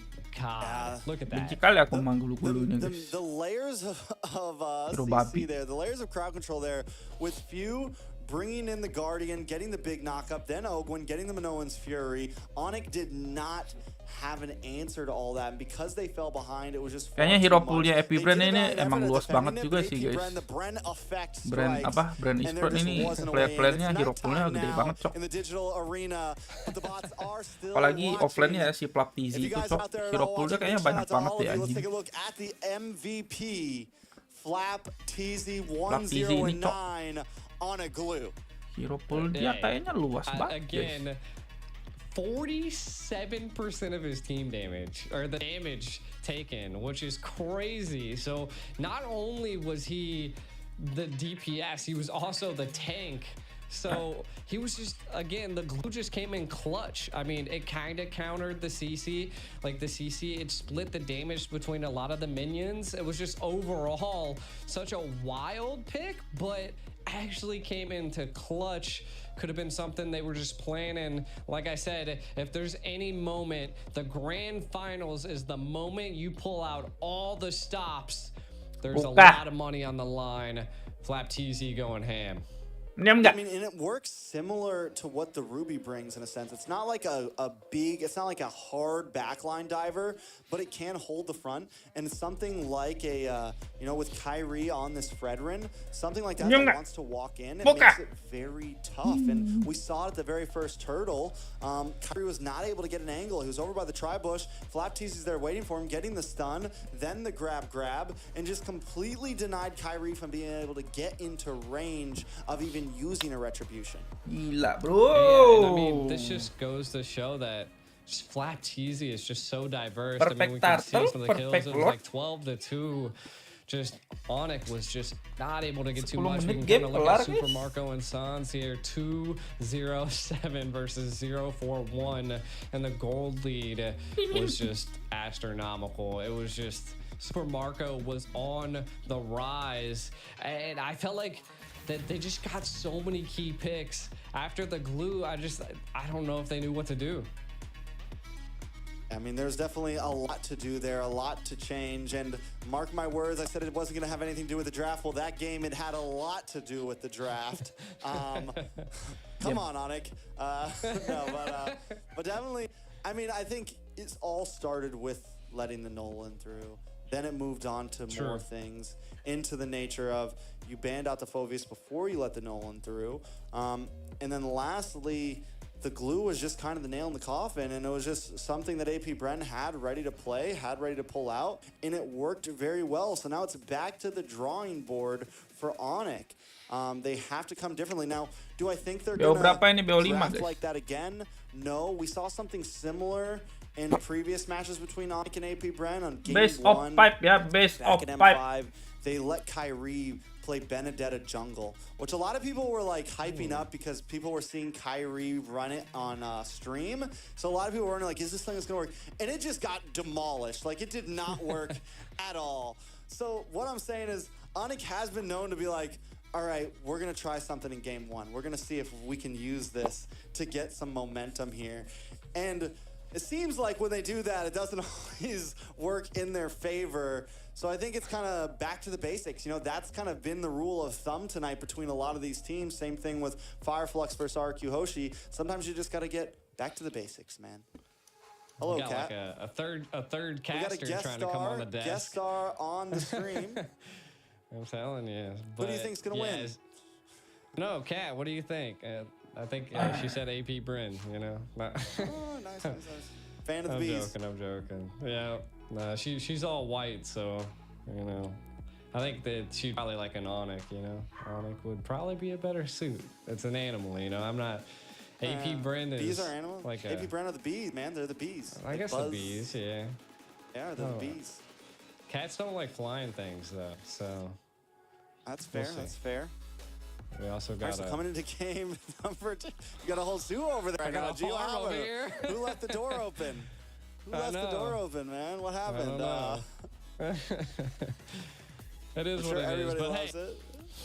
kind of looking at AP Bren and Onic, right? The last game that kind of went down, the biggest thing that I seen that happened was that really it kind of came down to the draft, but I think it also just came down to that the lanes were just very countered, right? Like we seen that the glue is just such a great counter to the CC, and we just noticed that like it was just overall a good pick, right? And I think that ultimately turned Onic on its back, and they just didn't know what to do.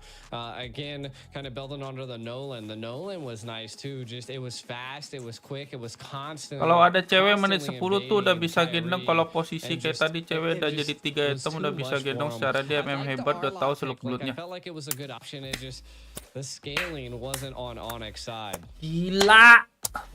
I mean, Rahmat Hidayat. Ngeri banget analisisnya, Cok. Weren't able to catch the wave, right? They just weren't able to. They got completely denied in the early game, and AP Bren were just. I mean, they took sekali ya. Mari kita tepuk tangan tuh Rahmat Hidayat, guys. Tolong mainkan cewek ya. Requestan dari Rahmat Hidayat biar cewek bisa gendong 1 lawan 5, guys. Cepat tolong mainkan cewek ya. Rahmat Hidayat ini udah marah ini Onic. Oi, Coach Yep, Coach Adi tolong mainkan cewek biar cewek bisa gendong 4 orang Onic, guys. Let's go. Tolong dengarkan Rahmat Hidayat ini Onic. Cepet. Mainkan cewek, guys. Daripada Rahmat Hidayat nanti murka ya. Cepet Onic. Aduh. Mana ini Onic, Cok, ngamain cewek, guys. Lupa dia ada cewek, Cok, bisa gendong 5 player ya. Tenang aja Rahmat Hidayat, nanti dimainin cewek ya. Kyle Teasy on an aggressive jungler, they can do that. They have a full book of strategies in their hands right now.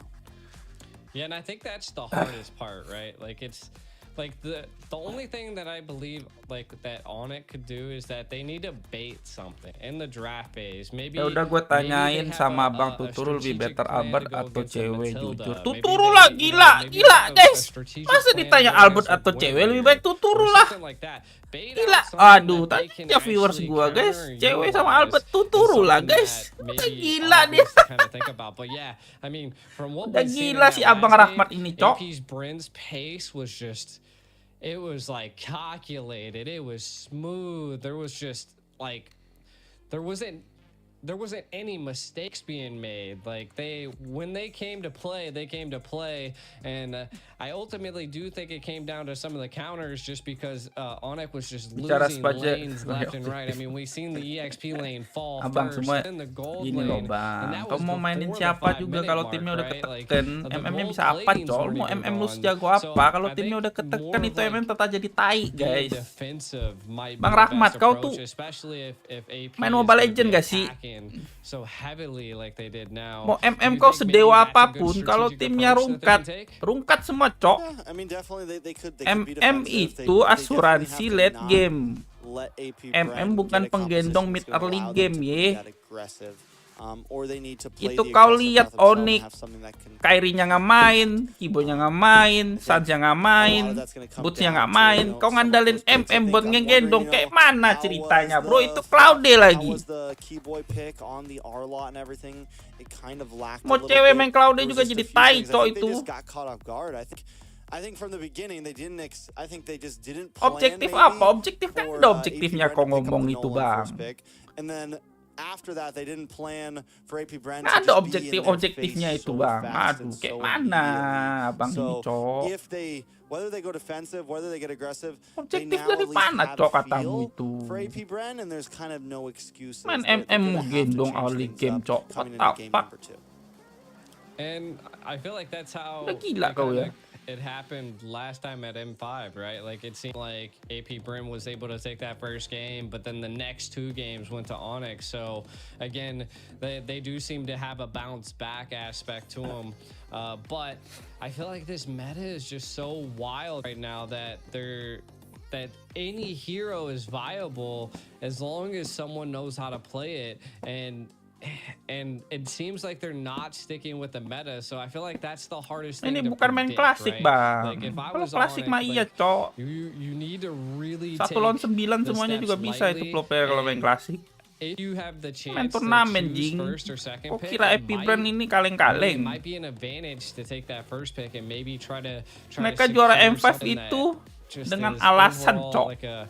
like I mean even a Nana, right? Like being able to displace, to stun, to stop a frontal assault to kind of Kau kira ini turnamen ciki anjing? Nobaria was for, but it just again was a Ini late kita game Onic mage melawan paired with a late game, juara M gold series lane, bro, and it just- juara AP MPL Brim was season like, we're PH not going to the keberapa late sih game. season nggak tahu dah anjing lah. Yeah, you see none. You see none at all. Kayak mana With the Rahmat amount of ini? CC Kau ngomong they had, objektif apa cok? Nggak ada masuk it was akalnya insane. babi. So, nextly, it's like if AP Bren is gonna pick things like that, like they're also one of the only teams that have like gone for the Vexana.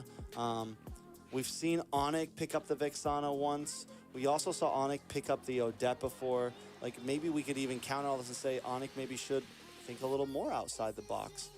Maybe not in the sense of like not giving. I definitely don't think you can give up some of the powerhouses right now. I think like the Guinevere, if you're gonna give up the Nolan, you need to be ready to, you better get something very valuable in hand. I think there's a few heroes right now on the block, Quinny, Matilda, Nolan, and Joy. Oke guys, let's go game kedua. Ayo Onic dong. Aduh, Onic. Unless you're getting one of the other ones. Onic nih kayaknya belum panas But enough guys. talk about hypotheticals, theories, and whatnot. We're already This in is there. Onic up against AP Bren. Nolan And the di ban, bands are Paramis di starting ban, quickly. Joy di Onic ban, gonna Minonya open di up ban with a langsung cok. Fermi's Minotaur. They're gonna force AP Bren to get gritty here. And I mean, we can already kind of see the foundation you were laying, Trax, is that the Nolan, right? The Nolan, the Joy Reset, is out reset. here. Maaf ya Rahmat, ini ceweknya belum dimainin nih Rahmat. Gue tahu lu kecewa cok. Instead of Onic baiting Tapi ya udah lah ya. AP Albert tetap could main be cok. baiting Onic at this point, right? Like get the Guinevere, we can steamroll you and be a little Udah bit kita faster nonton than aja you. tenang, dukung Onic, dukung Indonesia. Kok jangan ngejudge cok. Oh ini orang Indonesia malah ngejatuhin orang Indonesia juga babi. If Onic, so I think at this, if they weren't to build the Matilda, ban the Matilda, then AP Bren could leave the Gwynny open for the Kenapa trade. sih bang pada nyerang gua? I think Lu with ya that ban on the Matilda, AP Bren has to take out the Gwynny here. kau diserang itu karena ketololanmu sendiri It's bang. also just gives so much flexibility. Keyboy could take Gwynny. Terus kau pertanyakan kenapa kau diserang gitu loh? Kan kayak itu aneh cok. First pick up front with Kayak mana pula Rahmat Hidayat ini? Sekarang dia tanya anjing, kenapa aku diserang bang? Kau tadi tuh ngetik apa bang? Terus kau pertanyakan kenapa kau diserang? Kan aneh cok. Kau ini laki bukan sih? It's anybody's game. It's any strategic advantage or Laki approach itu that harus you can bisa possibly mengakui take kesalahannya, is bukan what malah you wanna go for dipertanyakan. here. What the And fuck bro? again, there's the Gentleman gak sih lu? I felt this. I feel like they are leaving it open because they have an answer to it. I Jadilah feel like, lelaki yang baik, yang bertanggung jawab. I feel like Jangan jadi lelaki yang cuma tahu ngewe udah. Udah ngewe terus ditinggal ceweknya kan sama aja kayak anjing cok. Like it could be a bad play for the side of AP Bren. But getting rid of the Nobaria, I didn't feel like the Nobaria was too big of a problem. But I guess they don't want to give a Gwen and a Nobaria. Depending on their comp here, so the AP Bren could go for more of a strategic comp here, do a little bit more like sama-sama orang Indonesia loh. Ini kita nih ngebela Indonesia cok. Mereka main ini ngebela Indonesia cok. Kok kenapa ngejatuhin orang Indonesia? Late game, very strategic on showing positions. I'm guessing they didn't want to deal with it with a Vexana. So mau siapapun rosternya ya udahlah, yang penting mereka main. I mean, mereka main ngebela Indonesia itu udah lebih dari cukup kan. Kau expect apa? Kita penontonnya udah nikmatin aja dong, nggak usah nge-head sana sini lah babi. There was times in M5 where he would make some flicker final slash plays that were just out of this world. It is definitely a scary hero in his hands, and it's also a scary hero in Ogwen's hands. Onic now forced to respond here. Gunifer, oke, Vexana alot, aduh. Claude's still open. Ogen punya alot sih ngeri guys. Oke, Kiboy main Ruby kah Kiboy? Kiboy main ini kah Kiboy Ruby kah? Nana Jik. Mantap, Nana boleh sih, Nana sih. I mean, the Nana is definitely Nana boleh sih guys, Nana guys. Sabi sih guys, Nana it's gonna guys. slow AP Bryn down, which that's what we essentially. So not only the Guinevere, but also the Ruby and the Nana at this point. It's gonna keep them at bay, stop that aggressive. Kayaknya Guinevere jungle ya. AP Bryn's going for more of the tactical. Guinevere jungle, Ruby tank. Soalnya lawannya Arlot juga kan, Arlot tank Vexana. Tapi nggak tahu sih guys, ini Arlotnya masih bisa flap TZ sih ya. Terus Claude udah diambil. Of course, they pick up the Claude, which again I feel like is a really good play into this, but it's gonna be a very you're gonna have to be super precise with the Claude with dealing with a Nana, a Ruby, and a Guinevere at this point. Makanya Bang Dengim dulu game 1 tadi kalah draftnya jauh banget cok. Itu kalah draftnya jauh banget udah. Itu tim fight dari segala draft Onic itu semua single target. Brandnya semuanya itu tim fight punya hero cok. Mau gimana anjing dilawan itu? Problems to the Guinevere. And again, it's tough because AP Bren could literally pick anything, and I wouldn't be like, man, I don't know about that. They're gonna ban out the X-Borg. They ban out something like the Fred. Do they ban out something? Padahal gue kan menilai memang cewek lebih bagus dari Albert, harusnya cewek yang dimana. Nggak ada begitu bang, penilaianmu itu tolol cok. Semua yang udah masuk roster itu semuanya bagus. Nggak ada yang lebih bagus ini itu cok. Semua yang udah dimasukin ke roster inti itu semuanya bagus. A good solid CC tank is almost better. Nggak ada ini lebih bagus, itu lebih bagus cok. Right? True, very true. They're gonna ban out the Bruno. Do we see the Albert? You think we're gonna see the Albert? Yeah, 1-1 here. The 1-1? I mean, there's the Fred run ban from the side of Onic. With no Clint, no Bruno, he could go Brody, he could go 1-1, he could go Ixia. I mean, there's still tons of marksmans out there. He could pick up the Harith. We've seen Albert on the Harith before, I'm pretty sure. So, and that's what AP Bren went last time, so I wouldn't completely count it off the books. The thing is, they already have a lot of magic damage, so I would like to see something a bit more physical. Arlat Rome. Yeah.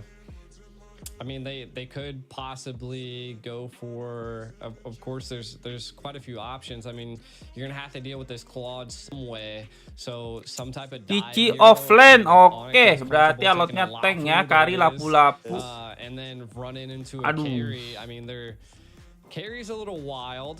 I mean, it's going to be pretty good against the R-Lot. Yeah, exactly. I mean, they're going to have the front line. They have the kayaknya control and the CC. It could scale really well. Bakalan main Baxi ya kah? Happy Brand? Tapi enggak sih guys, enggak Baxi ya sih kan. Baxi ya kah? Baxi ya kah? Here's the big scary thing for AP Bren. I guess no, they already have Baxia jungle atau barat. Tapi nggak mungkin barat sih ya. Akai cok. High. Okay. Yeah. All right. I mean, they needed something for that front line between Arlot and the Kai. And help with retributions, help with those neutral objectives. It's a nice answer. It can help deal with literally. It's not, when he's in heavy spin, nothing that Onic has right now is going to slow him down. Nah, it's an overall good comp. I like both sides. I can't say that I pick one over the other, but Trax, send us into the land of dawn. We're going. Yes, sir. We're gonna go into the land of Dawn now. This is gonna be Onic trying to redeem themselves. Draftnya imbang sih guys. Kalau menurut gue sih draftnya imbang sih. Cuman kalau dibawa ke late game ya. Kalau dibawa ke late game sih gue tetap pegang ini sih. Kalau ke late game nih draftnya tetap menang Epi Brand sih guys. Mid early-nya kuat Epi Brand sih tetap. Oh, this is a cool intro. I think so. Oh yeah, we're switching it up. What a new intro. We got chess piece on the board here. I like ini tergantung eksekusi landing aja ini guys. Now we're in the land on. Tergantung landing pace-nya aja ini. The aggression of AP Bryn. We will find out. Lapu Cici soalnya sama-sama kan. Kayak, tapi Cici lebih unggul di rotasi deh ya. Stop laughing. Tell me about the win conditions, G. All right, Onic here. Nananya nggak pakai skin, cok. Nana gajah gue. Nana gajah kok nggak udah kelihatan, cok. Kok nggak ada yang mau pakai nana gajah ya, guys? We can already see again, Flap TZ is just absolutely insane on the EXP. That could be just the response that they need is maybe stopping Flap TZ from controlling that EXP. Maybe show some pressure up there instead of the gold lane, as we don't see it being a major problem in the gold. Last time we seen the EXP fall first, and it looked like that's what might happen again as the pressure is being applied up there. Albert main Kairul. Kari anjing kok jadi Kairul, cok. Keep up the farm. Keep it going. That they have the claw to secure the late game. They have a solid CC with the heavy spin combined with the Vexana. Just control the overall team fights. Don't get caught off guard though, because Onic has the CC and the control to stop AP Brand's aggression. Kyrie missing that though. Aduh sayang banget. Tapi masih ada Purify sih. Tapi walaupun dia Purify mati sih perasaan. Tapi is it worth it? I don't think so. Oke, Cicinya mau di gangbang, Cici. Oke, di cover sama Kai ya. Oke, starter pertama kita lihat apakah Kairul bisa mengambil tatal ya. Oke, Kairulnya digocek. Digangguin. Ini Ogen nih anjing banget, cok, kalau main tank. Anjing, Kairulnya udah bonyok di situ. Oke, kelas lapu-lapu butes. Sans, Flap TZ-nya mati nggak sih? Mati dong, masa ya nggak mati? Oke, Kiba level 4. Starternya nggak dapet tapi ya. Ogen. Kiboy, kelas. Gila, Kyrie melepaskan blue buff untuk menyelamatkan Kiboy ya. Mantap, Kairul. Coming out on top, the Kings looking really good this time around. They have found answers to take on AP Bryn. Again, that's just the early game control that Guinevere brings. And then look at the CC and the control. Now, the biggest thing that we'll want to watch out for here is that Cal TZ picking up the Kai, the Nana definitely counters the heavy spin. So Sans could be waiting to throw out the Melina to be able to stop Cal TZ. Now, it's just going to come down to Onic. Like, yeah, you secured kills, but now you're going to have to start working on neutral objectives. We can already see the carry picking up the Thunder Belt, so building a little bit defensive. So it looks like kind of like the tank carries coming out on the side here. Heavy spin on the Keyboy. Uh-oh, big pin on the Keyboy here. Kyrie going to try to come and help out. Keyboy still alive, able to dodge the final slash, and they will get away. Kok nggak di tap-tap ya guys, alotnya guys? Itu bukannya bisa di tap-tap ya? Definitely, and again, that's the kill lead, but they ain't gonna let up. Ooh, nice. And a kill on to Ogwen. Sans putting another one in the book there. 2-0-1. He's playing such a cleaner game than last time. I think this is gonna be Paramis di band, iya. And this is what we meant. Paramis nggak bakal dilepas sih kalau Onic. This little girl Nana is meta. We all know that Vex is meta. Soalnya Epi Brand kalau pakai Paramis tuh anjing banget, cok. Onic needs to get back to the roots of that, and we're seeing that in game number 2. Soalnya tim fight mereka udah kuat, ditambah Paramis lagi. I like it. I mean, but Onic, they don't get tunnel vision, right? You are facing AP Bryn. The gold lead's not crazy, even though it's 4-0. Keep the eye on the prize. Secure neutral objectives. Keep controlling them. Keep their speed down, and Onic can keep controlling this game like this. Now, we are seeing the next turtle take coming in. Do we see Oke, ini guys, AP perang Brin pertama make this? 5-5 ya. Perang 5 Onic pertama finally ini taking guys. turtle Let's go, here. kita lihat ya. Aduh, Kiboynya langsung dihantam gitu, cok. Anjing. Kelas, lapu-lapu putus. Kasih tahu.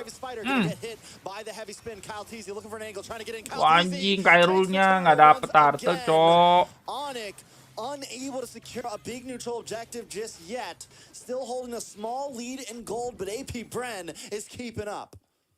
Yeah, I mean, they saw that turtle, they came and they conquered Tidak ada that turtle. pertumpahan darah, AP guys. Bren coming out on top in that. Hati-hati, Albert.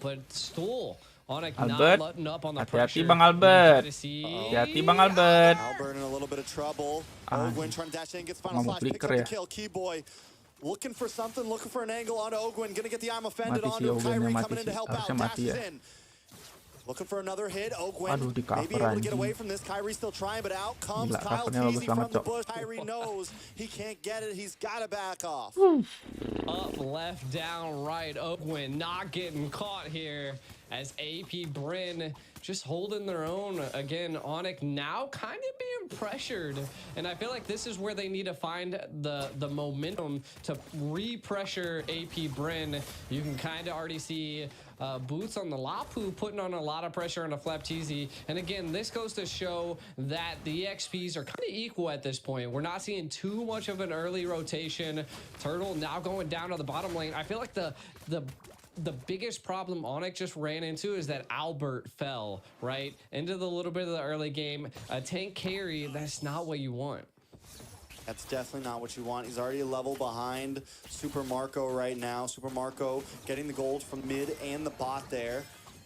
Albert does get some shots onto that tower, but it's still nothing major here. I think Onic needs to understand that he's going to be a critical part of their team. Marco udah golden staff, cok. Berarti dia nggak beli nggak beli corrosion dulu ya. DHS golden staff langsung. Atau beli mentahan corrosion dong ya. Yeah, I mean, if they're not able to stop Super Marco, it could be a little bit of a problem because the Claw's the hardest person to lock down. Now, what I really need to see from the side of Onic is Sans, man. We need to see that Melina Blitz just absolutely devastate AP, but an engage possibly happening as the pakai turtle Purify rubber toh. band is engaged. We'll see what happens here. Butas, kelas. Back sananya. Nggak mati Butas yang mati, cok. Butas yang mati ini, guys. Oh, kelas, bro.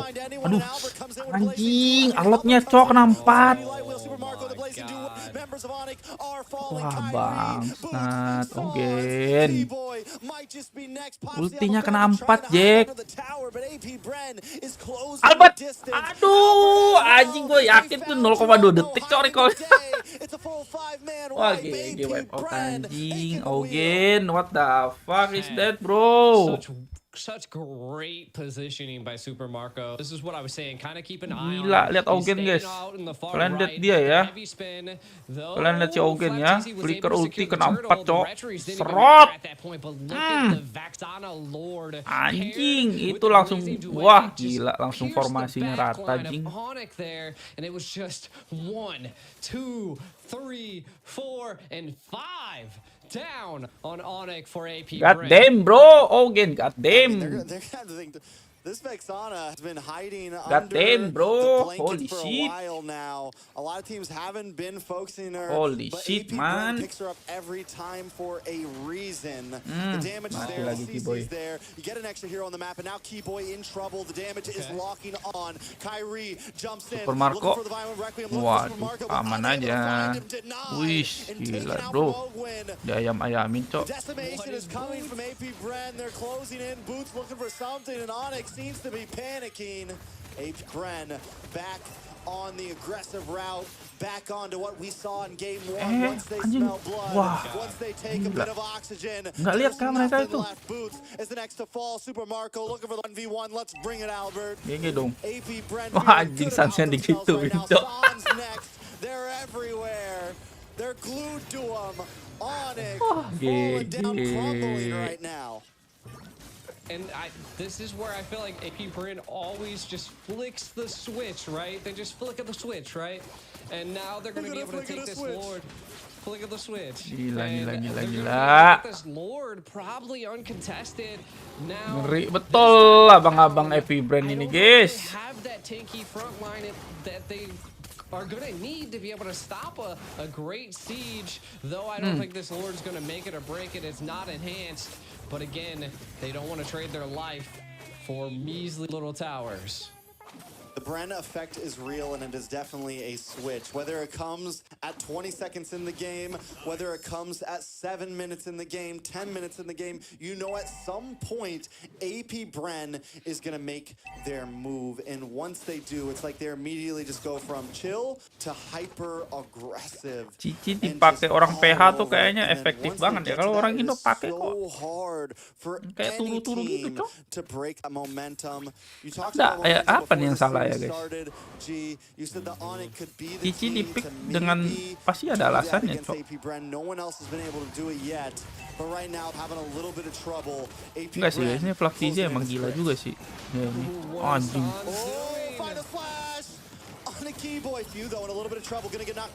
Aduh, Kairinya masuk kena jepit, Cok. Taken off the map. Boots with the bravest fighter, but Super Marco and a blazing duet helped to zone them away from Boots as the rest of the team chips onto him. Sans throws out Molina, trying to clear the way, but AP Bren still not giving up. Harassing a Lord, still marching down the top side, and it's 10 seconds until Kyrie is back into the land of Dawn. Lord will finally go down. AP Bren still not withholding their assault. Super Marco gonna get one last shot in onto the inhibitor, and AP Bren lets them breathe for a second. Yeah, and I mean, we can't count Onic out just yet, because I mean, they have the damage. The gold lead, though, it's not 10K like it was last time. They still seem to have the tenacity that it takes to banget, fight guys. back. Epi Brand, guys. Impactnya, Cok. Rapi banget, anjing. Rapi pakai rapi. Udah kayak setrika, anjing, licin. Licin, bro. Like, I'm seeing so many heavy spins just come out, and Nana's just so good at countering that. Now, we can kind of Claudia-nya udah mau full item ya. Beli apa itu? Last item. Pistol. Mix and bits of multiple other Wah, items. boy. Terepet. Lihat guys sandwichnya, Cok. Gila, bro. Kalian lihat guys mapnya, guys. 4 bunuh Keyboy. Flap TZ-nya mencoba untuk nge-cutting zoning 4 orang yang mau nolongin, guys. Selalu gitu, Cok, Epi Brand ini. Always. Aduh.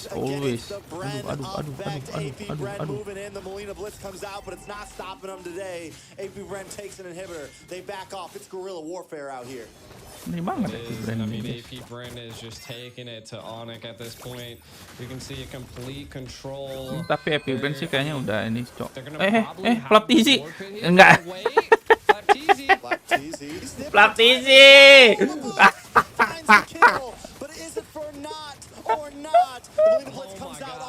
Aduh, pisangnya ke sana, Cok. Aduh, anjing itu pasti ngakak sih dia. Anjing kaget. Itu Flap TZ itu pasti, oh anjing, I fucked up, bro.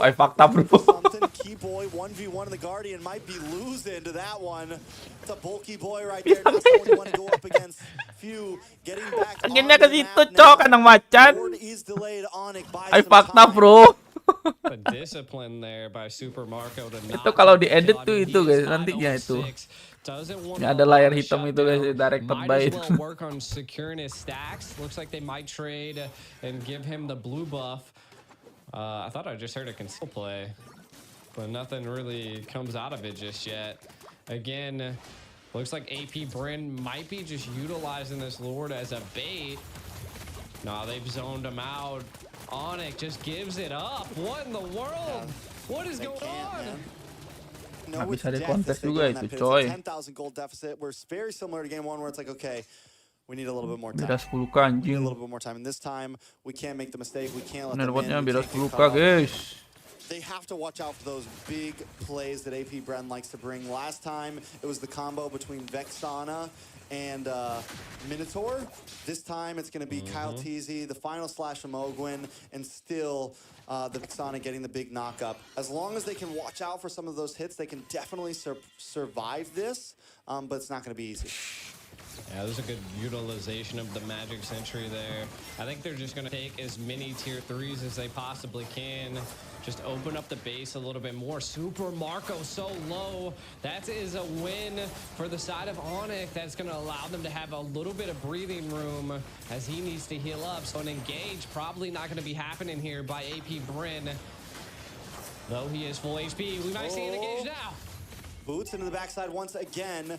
Boots is like, listen, you guys tell me I'm going, bro. You guys want me to do it? I'm going. Boots has no fear. And I've heard Mirko talk about it before. Kok kayaknya pas lawan RRQ lebih ada perlawanan ya RRQ guys daripada lawan Onic ya. Ada yang salah nih kayaknya nih. Apakah roster RRQ sekarang lebih kuat dari Onic?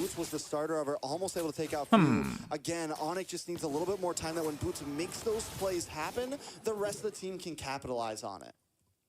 Yeah, I mean, give it up to Onic 2 game kayak terpukul mundur terus guys. RRQ kemarin lebih ada perlawanan, cok. Anjing lah. Anjing Butus marah, cok.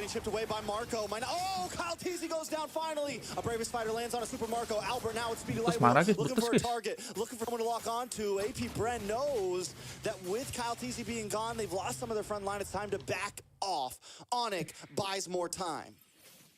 I mean, that's all they can do at this point, right? Is just keep buying time, maybe secure some of the neutral objectives that are still standing. Like we can kind of see pushing the minions to do a tower takedown here. Ooh, Kyrie. He's okay. Not able to do too much. I was hoping he was going to make a good pick. No. Lawan RRQ that's one of the downfalls. Lebih berwarna gitu, cok, gamenya. Tapi Onic Tapi Onic bantai Fireflux gampang banget, cok. Fireflux, tapi enggak guys, RRQ mainnya aneh, cok. Tadi nggak udah yang pas lawan Fireflux itu kelihatan banget, cok. Udah nggak ada niat main itu guys. Sans in the mid lane, kind of taking a look at some of the items here. Kayak nggak ada semangat main gitu loh. Gara-gara cuma rebutin juara 3.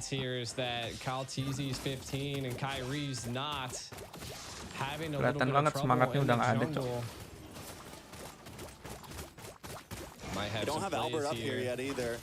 Lihat Augen. Aduh, Butusnya. Aduh, kasihan sekali Butus. Ala bro Bob. Anjing, ada 2 lot, cok. Bertempur. Anjing. Ih, PU-nya nggak mati. Unable to get a kill. They get you down so low every time, but can't get the finishing hit. You have to capitalize on some of them, man. That's like, I've seen Super Marco low twice. Now Flapteezy and Pew. Like, it's rough. Like, if they were able to just kill one of them, this would be even more breathing room. But now a full team comp of AP Bryn sieging down Onic once again. 10K gold lead. Can they survive? I don't know, it's going to be a tough one. Luckily, they do have 2 inhibitors. San's able to clear the ways, throw them in Lena Blitz. Albert going to chip away at the Lord. They're going to be able to take it down. Unless a huge mistake comes in, they should be able to survive another push here. Boots looking for an angle. Kyle Teasy making his way to base. Watch for the final slash, and there it is, Ogwin. Every time does Blunder guys. Brandnya blunder guys. Let's go. Bisa. Brandnya blunder guys. Put the people at bay, keep AP Bren away, but they still are relentless. Super Marco, BMI's away, able to dodge Kyrie. AP Bren still looking for a possible play here. Few ready for the set, ready for the team. Sans throwing out the Melina. Kyle Teasy maybe finally decided to back off with the rest of the team. Onic lives to see another Lord. I mean, they're holding their own, but what do they have to do here blunder, tapi to be nggak pernah able to overextend juga, possibly cok. take a Lord pit, right? And I think it's going to come down to blunder tipis that, aja you can tadi. see that they have the damage, but it's still a little rough. Blunder Maybe tipis if they're sih. able to get a Cuma kill on yang lainnya tetap nggak mau overextend, maybe cok. if we see some of them split apart, We'll have to find out, but my God. Kayak apa sih Epic Brand ini kayak misal nih Augennya buka kan anjing. Buka, oh fuck, you fucked up bro. Kayak empatnya kayak nggak mau ngikutin gitu loh guys. Kayak mereka cuma nyicil tipis-tipis ngebuang skill gitu, tapi nggak mau overextend gitu cok. Oh you fucked up bro. And then it's just a battle of skill, right? You fucked up, bro. Not at a 10,000 gold deficit. Taking a look at some of the items, Albert, at least the damage dealers for the side of Onic are essentially maxed out. Albert's got everything in. We're waiting for Sans to finish that last item. Kyrie sitting pretty far behind right now at only 8,600. He is down. Kayak, kalian ngerti nggak guys? Kayak misalnya satunya kayak satunya blunder gitu, tapi empatnya tuh masih kayak ngebantuin tipis-tipis aja, tapi kayak nggak mau overextend juga gitu loh. Misalnya satu blunder, empatnya tetap ngikutin, cuma nggak terlalu overextend gitu loh, ngikutinnya cuma kayak bantu tipis-tipis gitu loh. That's the only thing I can possibly think would be a saving grace right now for Onic. Pew with the pew. Pew with the pew. I'm telling you. All right, next Lord gonna be coming up. The clock is running. Onic made it up to 54k gold. Still about 8,000 till everybody's maxed out, maybe even more because Kyrie's 2 items behind. But Onic knows this might be their chance. They got to go for something here. They're coming out. Anjing ini lotnya efek sana nih. Yeah, Kyrie finally make it. Oh, Keyboy misses the I'm offended. That's one utility down. Flap TZ if you also don't have an Ogwen. play from Ogwen. Ogwen. Kairul bonyok Kairul. Anjing bonyok cok. Bonyok nggak bisa guys, nggak dikasih masuk anjing. Serepet. Dapat Keyboy doang. Blazing duet.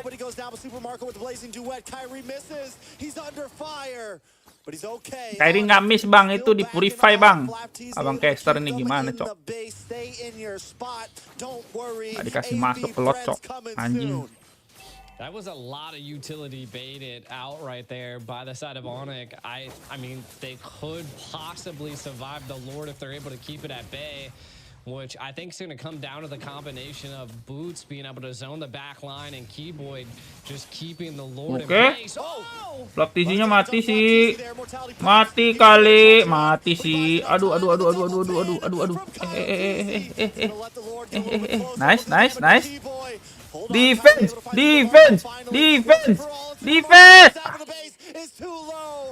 They had a valiant effort, but it's still not enough. AP Bren takes it to match point. Anjing digebuk bapak-bapak kodok, cok. So disciplined.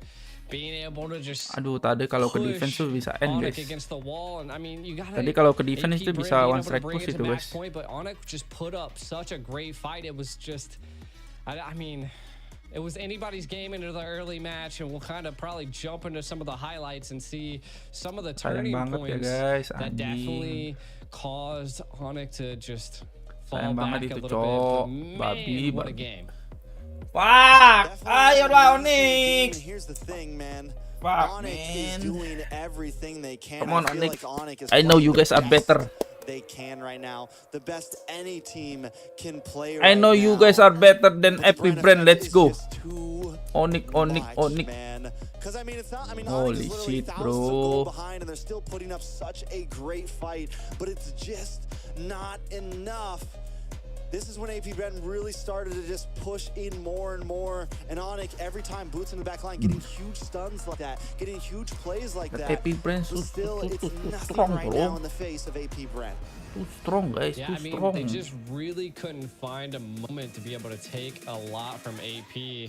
And like you were saying earlier, even though Boots goes into the back line and dives in a lot, you could just see the combinations and the strategic plays AP Bren brings. Super Marco's patient. Like, look, he could have took out Keyboy right here. Kalian ngerti kan guys, kayak Flap TZ tadi yang dapat angin itu ke push tiba-tiba. Itu kan dia udah fucked up kan ya. Temennya masih kayak nge-cover gitu, tapi pas dia mundur dia tuh kayak dijadiin bait gitu loh guys. Kayak misalnya Onicnya mau ngejar Flap TZ tadi yang udah sekarat, itu bisa dibalikin cok. Itu bagusnya Epic Brand di situ anjing. like kayak misalnya ada yang Onyx not able kayak ada yang to satu take fucked up advantage dari of Epi those Brand key terus spots. dikejar. Though this Kayak was ada yang almost a mau really nafsu good mau play. bunuh They split AP bunuh dia Brand itu apart, nah di but situ they're guys Epi Brand again, langsung nge-counter it di was situ all cok alone kayak trying celahnya to keep selalu them di at situ bay, anjing. and Onic not really responding or even Kayak able orang to yang find fucked a up di Epi Brand tuh bisa digunain dengan baik loh oh sama my mereka God, itu. one shot right there, and this looks like this was the one of the last pushes. Yeah, second to last. Yeah, so still a decent go. Pokoknya kalau lawan Epi Brand tuh nggak ada yang boleh ke trigger cok, kayak anjing orang ini bisa mati nih sama gua nih, nah dikejar kan anjing dibalikin cok, pak ngentot. They like we always say, they always feel in control, and even here Kyle Teasy able to put them both pinned. Kyrie finds Nah guys, Marco, but by then it's itu just ya bedanya ya tim play sama individual play ya. late. The night's getting darker. Epi Brand nih mainnya tim play banget cok. Tim play mereka tuh udah kayak nyatu banget cok 5 orang itu. Super Marco gonna take the MVP on this Claude 7, 1-8, 28% team damage, and 820 gold per minute. Taking a look at his items, he got the trio in, then goes for the Mlbb on top of it, picks up the immortality, and by then he's just comfortable, especially once he has the Athena shield to deal with any possible burst damage coming from the Nana.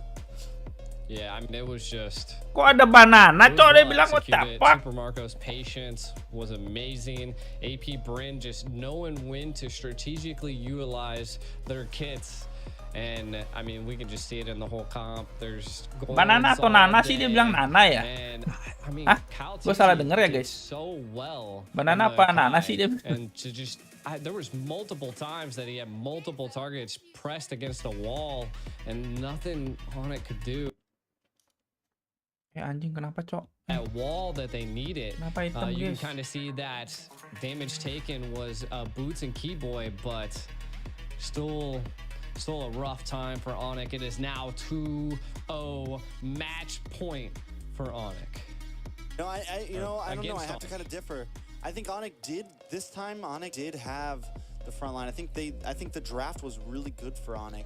I think AP Bren is just playing better tonight, man. I think AP Bren is just right now in a class of their own. Passion. And Onic is, Onic just can't keep up tonight, man. I mean, Onic is an amazing team. I gotta give it up to them. But right now, AP Bren just feels. AP Bren tuh kayaknya lemahnya di split push aja. Tempo right now is 5-5 mereka strong abis cok. Mereka harus dimainin lane terus. Kayak split push is the key gitu. Ya nggak sih? Harus dimainin landingnya terus. Tapi AP Bren tuh nutup lane-nya tuh juga bisa guys. Anjing cok. Dia pusing juga sih lawannya. Decision makingnya tuh bagus banget cok player AP Bren. Grab some popcorn, take a break, use the bathroom. We're gonna be right back to the possible match point for AP Bren.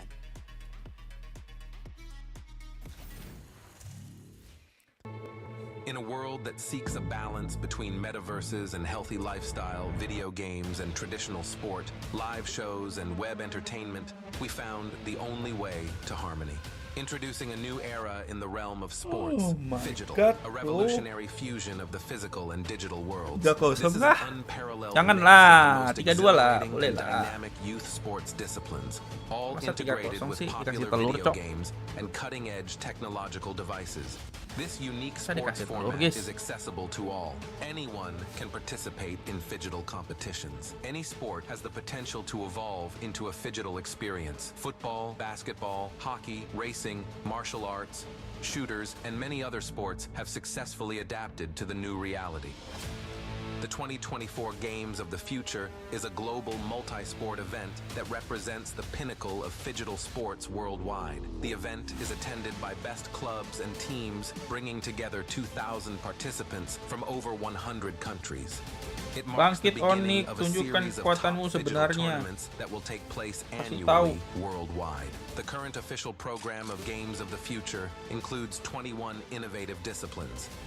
They are classified into 5 groups, which we refer to as challenges: sports, technology, speed, tactics, and strategies, openness, show, fun, and healthy lifestyle.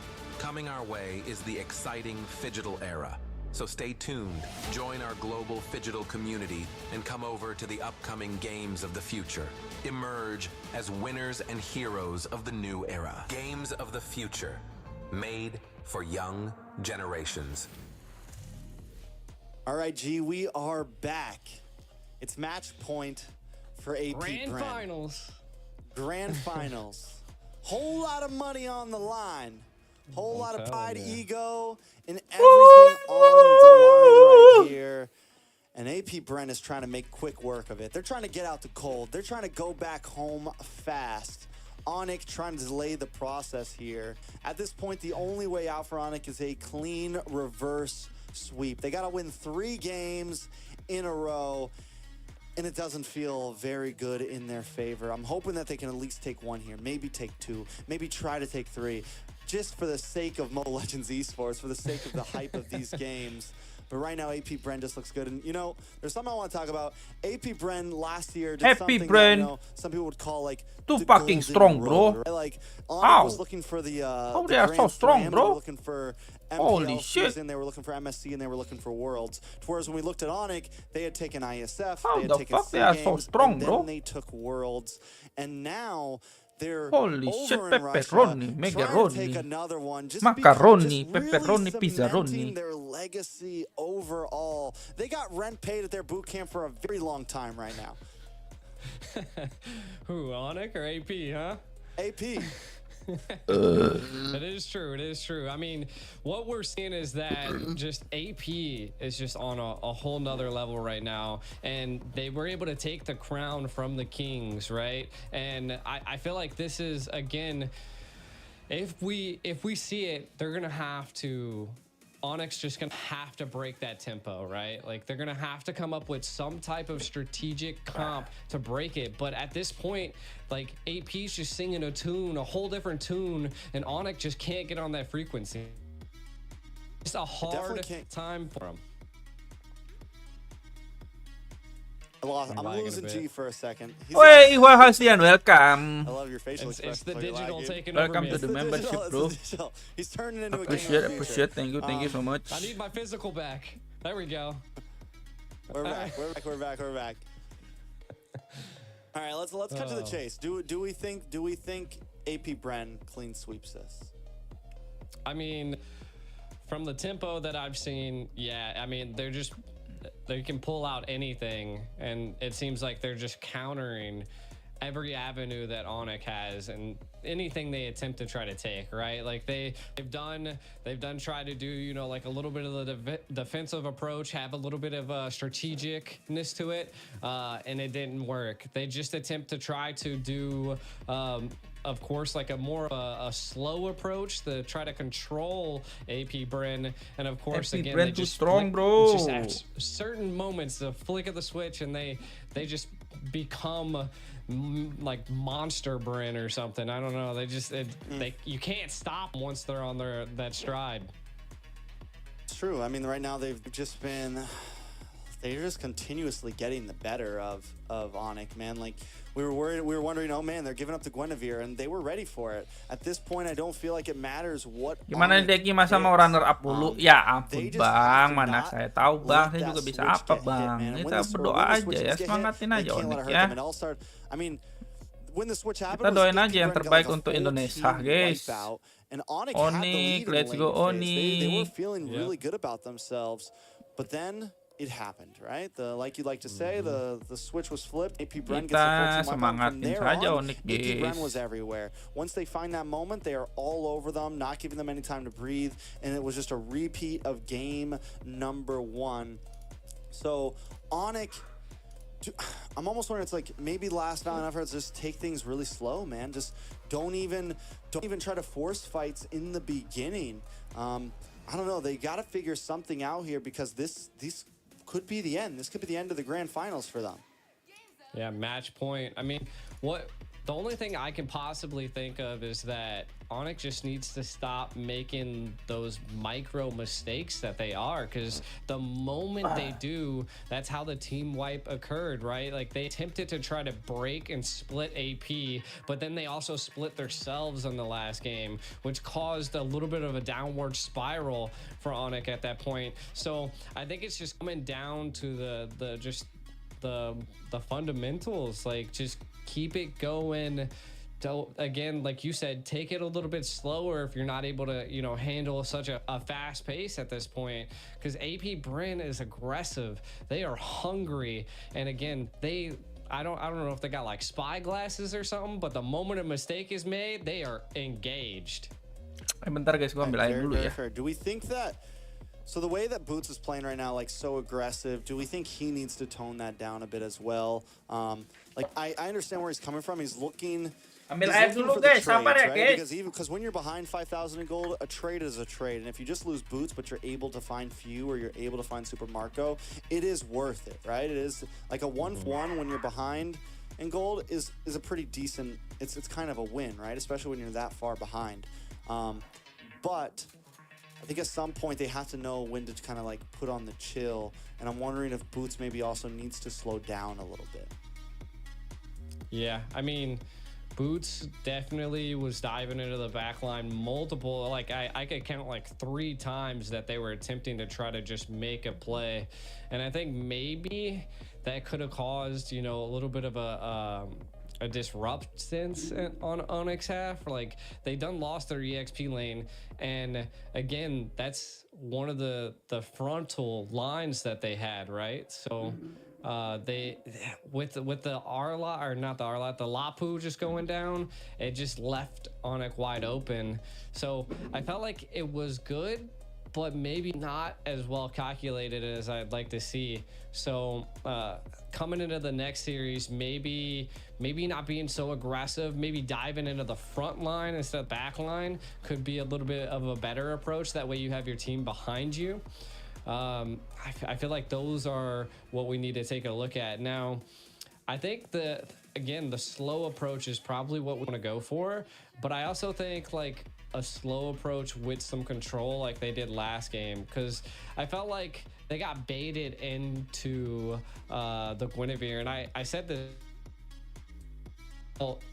like that, but it looks like I might be lagging a little bit again. A little bit. It's all right. We still love you, G. You still look great, I promise. And and yeah, we're gonna be waiting. We're gonna be waiting on this draft.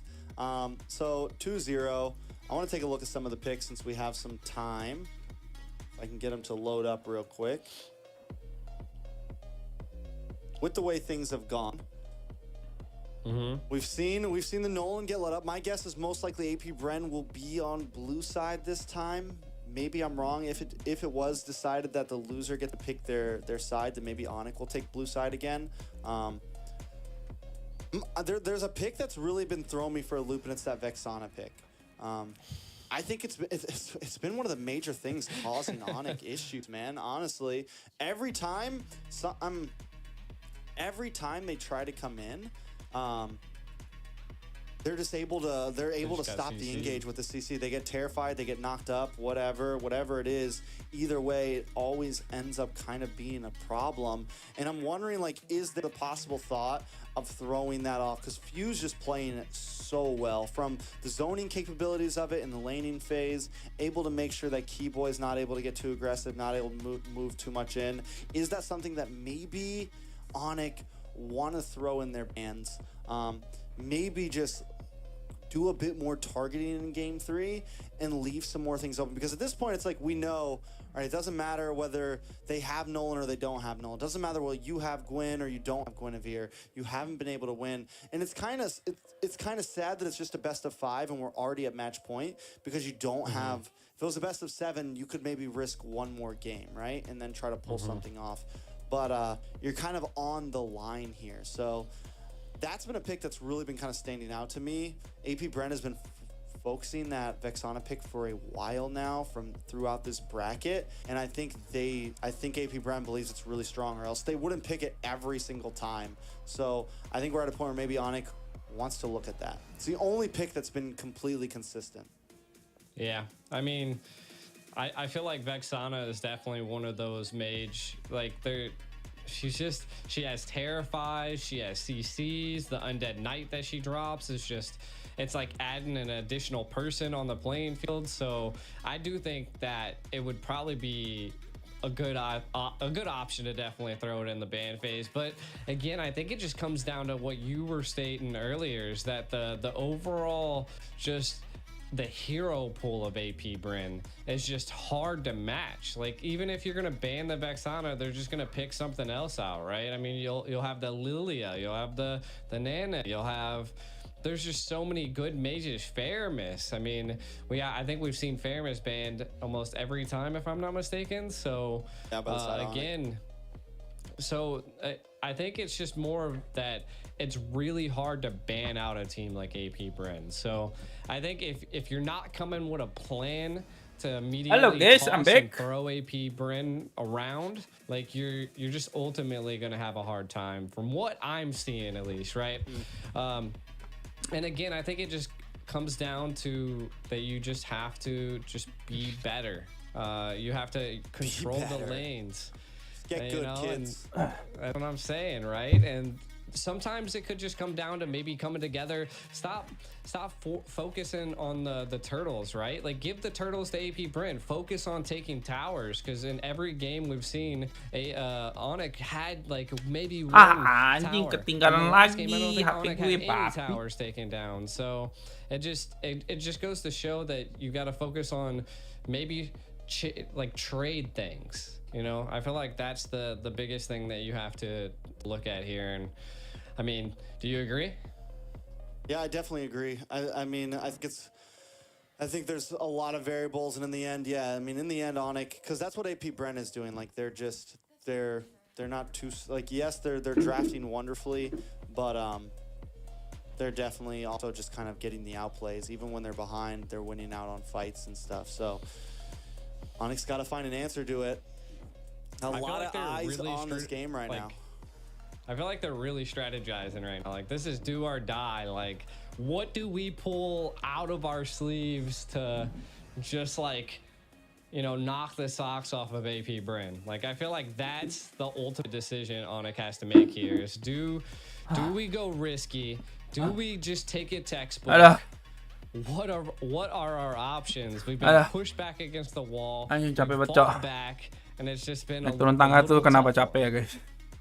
Unless, I mean, if G the Ico was in the coaching position, right, he'd just be like, "Get good, yo. Hey, yo, get good. Get out there. Pick whatever you want. Stop making mistakes. Stop making mistakes. Hey, you stop that, all right? Which one of us? Just you, all right? Fair, very, very fair, very fair. You know, as I was saying, a lot of people are watching right now. We got a lot of eyes on this game right now. Since we have some time, you know, we got all the boys back home watching. We got a lot of players watching. I'm excited, man. I think the possibility is definitely there for Onic to be able to take this game back and maybe give us another one. We've seen them do it before. You know, you were mentioning M5 earlier, and they took a loss, they took a win. They were sitting at match point against AP Bryn in the World Championships, and were able to come back and take 2 games and bring us to a Game 7. So it's definitely not out of the book, but as momentum is, they have to be able to shift that.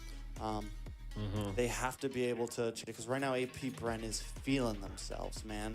They are just, and they're a team that you can see them when they're on camera, man. They're a team that they feed off of that, man. When they start getting the better view and the way they play the game, you can tell their pace just gets faster. Kalau udah nginjak angka 3 tuh anjing kayak badan tuh udah berat banget, cok. That's when it's like, okay, we back off for a second. Apa gua harus bikin? Kayaknya gua harus udah mulai nge-gym deh, guys. Kalau gua IRL live stream pagi buat nge-gym, kalian mau nonton gak, guys? Jadi gua mau challenge diri gua kayak 30 hari. 30 hari itu apa sih? Yang kayak orang-orang luar itu. Per hari 50 push up, 50 sit up, 50 apa ya? selama 30 hari gitu. Terus kita lihat progres badan kita jadi kayak gimana. What they've done in the past to kind of change some of the tides. Kalau gue IRL live stream gitu, kalian menonton gak guys? Nggak nge-gym, nggak ke gym, di rumah aja. Nggak perlu ke gym, cok, olahraga mah. Gym tuh mahal anjing membership. Olahraga di mana aja kan bisa, guys. There goes G again. Gue jadi IRL live streamer kali ya. Right now, still just waiting. I definitely think they need something that can change the tides of this match. Nanti stream sambil treadmill, gue nggak ada treadmill. The microphone actually matches your tie, G. So I just want to say that it actually kind of looks like. Gue mau beli treadmill sih. We're just gonna wing this here. Treadmill kan ada yang murah-murah ya. So, buat di rumah lumayan, cok. Here we go. Still waiting on AP Brand up against Onic. Kan gue kerjanya kebanyakan duduk ya. Their time for sure. I mean, like we said, this is the biggest prize pool we've ever seen. Big shout out to all the watch parties around right now. Mirko, Naisu, I see you guys. Terus gue aja ibu negara nge-gym juga. Ini mah kalian kalau gue ngajak ibu negara ya, kalian mah bukan lihat gue, cok. Kalian lihat ibu negara anjing. Apalagi kalian lihat cewek-cewek nge-gym, aduh. Nanti kalian salah fokus, Jack. Tapi gue nggak apa-apa sih sebenarnya, guys. Time after time again, as we've been trying to say time after time again. AP Bren, I mean, Onic just needs something. It sounds like G is back with me. I can hear him. You are, don't know where you're. Nanti kalian lihat cewek-cewek pakai legging, waduh, pada ngaceng, cok. I'm just like, disappearing and reappearing, Lihat pakai sport bra, pakai legging, ngaceng semua kalian anjing. The looking's back. The microphone actually matched your tie. I'm just gonna say, man, the microphone actually matched your tie. So it kind of looked like you. Standing plus standing desk, sabi bang. Standing desk itu apa? Di sini ada yang anak gym sih, anak gym gitu kalian. Kan menaikkan engagement kalau ada ibu negara. Babi. Terus gunanya gua tuh apa, cok? Kalian melihat cewek bukan lihat gua, babi. He's like doing it on purpose over here. He's just been messing with me all night, I feel like. Who knows? Soalnya kan gue tinggi, guys. Gue tuh tinggi, cok. Jadi apalagi tulang belakang gue tuh kan ya skoliosis. Gue tinggi, cok. Nggak pernah olahraga. Terus pinggang gue tuh pinggang gue tuh ketarik mulu anjing. We talked a lot about Onic and AP Bren. What have been some of your top teams so far in GOFG? I mean, so like other than AP Bren and Onic, what have been like some of the big games? You've casted a lot more games than me. Banyak juga ya. Gue Bang, Hidayat Rukma, Turul Anam. Most of the exciting moments I would say definitely happened in like the playoff area. Like I was voting for Blacklist International and then Firefly just like sweeps the rug out from underneath. Yang untuk pemula tuh apa sih? Yang pemula, gue nggak mau ke gym, cok. Gue malas ke gym anjing rame. Gue tuh nggak suka guys aktivitas. Gue tuh dilihat orang banyak gitu, nggak suka, cok. In the upper bracket, akut gue. I'm actually gue di rumah aja. A little surprised what I'm seeing here. I think gue nggak suka ke public thing I'm looking at here. There we go. Burmese Ghouls. Introvert Twisted akut, Minds. Twisted Minds actually looked really good. Like they, if I'm not mistaken, buat pemula tuh gimana, guys? Yang ini anak-anak tim skill dong buat pemula. AP, if I'm not mistaken. No, they took a game against Homeboys. And I was like, that was wild. Udah nyoba Pilates dulu bang, belum coba. So Pilates mahal, cok. Definitely came here to fight. Pilates mahal anjing, satu sesi udah kayak berapa ya? Gue kemarin ada tanya, gue tuh udah sempet mau Pilates, satu sesinya itu 5 pertemuan 15 juta, cok. I think it's almost kind of sad because there was like so much hype around. Push up aja bang, katanya push up itu jelek. Kata yang apa? Terapi gua ya, terapi yang skoliosis sama tangan gua itu jangan push up, cok. Kalau ada skoliosis, gua tuh paling bagus katanya nge-plank, daily plank sama itu guys, bergantung guys, kayak apa sih, bergantung di tiang gini guys, apa sih itu namanya, but pull maybe up it ya. was just a little over. People were kind of Tapi nggak overdoing it dinaikin, around kayak Team Iran. I gelantungan think they aja still gitu, need some Cok. time, maybe a roster change or two. They do have the same exact roster from M5 still for this. Katrol, and still tricep, weren't able to bicepo. make it out of Apa group itu? stage. I think we can still see a lot from Nyuci piring angkat galon lah. Yeah. Anjing angkat galon mah gue udah sering, Cok. I mean, I think it'll just come down to. I think the biggest surprise I had for this tournament was just not even. Kalau dulu pas gue di not even Australia the gue kerja overall jadi teams, kuli, but the badan gue overall berotot like anjing. choice of the meta, how like Kalau diverse sekarang udah everything's melempem, Cok. been.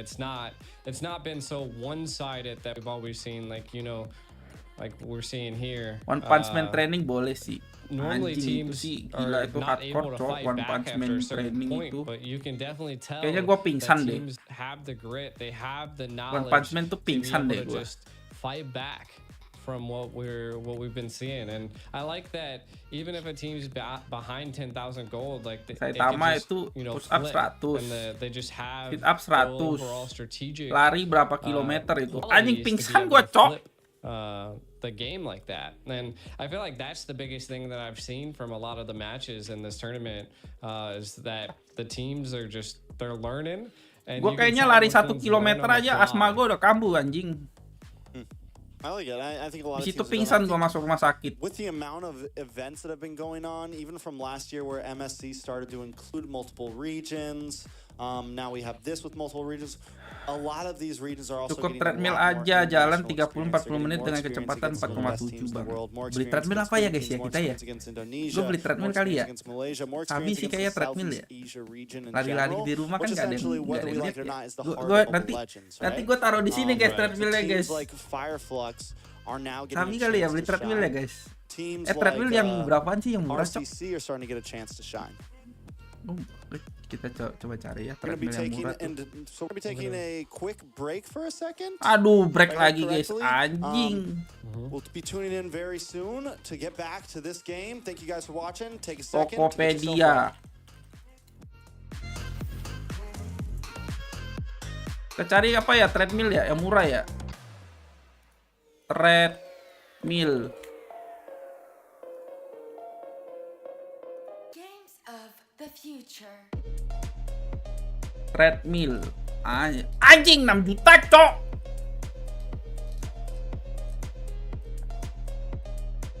Mahal banget ngentot.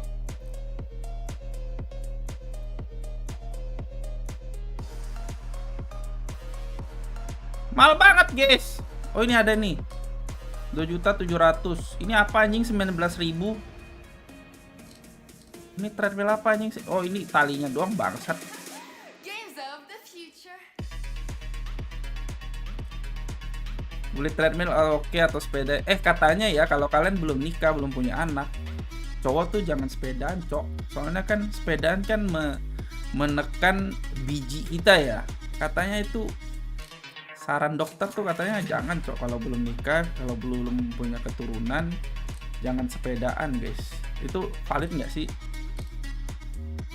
Soalnya katanya nanti ada tekanan ke biji kita itu loh, guys. Biji apa? Yang tempat area cowok itulah, pokoknya titik kita lah anjing, Cok. Gas bang, cukup treadmill aja udah cukup buat nurunin berat badan, buat sehat badan juga. Iya sih, gue dari dulu sih mau beli treadmill, Cok. Cuma anjing ini kenapa mahal-mahal, Cok. Oh, ini ada guys, treadmill erectric 1.700.000. Bagus gak nih guys? Ini jangan gue lari-lari nanti roboh, Cok.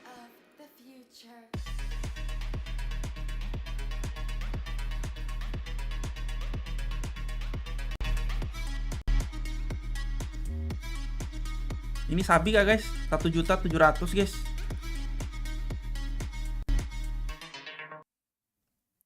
Dari 4 juta. Apa nih, Cok? Ini tipu-tipu ngentot. Ini nanti yang datangnya cuma spare partnya aja anjing. Mana ya? Nggak ada kayak yang murah. Paling sesuai, terbaru, harga terendah dah. Anjing ini apa, Cok? Cari treadmill.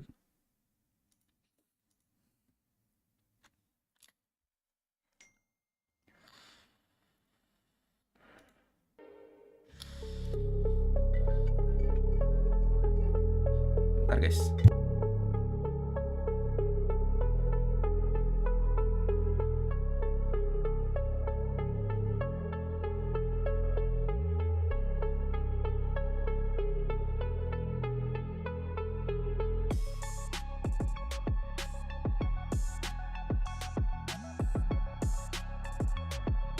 Terlaris.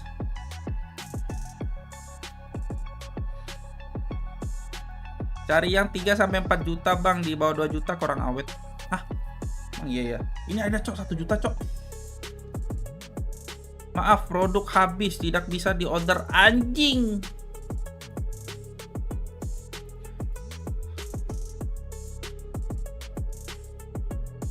Mending cek ongkirnya. Enggak dong, ini kan udah itu cok, udah ikut lokasi gua, deket-deket Tangerang ini. Tuh, ini Tangerang ini. Dari Tangerang semua ini cok, Kabupaten Tangerang, Jakarta Utara, Kabupaten Tangerang. Ini deket-deket semua kok. Ongkirnya paling berapa? 100.000. Enggak sih ya. Ini kalau kita beli online nih langsung rakit atau kita rakit lagi cok?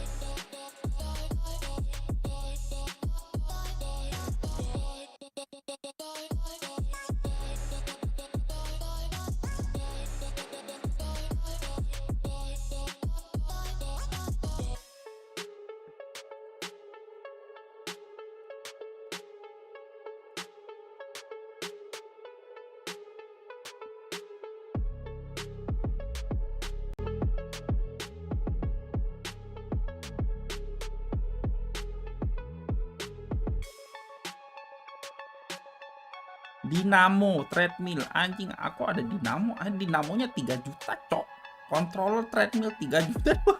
Mahal banget anjing. Mahal banget bangsat.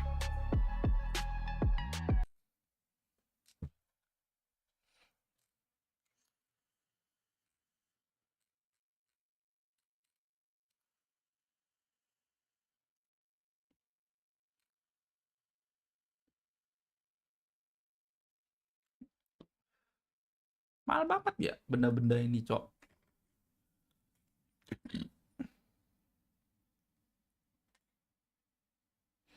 Sehat itu mahal guys. Mending gue lari di tempat nggak sih, kayak berapa menit ya? Lari di tempat gitu cok. Mahal anjing treadmill. Ini kenapa lagi Game of Future-nya break lama banget cok? Ini siapa lagi kebelet berak ini?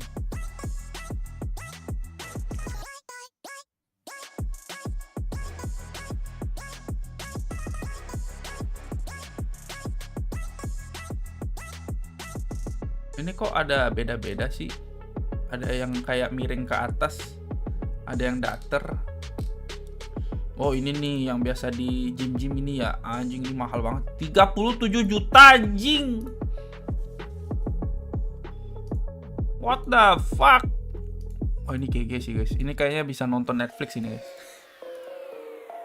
Ada TV-nya cok. Games of the future. Nah ini nih, ini murah nih kayaknya nih. Ini apa cok? Kok kayak gini doang dia? Apa nih? Karpet bell. Anjing nih mah dia jual karpetnya. Karpetnya aja 2 juta cok. Astaga naga. Oh ini apa ini? Kinetic manual magnetic. What the fuck? Games of the future. Emang nggak bisa yang berat-berat guys. Gue tuh ada asma soalnya. Ini kayaknya sabi sih guys. Treadmill elektrik M2 murah mudah dirakit. Kayaknya ini sabi nih. Ini sabi sih guys. Kelebihan treadmill M2 memiliki mesin 2.0 HP, mudah digunakan, alat treadmill anti slip, aman digunakan. Kayaknya ini sabi ya. Ini sabi sih guys. Tenaga maksimum hingga 2 tenaga kuda. Buset. Match point up against Onic here. A lot of people are waiting. We got the Philippines up Kita lihat reviewnya dulu cok. Koko lumayan sesuai dengan yang ditawarkan. Oke. Berfungsi nogan baik no minus. Barang sudah dirakit berfungsi dan baik, hanya ongkir sudah bayar tapi minta uang tol lagi. Kok jadi curhat, Bang? They're all waiting as well. Everyone's happy. We got a lot of half asleep. Walau pakai kargo tetap cepat, mantap Bang. Barang sudah sampai dengan aman waktu unboxing mengikuti video yang ada di halaman produk. Namun ada beberapa part yang sedikit berbeda dengan video. Oke. Ini reviewnya bagus sih, Anjing ini kenapa bintang 1, Cok? Baru dipakai 4 bulan las-lasan pada patah, ternyata tidak dilas full.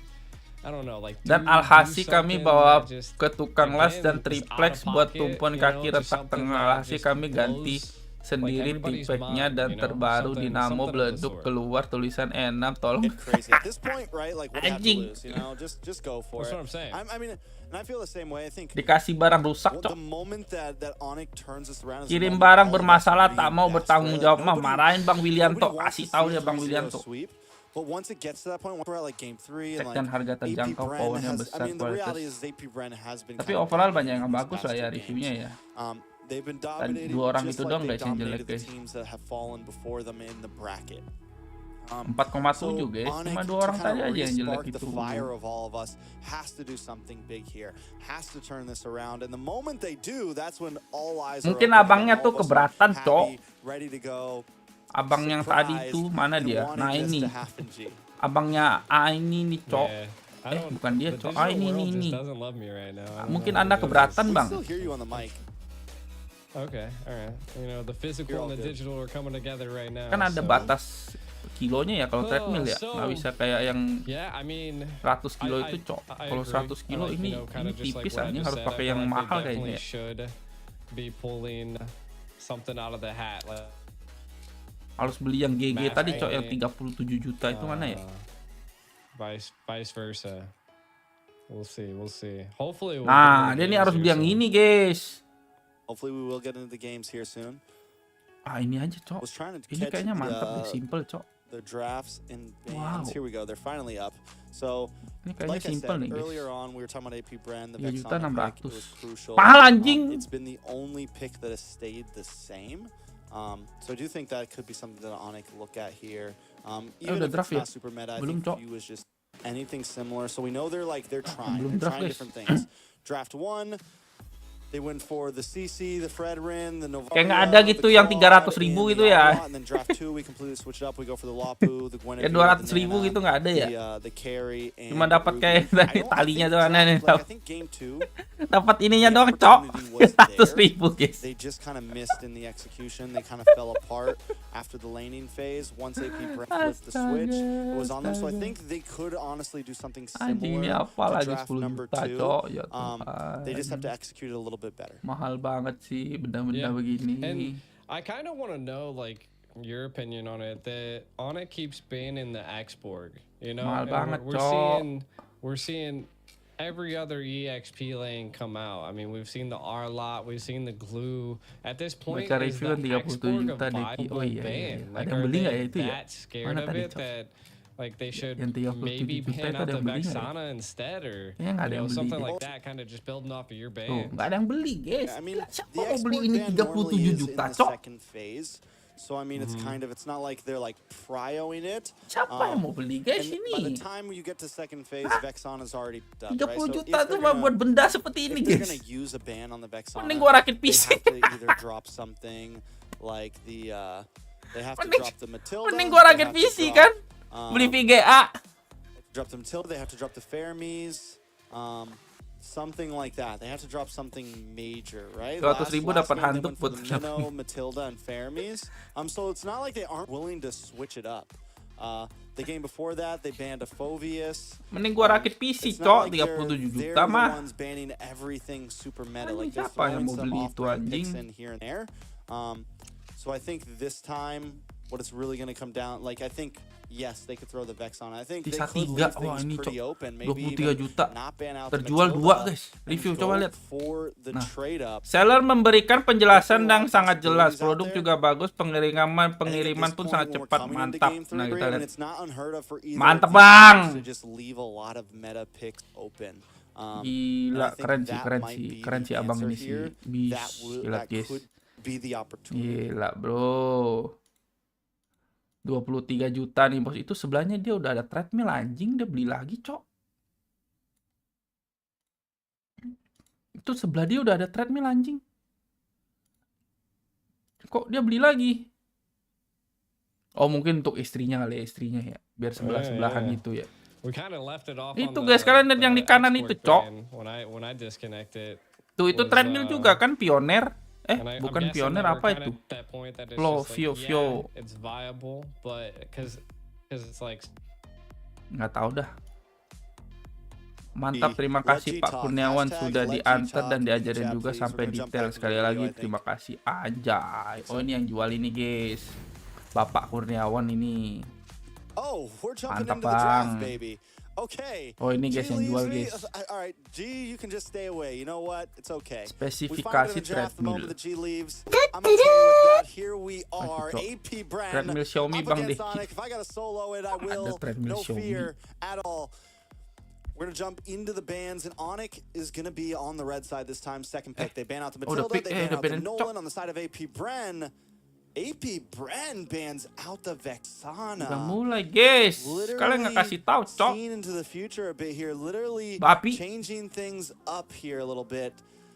Itu treadmillnya yang beli temennya. Anjing. Enggak, itu enggak dibeli, itu review. Dua review nanti kalau pinjam rumah aja pasang terus diambil lagi.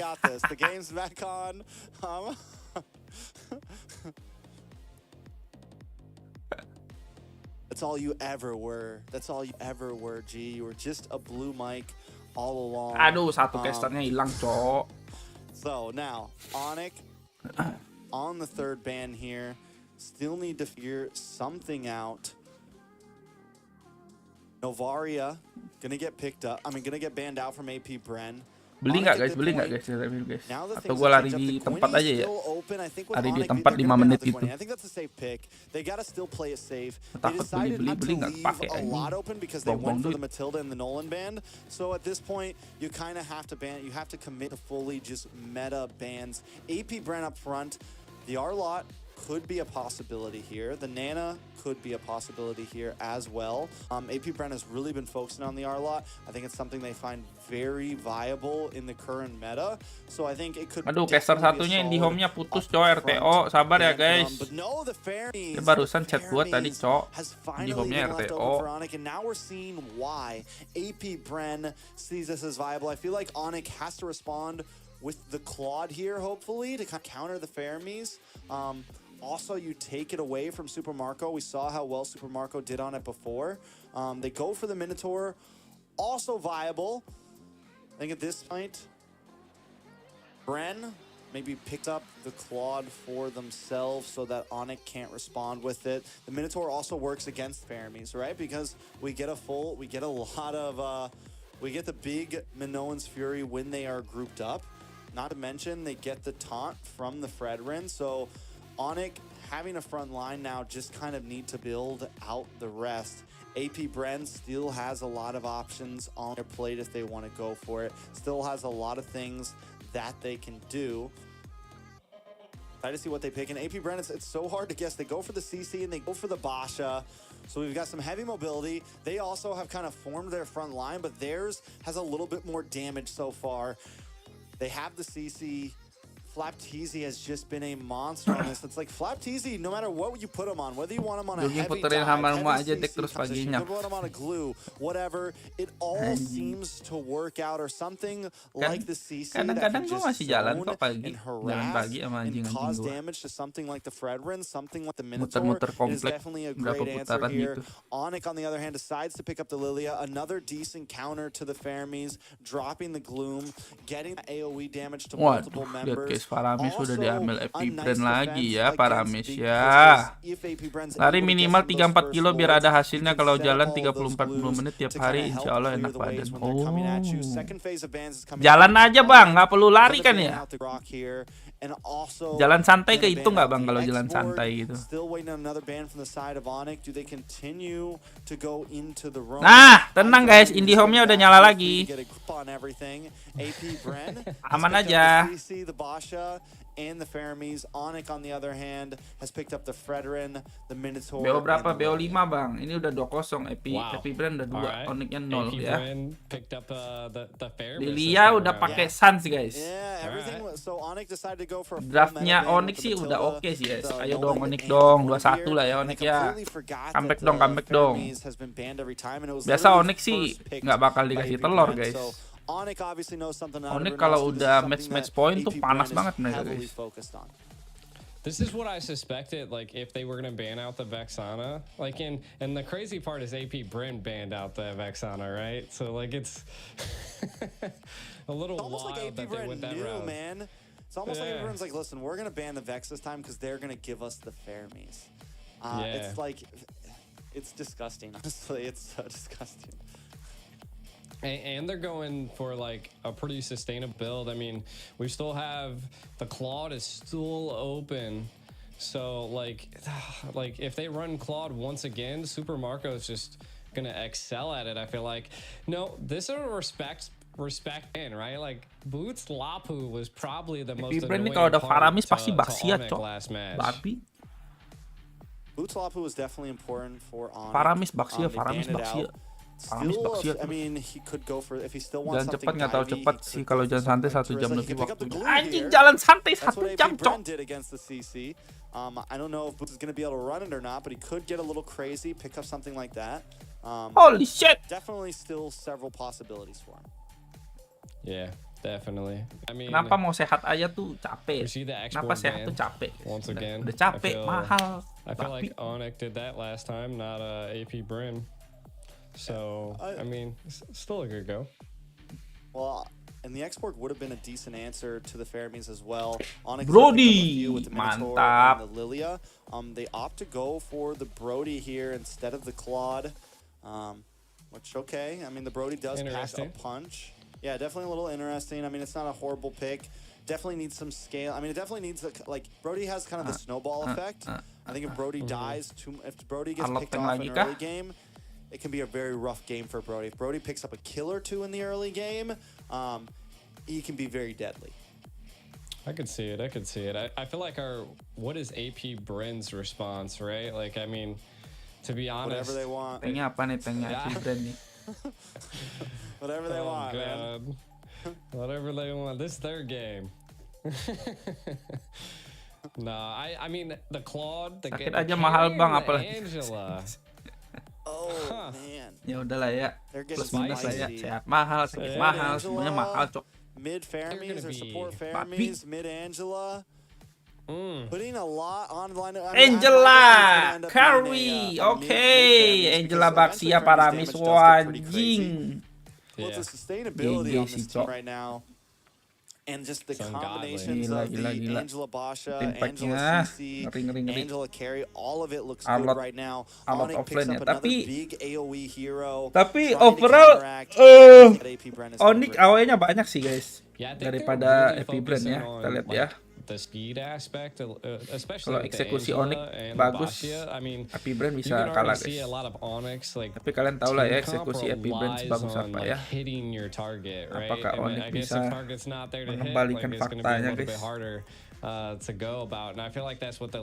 Apa gue ikut senam aja guys ya, ibu-ibu yang pagi-pagi itu cokom apa? Ikut pagi-pagi ibu-ibu bapak-bapak senam gitu ya. need to start baiting out utilities left and right when I can. Most definitely. And now, with it, the wait is finally over. We're going to be jumping into dari draft gue lebih suka draft ini sih Onic sih. I think a big win con for the side of Onic here is going to be some early game aggression. You got a pretty squishy mid side on the side of AP Brand, right? You don't have a big heavy roam. You've got a Fermis and an Angela. On the other hand, look at Onic, and they've got the Minotaur and the Lilia. We know how deadly this combination can be. We saw it from Fireflux before. It's one of the ways that they won their games. It is definitely something that you can get into the face of your enemies, and Onic needs to make sure that just because they took some harsh losses, they got taken advantage of in game 1 and 2, they need to not be scared to get aggressive, because I think that could be huge for them here, trying to immediately shut down the pace of AP Brand. True. And I mean, it is what it is, and we will find out as I think we're going to be diving into the Land of Dawn after we look at the crowd for one final last time, possibly. Let's go. Game ketiga apakah akan menjadi match point untuk FP Brand atau Onic bisa mengembalikan 1 poin ya? Shout out to Musa Mafia. I'm pretty sure those are chat people's names, like people's names above the robots. Ini siapa, Cok? Games of Future is calling you all bots Musa right Mafia now. ini siapa, guys? That guy is cheesing. He's feeling good. He's ready for the game. I'm ready for the game. Hopefully we didn't jump right into a pause. We'll see. Possibly. Taking our time. This arena is massive. This arena is pretty massive. We need some more seats full though, man. Reza Fahrezi, anjing kau ya, duduk di situ ya, babi. I love how these guys take each other out at the same exact time. We're back. Back on screen, baby. We're the arena. Semoga diberkahi kesehatan untuk kita semua, amin amin. Ayo Onic, let's go. Dukung Onic dulu guys. Jangan kendor guys. Apparently the arena is mid lane only. Mid lane, everybody goes mid. Everybody goes mid. It's like a brawl. It's like a brawl. Yeah. Big brawl battle. It's gonna be more of like a ranked brawl, but yeah. Ranked brawl. Yeah, ranked brawl. But what? You thought we were about to jump into the Land of Dawn? Nope. We saw the portal. You thought we were going? You thought we were going, huh? Not today. We don't even get an arena now. You guys want to trick it? You guys want to... He was so excited. Pasti di pause lagi, so ini ada masalah apa di sana ya? Don't push me Breaknya down. lama. Matchnya lama. Ini ada kayaknya IndiHome lagi bermasalah guys. Emang sih jam-jam segini IndiHome bermasalah terus ya. I feel like just to kind of get into a quick hot take, you know, like the Boxia Angela, right? Oof. Right, that's gonna be a little bit. Tapi ada Angela Paramis sih guys. Kalian tahu lah ya kalau udah ada Angela, ada Paramis lagi ngentot itu. When you're a Fred, banget, I feel like essentially that's why AP Bryn ended up going that route, was just farm the jungle. Early game sih kuatan ini guys. Yeah, I mean there's a lot. Early game gue lebih pegang AP Brand sih. Tapi mid to late kalau Minonya sama Lilianya bisa main. They need to get aggressive. They're not going to be able to really pick on Basha per se, but I think if in the first like level 2, level 3, level 4, maybe even maybe before level 4, before the Angela or the Faramee spike, they can try to make a play in the mid.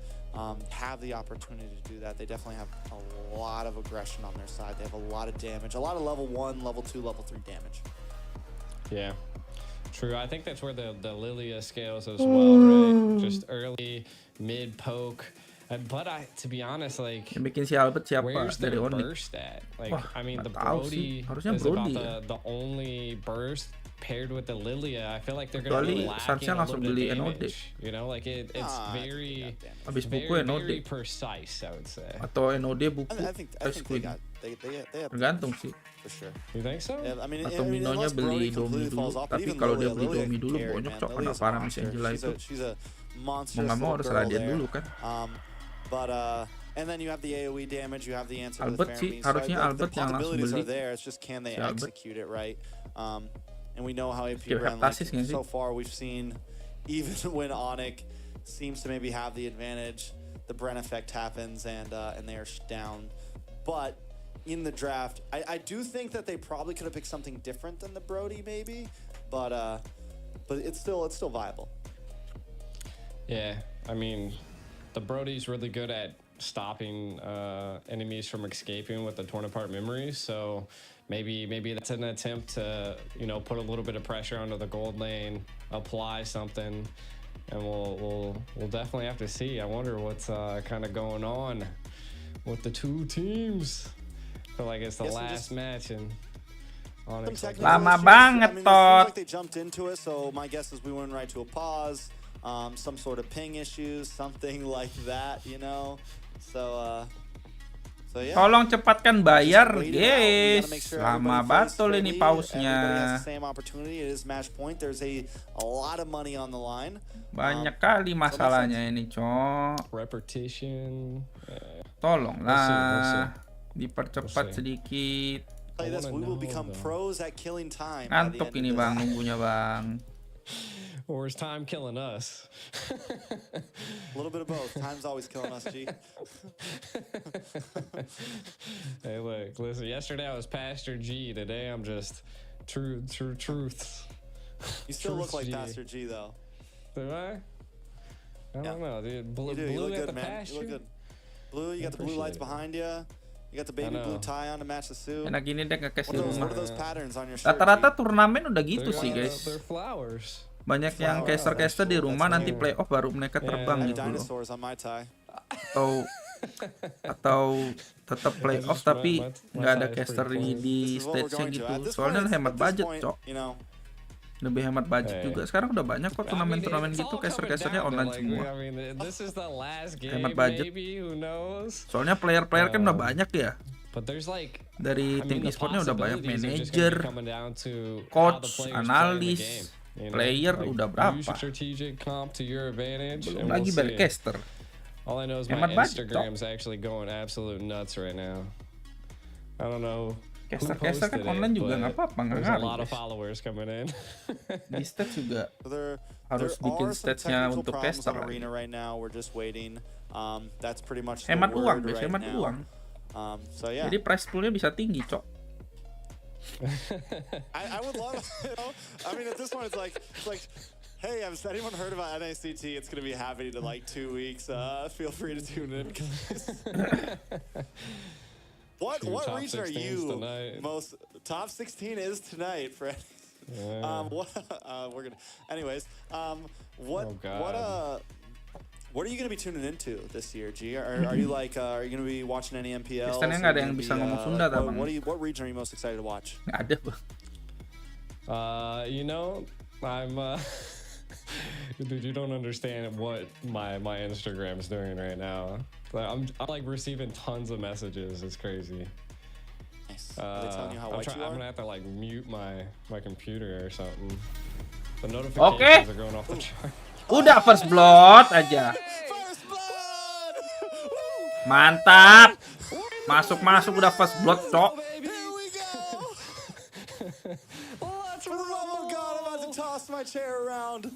Masuk udah first blood, guys. Jelasnya. Nah, ini deh, Pak. Let's get it. First blood onto Onic. Super Marco melawan Alprobot. Oke. Mid lane slaying. All right, I like it. We're about to get wild, ladies and gentlemen. I'm telling you. Kan sudah pakai Lilia nih guys, aman aja guys. Albob tenang, Albob ada P3 karinya juga ada sih. Yeah.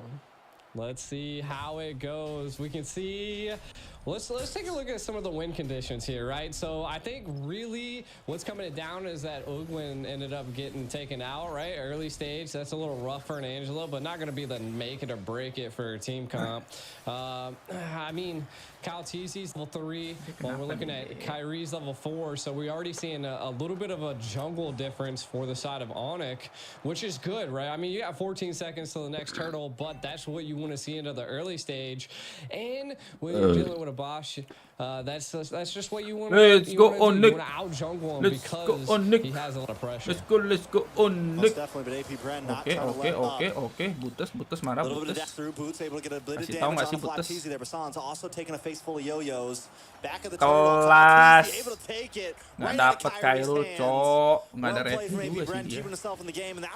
Kairul nggak ada retri, guys. Nah, ini deh, Yeah, and so what I'm really seeing right now is that everybody's roughly about even, right? I mean, first turtle, was that going over to the side of Onic? First turtle, no, over the side of AP Bren. AP Bren. Okay, so Retri was able to be landed. AP Bren coming out on top there, and I think this is what was happening in the last game, right? Like, it was just a little bit hard for Kyrie to hit these retries, and I'm not quite sure what could be causing that. I mean, AP just able to zone and properly keep them at bay. And if they can keep that up, it's going to be a little bit of a trouble for Onic. Now, Onic side, right? They have the sustainability. They have, like you were saying, I mean, they have damage. I just don't know if it's going to be enough to penetrate a Fairmisk Coulter, and I'm not even quite sure if it's going to be able to get past the Angela, right? Like, I just feel like the whole comp of AP Brand is thick. Like, look. Butas! Tidak! Yeah, a little bit of a play up top. Boots in a bit of trouble here. Gonna go down. Flap-TZ able to pick up the kill. Gangbang. On the side of Onic, they got to respond 1-1. AP Brand have taken the gold lead. Is this the Brand effect? Is this the flips? Like lagi babi. I think this is the switch. That was a tongue twister. That was a tongue. I was like, hold up. I'm like, what like join di home di sana, guys. Ya tuh. We've been here a while. It's 0 IQ, death IQ. Patah-patah, jing. Let's go. We lost. We lost, guys. Out of Onic, they're already setting up this turtle, but they have to be able to secure this turtle. Let's see it, Kyrie. Yep. Kyrie they get it. Trying to get the zone onto Flap-TZ. Kyle-TZ though making his way around. Boots looking for an angle as well. Able to pass through. Kyle-TZ comes in, but no Fury connects. Multi paramis. Aduh, Kiboynya mati sih. Able to pull another one, but the damage is shredding him down. Boots gonna be the next to fall. Super Marco picking up the kill. Kyrie able to take it though. They're trying to fight back. Albert in the backside. Pelan-pelan, Pak Doesn't have the 20 Supir. part memories anymore. It's 2 for 1 right now. Onic finds the turtle, but loses the extra member. Buset I mean, not too bad. We can kind of look at what the engage entailed here. The Minerals Rage with a flicker definitely secured quite a bit of CC for the side of Onic, but then the final slash connects. And then, of course, the torn apart memories just take down AP Brand little by little, and Albert was able to take out Kyle-TZ. Paramis mengubah segala-galanya, cok. That's a little bit of the breathing room Onic needed, and that just slows down the enemy jungle a little bit. And Bashia is able to just jungle crazy. We can kind of take a look at some of the items. Molten cores picked up by both jungles, which are clutch. And then you're also looking at Albert. Already has the Blade of Hep, which is just insane first poke damage. So again, Onic could be doing a little bit of peel here. We can already see it's 2v2 in the gold lane. I think the Brody right now is definitely winning against the carry. Langsung si Halpen kasih bet. Super Marco is definitely going to be coming out Daripada on pistol top when dulu. it comes into the mid to late game. Si Halpen dulu We'll ngasih see. bantu I tim think it's gitu. going to come down to Keyboy just giving that pressure and helping his gold lane. Walaupun Brody cuma single attack ya. All right, now both teams still making work. AP Brand has definitely bought some time. You mentioned that, and I think that's exactly what they needed. Super Marco getting plenty of time to scale. Flap-TZ already having the War Axe in, not having to go super defensive in the beginning, kind of like what we saw for Boots previously when he had to pick up the Dread armor before he got the War Axe. Banget ini, guys. This means that Flap-TZ is going to be able to kind of play the front line, and when you have something like the Fermis paired up with you, that you can just hang out even longer and just continuously harass with that skill, it becomes a problem. Oke, fight 5-5 lagi ya, fight 5-5 lagi ya, guys. Turtle now in, we're 6 minutes Sanchez udah bonyok ya. Still at an immediate tie. Tapi They're looking for Flap-TZ here. Albert able to get a couple of free shots here. Keyboy with the middle once again gets knocked up with another realm. Connects Kyrie. Able to take the turtle. Butas anjing masih penuh-penuh aja tuh darah-darahnya tuh. Belum ada yang mati ya. Belum ada yang mati ya di sini adik-adik. They're definitely holding on very well, though. You can already see. I love the read by Super Marco. That must have just been Flap-TZ that was able to give that call out. But it is again going to give up the turret here. From the side of Onic, they need to keep this pressure going. Like, they're able to secure neutral objectives. They've taken a tower already, which I think they just need to continue that focus. And if they can continue that, then AP Brand will be kind of pushed back against the wall. Now, what I think's really coming in on AP Brand's side is that they are kind of lacking a little bit of damage. It could be that we see the Fermis going with a Quantum Charge, which is a little interesting for a mid lane, I would say. Just looking to be engaging engaging and being in the battle. So I think they're really relying on Super Marco, which again, I mean, he's one. Nah, Sunsnya udah spin ya. He could still Let's go. get there, but I think it's going to come into the Tinggal beli Node nih Suns nih. I mean, Node sabi sih, kasih tahu putus, mati sih Flap TZ-nya. Masa iya nggak mati, Cok? Mati sih. Nice. Akhirnya Flap TZ ditumbangkan ya. Go. Onic, kasih tahu Suns. Nah. Kasih tahu Suns. AP Bren could make the strike at any moment. Yeah, but I love that they're going back to the fundamentals, right? Like they're just Bawahnya securing Cok, jangan neutral kasih karinya objectives, enak taking aja. towers. Bawahnya boleh sih. Tapi hati-hati maybe they defense-nya, listened Cok. to us. Like they just weren't secure in towers in the first and second game, and we're Oke, seeing that Albert time udah around. DHS, Towers pistol, don't always mean Eptasis wins, ya. but it Oke, also boleh. allows you to punish a team when Boleh. they're during Lord fights and other things like this. But this is where AP Bren normally flicks the switch. So this is where we're gonna have to watch out. First Lord is here. Can AP Bren flick the switch, Trex? We'll see. It's definitely a possibility. Super Marco hasn't taken a death, can still pack a punch. The only problem is AP Bren doesn't have that much. Oh my god, never mind. I was going to say not that much damage, but look at Flap TZ shredding down Sans. Sans forced to use the black shoes before the Lord fight. Lord down about 20%. Oke, ngeri. The flicker once again. Masih ada ulti Paramis, hati-hati. Kelas. Kasih tahu. Nice. Aduh, Albertnya bonyok, Cok. Alamak. Able to take the Lord. But he loses 2 members. Dapat top sih guys, tapi kok fragnya kalah, Cok. Perasaan udah ngeri tadi guys. I think it could be a win because they're going to get a tower here. Onic, yes they get the Lord, but at what cost? Perasaan udah ngeri itu tadi, Cok. Tuh. The Butuh sudah kena 4. slash did come out, and it kind of offset AP Bren there. Torn apart memories darahnya masih took them penuh-penuh down semua. low. I think they kind of like tunnel focused right there, and then they forgot that Kyrie was in the center of board pit and was still there. And he was low sih HP. untungnya They Kyrie ya. Kalau nggak dapat sih rugi bandar a bit of a anjing. mistake by AP Bren. I mean, they were able to take out Albert, but again, they lost the Lord, took a mid tower. Darah They need to penuh-penuh kind of semua, focus Cok, up di and take the Hilangela. left and right tower as well. Looks like they might be trading the mid Oke, tower. Minonya udah asis They're ya. trying to come in to save it. Minonya udah asis Onic guys. wants to go for it. They've lost their whole mid. So Kasih their tahu San, side is kasih tahu honestly San. a bit Nggak bisa more jalan open itu. in a sense. Nggak They bisa need to jalan try to itu crack this Tringgiling tier tuh. 3. It's going to be huge for them. Since they've taken so much on the sides, it's going to be, if they can crack that tier 3, Icinya ke Albert mulu, Cok. because right now they're still stuck in the bottleneck of Albert harus rotating around the WON map. sih The buat moment they hantam get that, Cicinya it nih. gives them Cicinya a nggak lot pengen more sih. freedom to be the aggressive team that they want to be. I feel like what's causing a real problem for AP Bren at this point is that Lilia's Ice Queen one. Like, it's just slowing down the team to Anjing a udah crawl, flipping time, and it's Cok. allowing Albert to Jalannya. scale. Now, he did take a Anjing. death there. And Ada you Paramis, kinda see, I like splitting this. time They're lagi. Itu focusing ke- now sekali on the teamfight turrets. tuh kayaknya dia I mean, bisa there's ulti not 3 much else kali on the dah. map to kind of focus on. Kind of put a little bit of pressure, but you got to Kalau remember Angelanya ulti 2 that kali they're aja udah missing untung towers guys. as well. So overextending could be a little bit of a problem and something that Onic can capitalize on.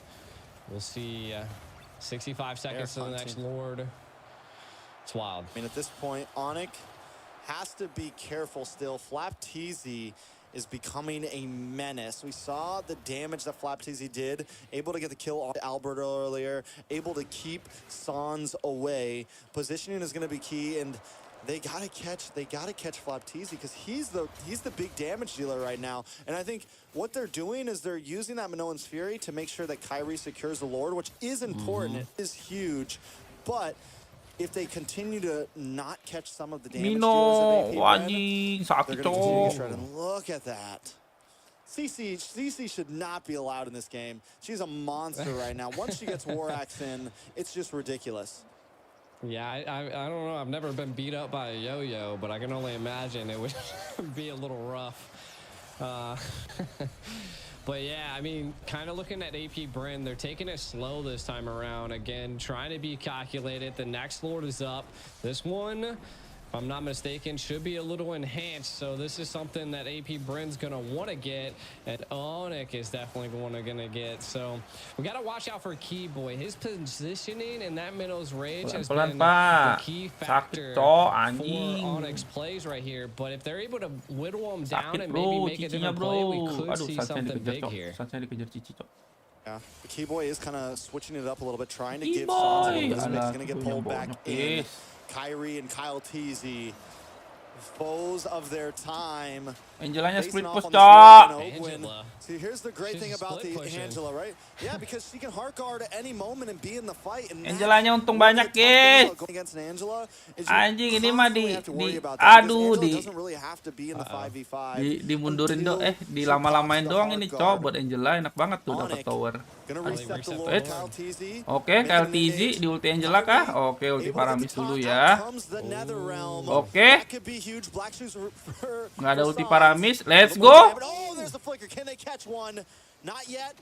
Flap TZ does get the hard guard. They're looking for a little bit more damage. Onic still taking this slow, but minions are on their inhibitor in the bot lane. Someone's got to go back, and they choose to make it Sans. Nggak ada ulti Paramis, nggak ada ulti Angela sih, tapi nggak ada ulti Mino juga, Cok. Anjing, karinya bonyok. Sama-sama nggak ada skill sih, guys. I think they need to maybe try to force this now before the clocks start ticking and the cooldowns are up. But Onic doesn't want to rush this. They don't want to force it. Yeah, what it seems like is that they're just buying time at this point just to be able to push towers in against Onic. And Onic, I mean, they are, you know, pushing the lanes in as well. Left lanes kind of push pretty far for them, but I feel like their control. Paramis ambil blue buff, guys. Udah ada ulti lagi, Cok. Angelanya sama Paramis. Are they going to be able to opt to reset it or not? Oh, the Kyle Teasy takes this Lord. I'm gonna lose my freaking mind. He gets stunned. A final slash pushes him to the side. Nggak dapet, Cok. Actually able to take it with no one's fury, but AP Brand dapat Kari. Kari dapat. Nice. Teasy goes down. He's been a nuisance to the team for a while. Kejar nggak sih? Now Keyboy goes 1 for 1. Onic finally coming out on top in a Lord fight. I mean, right now we're definitely seeing. I can't believe Keyboy ended up getting that. Both retries weren't available, but hey, I mean that's a win for the side of Onic, right? They're able to utilize an enhanced Lord, keep them at bay. Kind of taking a look at some of the items we do see. Udah ada WON ya. Nah, Albert udah ada si Albert, guys, tapi Karinya udah ada. Brody as well. So both marksmen's about to be online. Nice. Onic trying not to Ibo yang dapat lot ya? Oh iya. Definitely not. Ibo yang dapat. What the fuck? They want to keep everybody up late tonight, and I'm okay with it now. Kira retrinya Kyrie yang dapat, guys. Ternyata Keyboy, Cok. Aduh, mati dong Albert. Ya ampun, Bro Bob. Wah, ampun, kok gitu, Jing. The effect is online. The switch has been flipped. Demi red buff. Oh, it's not too bad though. It's not too bad. 2 fall on the side of Onic, but super minions are barreling down onto AP Bren. I mean, it's a good game. It's a good game. Onic clapping back, but AP Bren seems to be winning in the team fight area. They just have to switch it up a little bit and be able to secure some of those neutral objectives. Now, if they can't do that, then Onic's going to constantly keep being on top. Neither base are pierced yet, and I feel like that is going to be a big factor when one team's able to do that. We do see a little bit of a setup here. Maybe that could be the flick of the switch. You can already see that they are zoning lanes so well, Trex. I will say this is the first time we've been this far in the game, and Onic hasn't been down about 5 to 10,000 gold. And they were able to defend before at a huge gold deficit. So I want to say that maybe them being even or close to AP Bren is the advantage. But here's how good AP Bren is. Even in the beginning of this game when they were down in kills, even when it felt like Onic was in control of some of the fights, AP Bren still keeps a solid gold lead. Take us through some of these items though. Yeah, taking a look at some of the items here, really what I'm seeing is Fairness just now picking up a Divine Glaive, so a little bit of magic piercing definitely going to be happening on the team fights.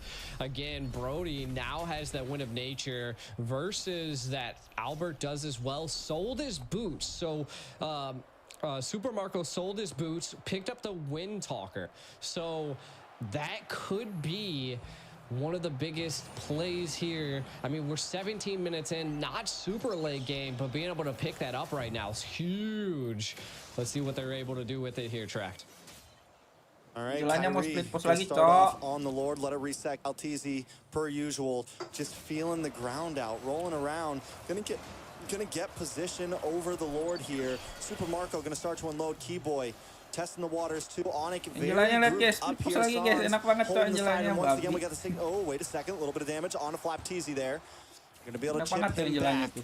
Someone's got to go up and deal with Angela Ogwin, backdoor. AP Bren, the Angel backdoor, non-stop, just Kejar harassing. dia, That's Sans. annoying. You gotta feel it for Onic right now. I mean, if They we gotta feel like it's annoying, it's definitely annoying. Mau digas nih guys, mau digas Like, nih guys. someone go deal with Angela again. You know? You as well. You mentioned the Divine Glaive earlier. Here's the thing about the Pheromones. Nah. Oh, wait a second. A lot of damage. The taunt does Oke, lock down. Flapteezy, gets the hard ulti guard, Paramis, but might not ulti do Angel enough. udah Full dapet, Delta belum trying to ulti help Mino seal nih. the deal. Ulti But Mino still, keluar, Flapteezy nice. gets a lot of damage. There's the Minoans. Rata nggak sih ini sih? Rata dong, masa iya nggak rata, Jack? Super Marco Sans picking up the kill. Few now on the Masa line. iya nggak rata, Jack? Rata dong, For the first time, gila. shutting back. Masa iya nggak menang lagi, Cok, ini, Cok? Series shooken down.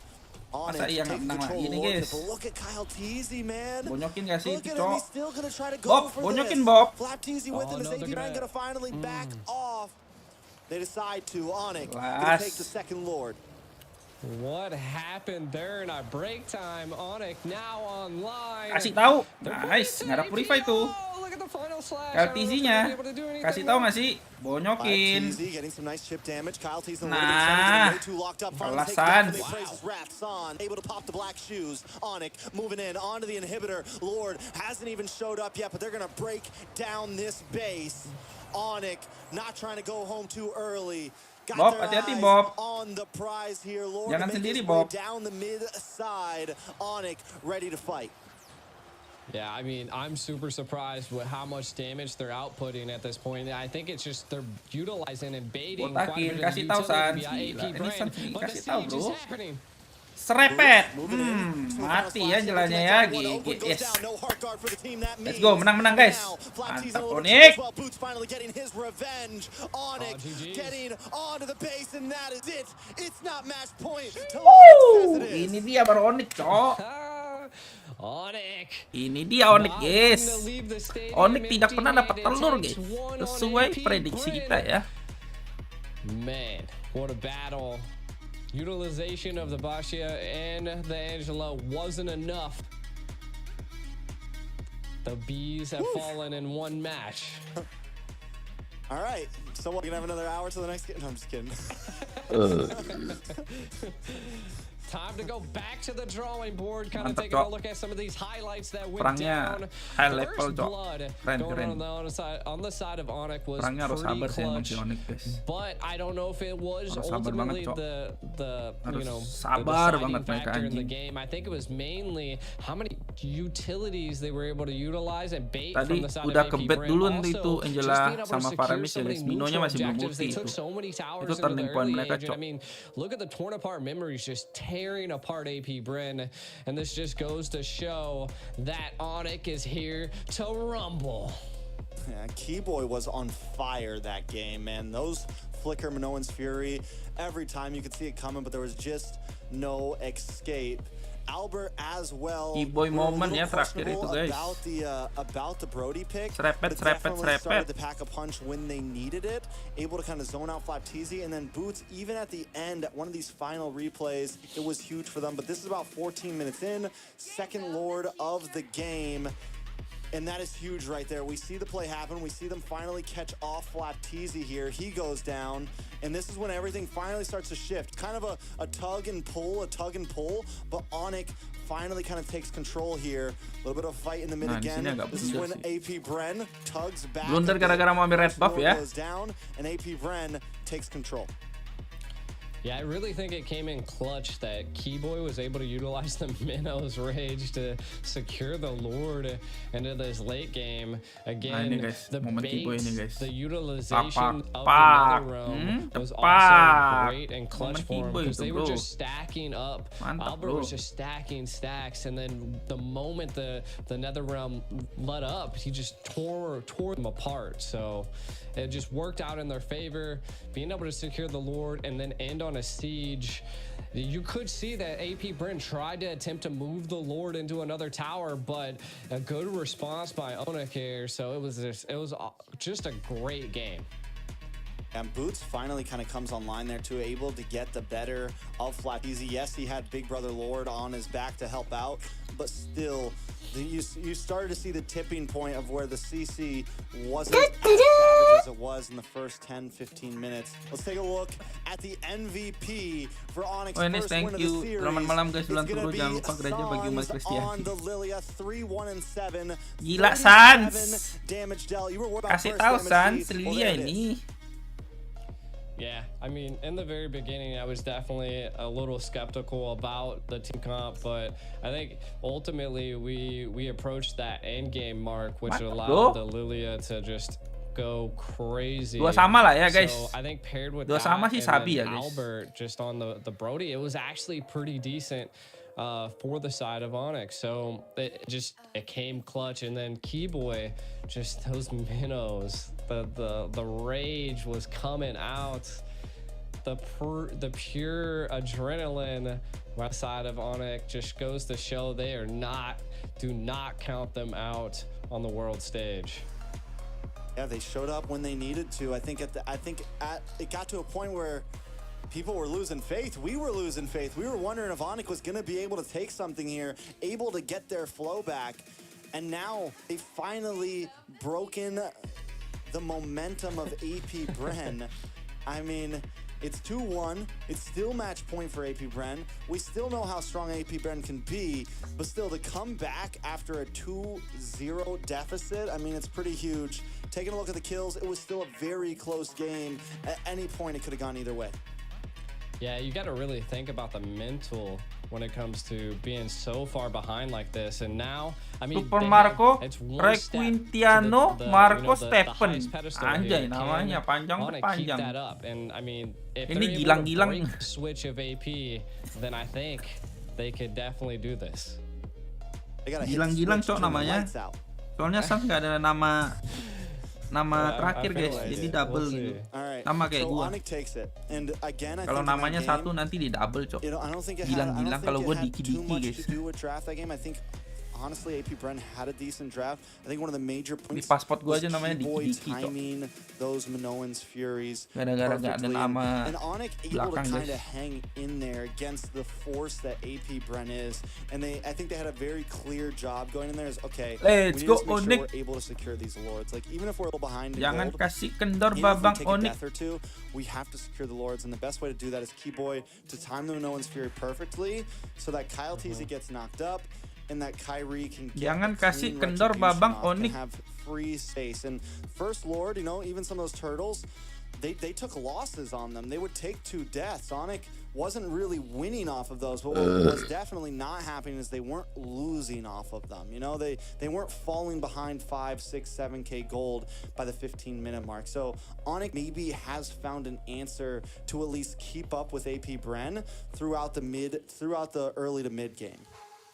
Yeah, and I think it really comes down to just solid CC tanks, right? Like just having, I feel like, of course they had an Angela, right? So it was a little bit of a problem when it just came to that aspect. I thought it was going to be a little bit too much support paired with the Fairness. So again, it just came down to great timing, good control, and overall execution. So overall, Onic did insanely well that game. I don't know if it was that little bit of a break that they just, you know, took a shot of energy, but whatever they just did, break it again. They definitely needed something there, and they pulled it off. There's something else I want to point out here. No Vexana that game. Yeah. Vexana kan di-ban, Bang. You said that if Vexana got banned. It was AP Bren who banned it out, but still, like the pressure that Few brings on, I think any kind of mage like Kayak mana mau ada Vexana I bang, think kalau it's something Vexana that we ini ban definitely bang. need to look at, something that definitely needs to be made clear. Because the zoning he's able to give, and when you put him on something like the Faramis, it's just not there as much in the early and mid game, and it kind of slows down the pace of AP Bren. True. So I mean, we've seen quite a few Kita comps come dikasih out dia, of kok katanya IG-nya banyak dan kira-kira DM-nya dari pulled out by Onic. dia di DM itu karena dia menghilang tadi pas nge-case. Nah, makanya dicariin di Instagram ya. Dia tiba-tiba menghilang tadi. Makanya banyak yang nyariin dia di IG. Do they force the Vexana in the lineup once again? I mean, it seems like the Lilia has just been a game changer for some teams. So maybe targeting the Lilia. I mean, there's quite a few options that they could possibly go with here. But I think right now, Onic just stays on the same path that they're on. Just keep the solid CC up. You definitely need it for when you're taking a Lord like that, because every time it seems like it's coming down to a 50-50 retry battle. So we'll have to see. I feel like Onyx on a good path now. Yeah, they're gonna get blue side as well, which I think blue side has been the favorited side for wins. So you get the first pick, you get to draft a little bit differently. On blue side, you can kind of choose to target a bit more if you want, and let red side see if they want to do the more of meta bans. Things like the Joy, the Matilda, those things we've been talking about for a while, which we know AP Bren is normally willing to at least leave one of them open, like the Guinevere. But still, I do feel like you're a bit more in the driver's seat when it comes to the first phase of bans. Picks a little bit different because you're pretty open to get countered to, but still, I think Onic is in a decent position right now to definitely make this series stretch out. Yeah. My overall thought is now, like, what does AP Bren do, right? They're a little bit on the back foot. What's their overall strategic nge-lag lagi, cok. Babi.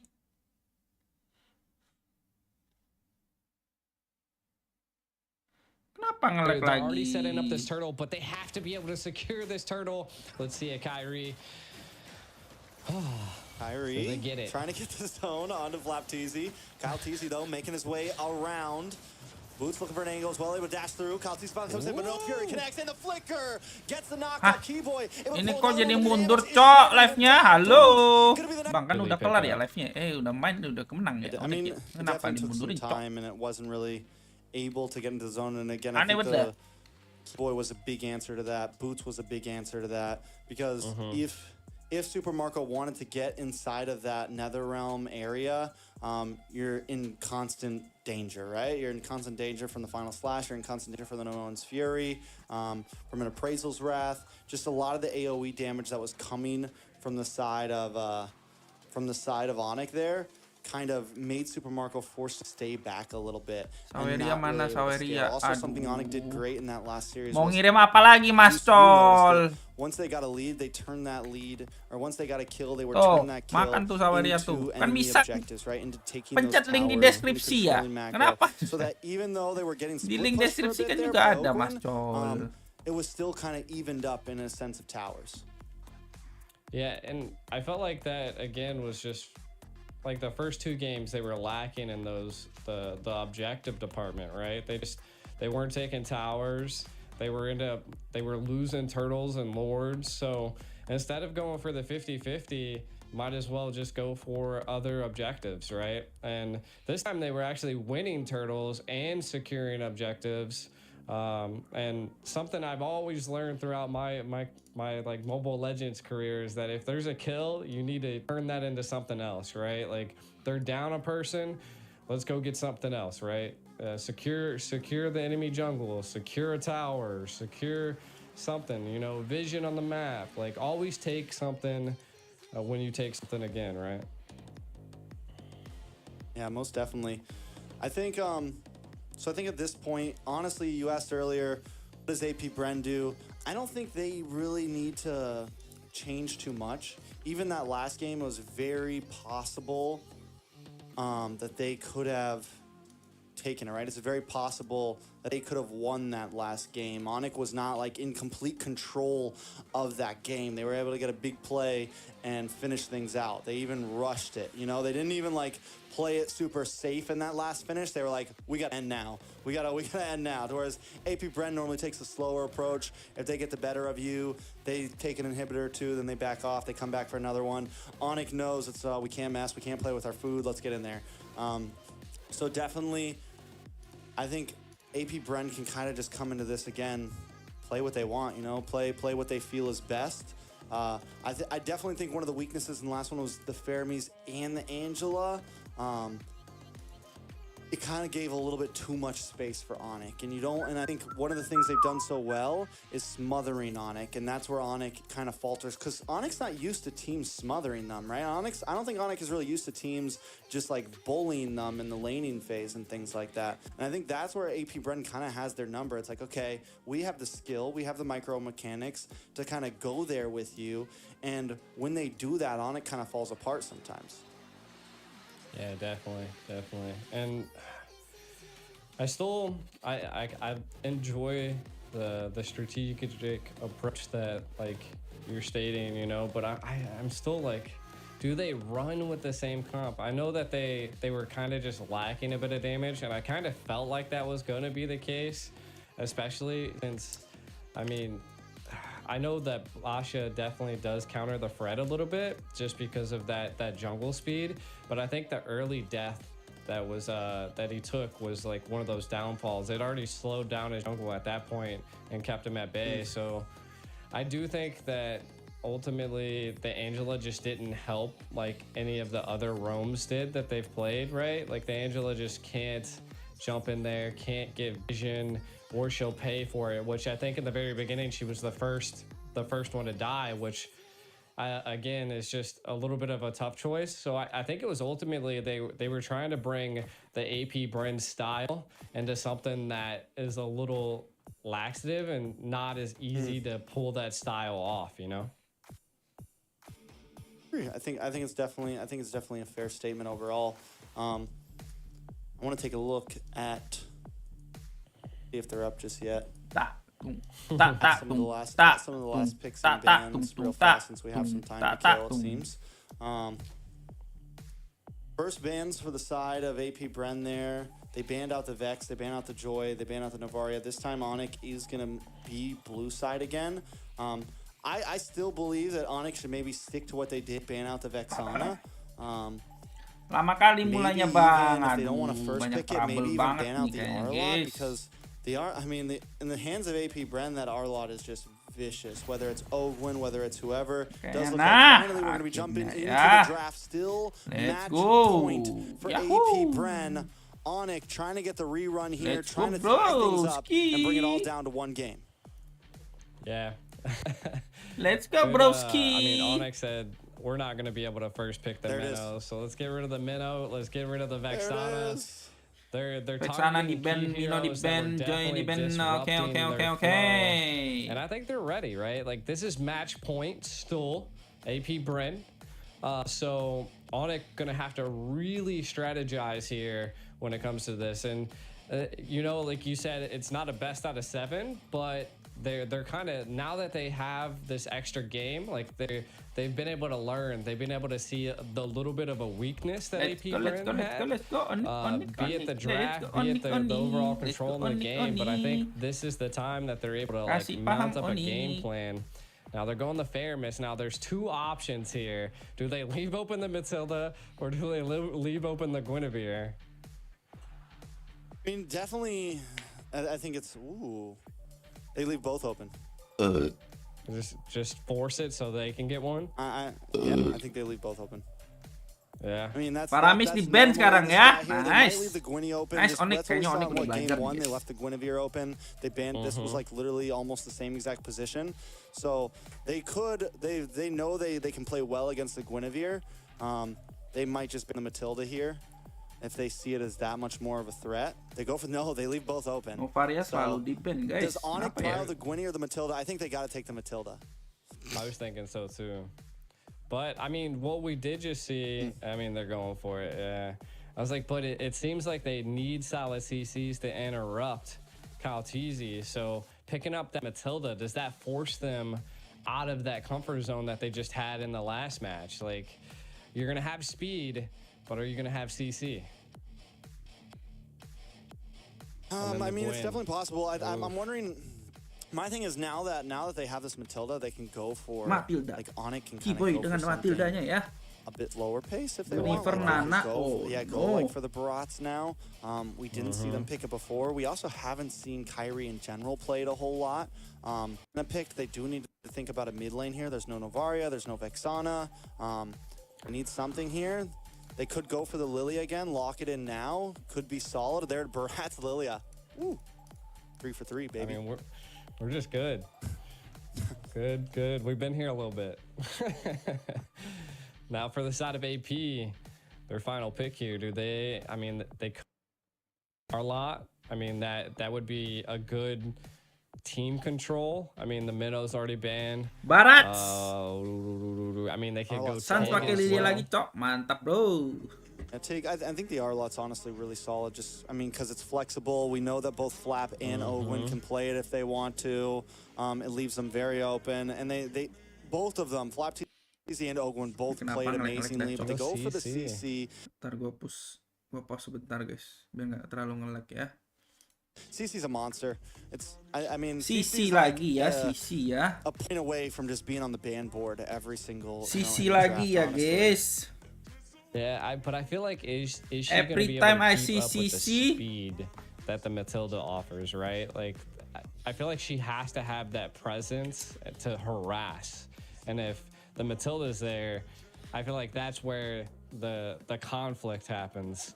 And I mean, Flap TZ definitely. I mean, we know who he is, so it just all depends on location and positioning of the team, I would say. So I still think the R-Lock could come out. Maybe they're just waiting on it for a little bit to kind of see what the second ban phase leads into.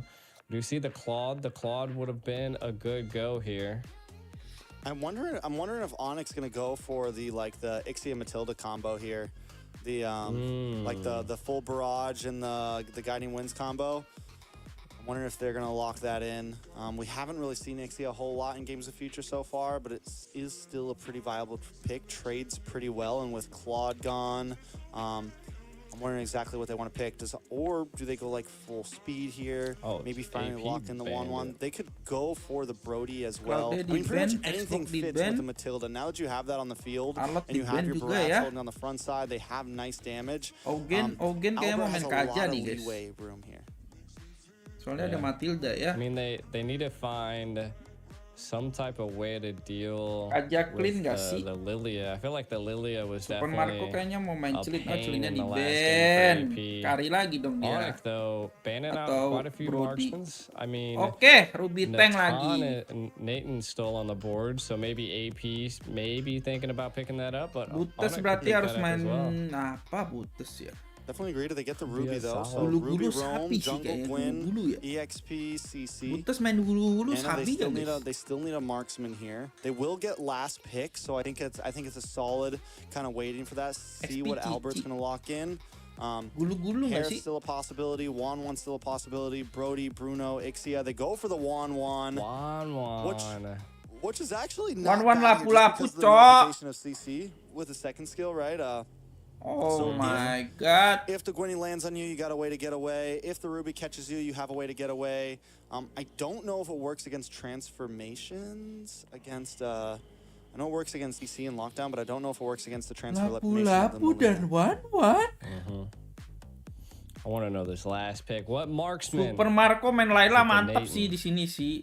Is it Beatrix, cok. the Beatrix? I mean, you don't. Kira all dia you mau gotta do is pick really Layla, click guys. Jadi the super attack Layla. button with the SMGs, and you're able to hit the Wan-Wan. Taunya So super Beatrix, cok. I could see it. I could see it. You also I mean, snipe it. You can also play range against the Wan-Wan in the early laning phase with the sniper. You can build Barat whether you want Matilda, to do Lilia shred ya, guys. damage against the Harusnya Barats, mantap sih, whether guys. you want to do burst damage. Lawannya You have Gunifer plenty of tank, options and Gunifer plenty of jungle outs, so I lagi. think it's definitely a flexible, solid pick for the side of AP Brennan. Harusnya It's oke definitely lah. not a marksman we Onic see all the lebih time, unggul lah. but I definitely don't think Di sini she's just lebih like diunggulkan falling Onic off or sih, anything guys. like that. She's definitely viable when the time is right. Yeah, AP Brand's pulled it out, I think, once or twice before, so they're comfortable with it. We'll see how it goes. The Wanwan's wild, and I was talking about Wanwan like during one of our breaks. I was wondering if Onic or someone was going to pull it out because it just was never banned. And I think it had just come down to seeing how well it can be utilized in team fights. Earlier in the comps, we've seen Wanwan scale and go crazy. So let's see. Yeah. Well, I think Albert's been the only one to pick up the Wanwan so far. I don't think any other team has ran it yet. I think he's been like the trademark pick for it, unless it happened in group stages. But here we are, jumping into the land of Dawn. Onic trying to tie things up. AP Bren trying to get out of here early. It's match point once again at the Games of Future Grand Finals. Bisa ke ini, Cok. Yeah, we can already see that AP Bren's kind of rotating early with the Ruby, which is a little wild. I guess maybe trying to help clear the mid lane a little bit faster against Lilia, which is a little understandable. But the passive... They tried. I know. They went for it. The crowd got a little loud there. I heard it. You gotta love when the crowd interacts with like what's going down. Right now, you can already see that the pressure on the side of Onic, they really want to stop and put pressure onto Super Marco. And I think the Matilda is going to be a play here. The Matilda Brats combo is just an overall good combo. It allows the jungle to be able to rotate and move fast. And you can already see that Kyrie's putting on the pressure on the enemy jungle. And I mean, Gwen also has the ability to roam and put pressure and to be able to secure jungles. But let's see if paired with the Matilda, they're able to do it quicker on the side of Onic. Win conditions, what do you think here, Trex? I mean, win conditions overall, I think both teams scale. Both teams have a pretty a decent late game. You have Albert on the Wanwan. I think something that is going to be crucial for the side of Onic is making sure that Albert has decent space and a decent game. And with the Matilda and with the Barats, they should be able to create ample opportunity for Albert to get something off. I like it. Sans taking a little bit of damage here. Ogwin and Few in the mid side. The major thing is Ogwin with that I'm offended. Astagfirullah, nge-lag lagi, ya Tuhan. This guy knows how to make a set when he needs to. He knows how to make a play when he needs to. Kibo and Sans both locking in the Purify, so it's definitely a solid answer. Pelan-pelan, Pak Sopir. Built-in Purify. So AP Bren, I think one of their win conditions is going to be kind of layering a lot of everyone not blowing their load at once, kind of taking their time with these team fights. Yeah, I feel like team fights. Yeah. I feel like also Kyrie is going to have to manage those stacks really well, and if AP Bren, disrupts that, it could be a little bit of a problem, but maybe a little bit of an engage. Pelan-pelan, Pak People Sans. able to get the knock-up on Ogwin. Sans trying to get out. Nggak ulti dia, Cok. Getting the final hit. First blood for the side of AP Bren. Waduh, Sans. What happened aja now? Back to your stations. Yeah, but Ogwin doesn't want to let up. Miscalculated by Sans ya di sini. They're all over him. Going to force him to use the retry here. He's going to be okay, but at least they force that out. AP Bren with that, and Kyle TZ not using the retry. They're going to try to go for a purple buff steal here. Wah, Kyrie gak dapat biru dong, They guys. can, right? I mean, they have the retry. This would be clutch for him. Kyrie gets to Daytona's welcome, though. And the Kyle stun. Kyle TZ TZ takes a lot of masih damage. Able aman to get aja, away. guys. Grand Theft Purple. Ogwin. Just dashing through Kyrie, gonna be okay, but still, that is huge. Yeah, he's walking up by himself. He's like, nah, forget this, man. You ain't gonna steal my whip. Kyrie marah, guys. This ain't no Grand Theft Purple without any consequences. No, that's a good go by the side of AP. They keep up this pressure. I think just kind of reverting back to what they did in game 1 and 2. And they're just applying heavy pressure. Right now, we're not seeing too many rotations. I mean, it's 4 minutes in with only 1 kill. We can kind of take a look at some of the items. We see Corrosive Scythe being picked up by Albert, which is clutch. Okay. Right now, I think... Okay, Butus. A Flap's little easy. bit of damage on Flap, but Flap still, I mean, that's just a CC right there, man. It's like, even when you think you got the better, out of nowhere, she's throwing more yo-yos in your face. I don't understand how you heal with a yo-yo, but it's there. Wanwan, though, struggling a little bit down here against Super Marco.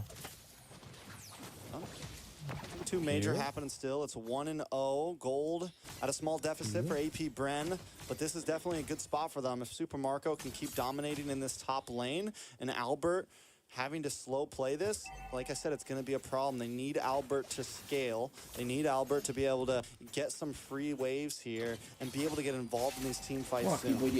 Oh, a lot of damage on the Keyboy though. Keyboy might just be able to get away from this. Use the circling eagle, but no! Taken down, and a kill goes into the pocket of Super Marco. Padahal Keyboynya bisa lari aja, Cok. Kalau Beatrixnya ngejar, dia harus buang because he's doing a lot of damage at this point, right? And now the turtle is probably going to be uncontested because you can already see the side of the map. Bravest fighter on the flat, but I think it's going to be too much of a problem. Onic, I like this. They're responding. They know they can't get the turtle, and this is what I was saying before. Can they take something here? Oh, AP Brent take something themselves. Find Sans. Sans 2 deaths now, not at the place we want to see a Lilia. AP Brent feeling confident in themselves. The switch might have been flipped here. I'm wondering how much more aggressive they're going to get. Yeah, I mean, you can already see they're gonna Wario this tower right here. Oh no, they backed off. They seen the number there. Again, I think the side of Onic, they just got to keep this up. Like you were saying, Albert needs to kind of get fed, keep the gains coming. And Sans, I mean, gonna have to stop dying here. They're definitely taking advantage of it. The Matilda not coming into too big of a play yet. Yeah, definitely being monsters.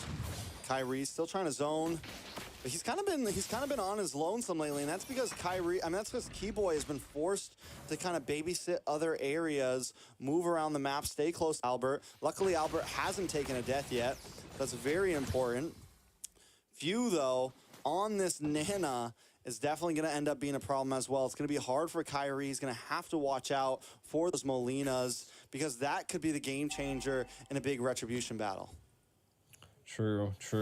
And I mean, just the pressure. This is like literally just reliving game 1. Like they are just applying so much pressure on Onic, and they have to find some type of relief here. But again, I feel like at some point they're keeping. They're keeping this left tower, which is it's good, right? Albert just has to get a key play on this 1-1, and it can make differences. And they're just a little too late there. Onic looks for the play nonstop. But AP Bren is constantly answering faster. They know them. They know when they're coming. They feel it out. And like you said, they're just eating up at Onic right now. Kyrie, unable to get his last orange buff. They're losing towers in the bot. Here comes another turtle, last turtle of the game. Keyboy gonna try to make the roundabout. Not able to get a knock on anybody. The bomb comes down and Kaltiza mati dong Kairul gitu. Ya ampun. Unable to even finish the Daytona's welcome. The rest of his team not there to help out. He went from a big dino to a tiny dino right there. It was big dino to a dead dino. Yeah. AP Bren just controlling the field, turned him into a fossil. Onic gonna have to figure out a way to bite back. And I think, I mean, they're controlling it here. I just think at some point we need to see Albert into an engage, but they don't want to lose him. I thought he was going for the quick no scope right there. Almost hit Super Marco, definitely becoming a threat. 2-0 and 1, the 360 no scope. Trying to land down. Onic American Sniper Special.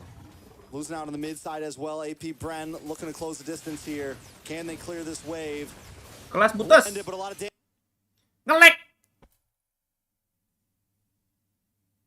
damage on.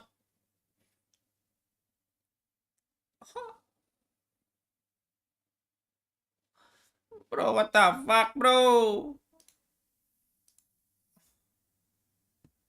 Still doing really good. Keyboy hasn't died, but I think he needs to be in a little bit more of a key location to be able to save his team sometimes.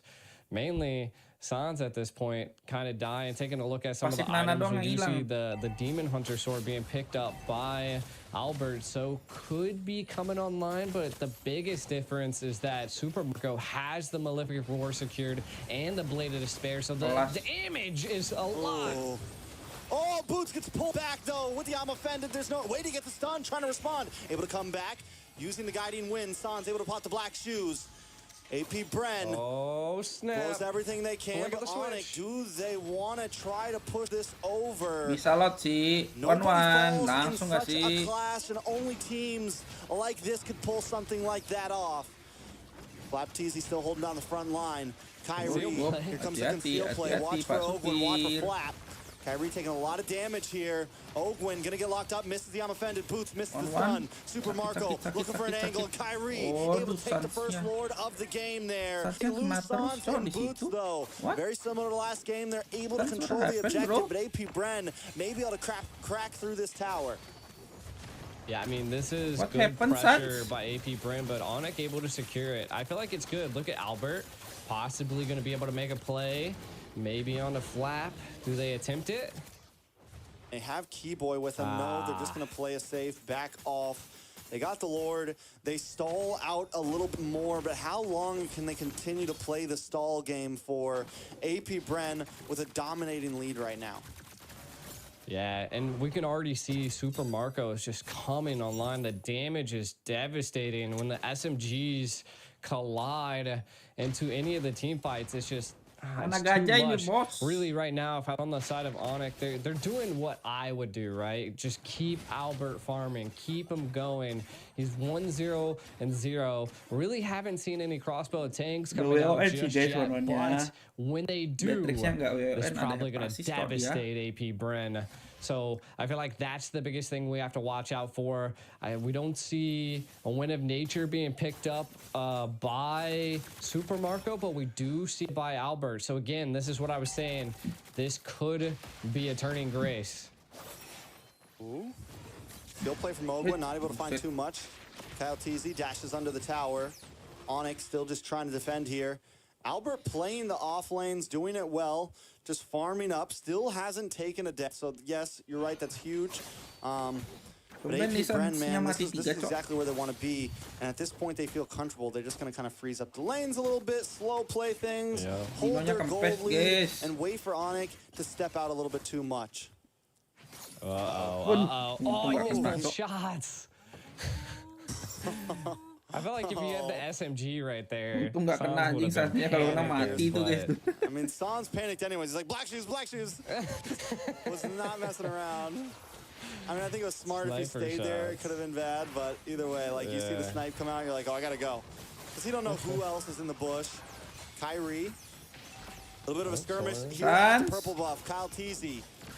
Looking for an angle as well. Super Marco gonna back off as Few stays behind, taking a lot of damage. Few in trouble, forced to use a flicker there. Takes a little bit of burn, but the passive does not proc. AP Bren still in control.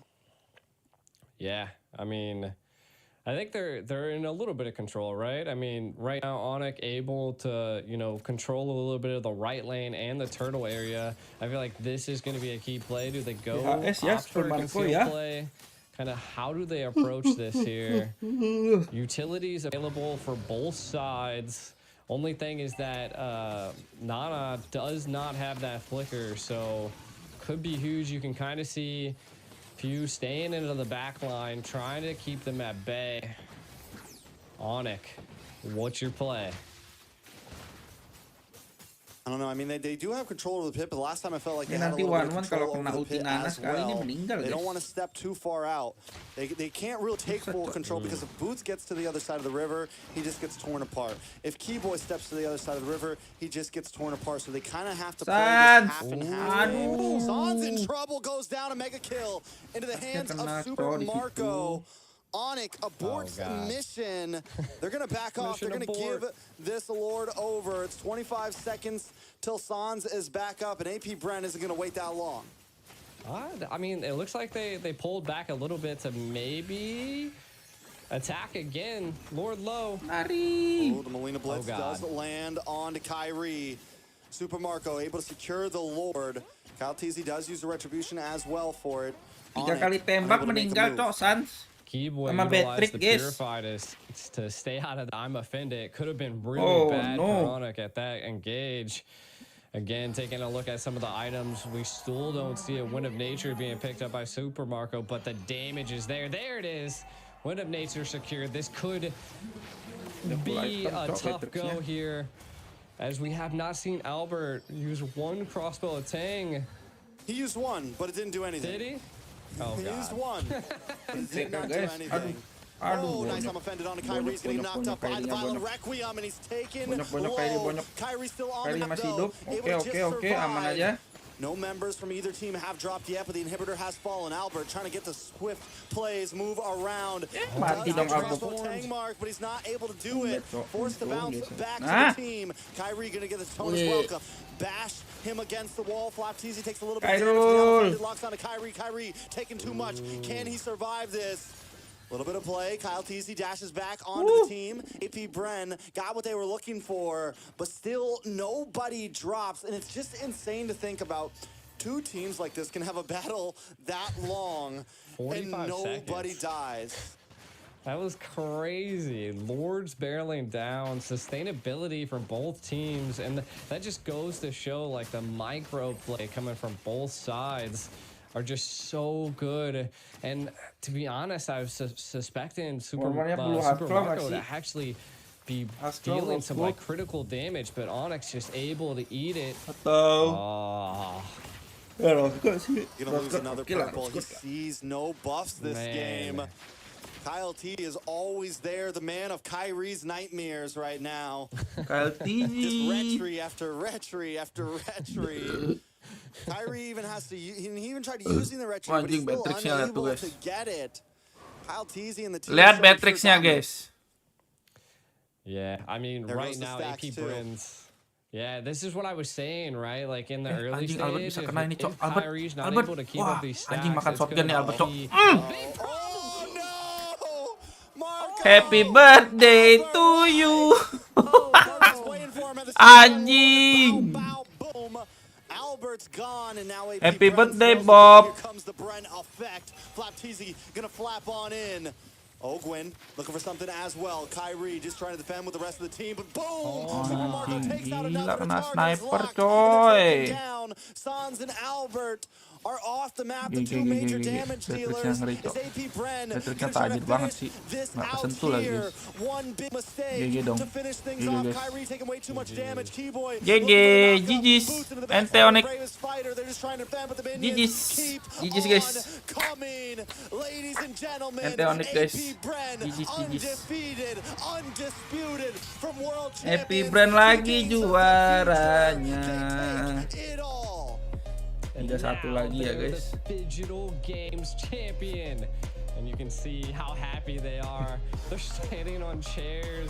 Look at, I really wish I could hear the crowd. It's probably going wild at this point.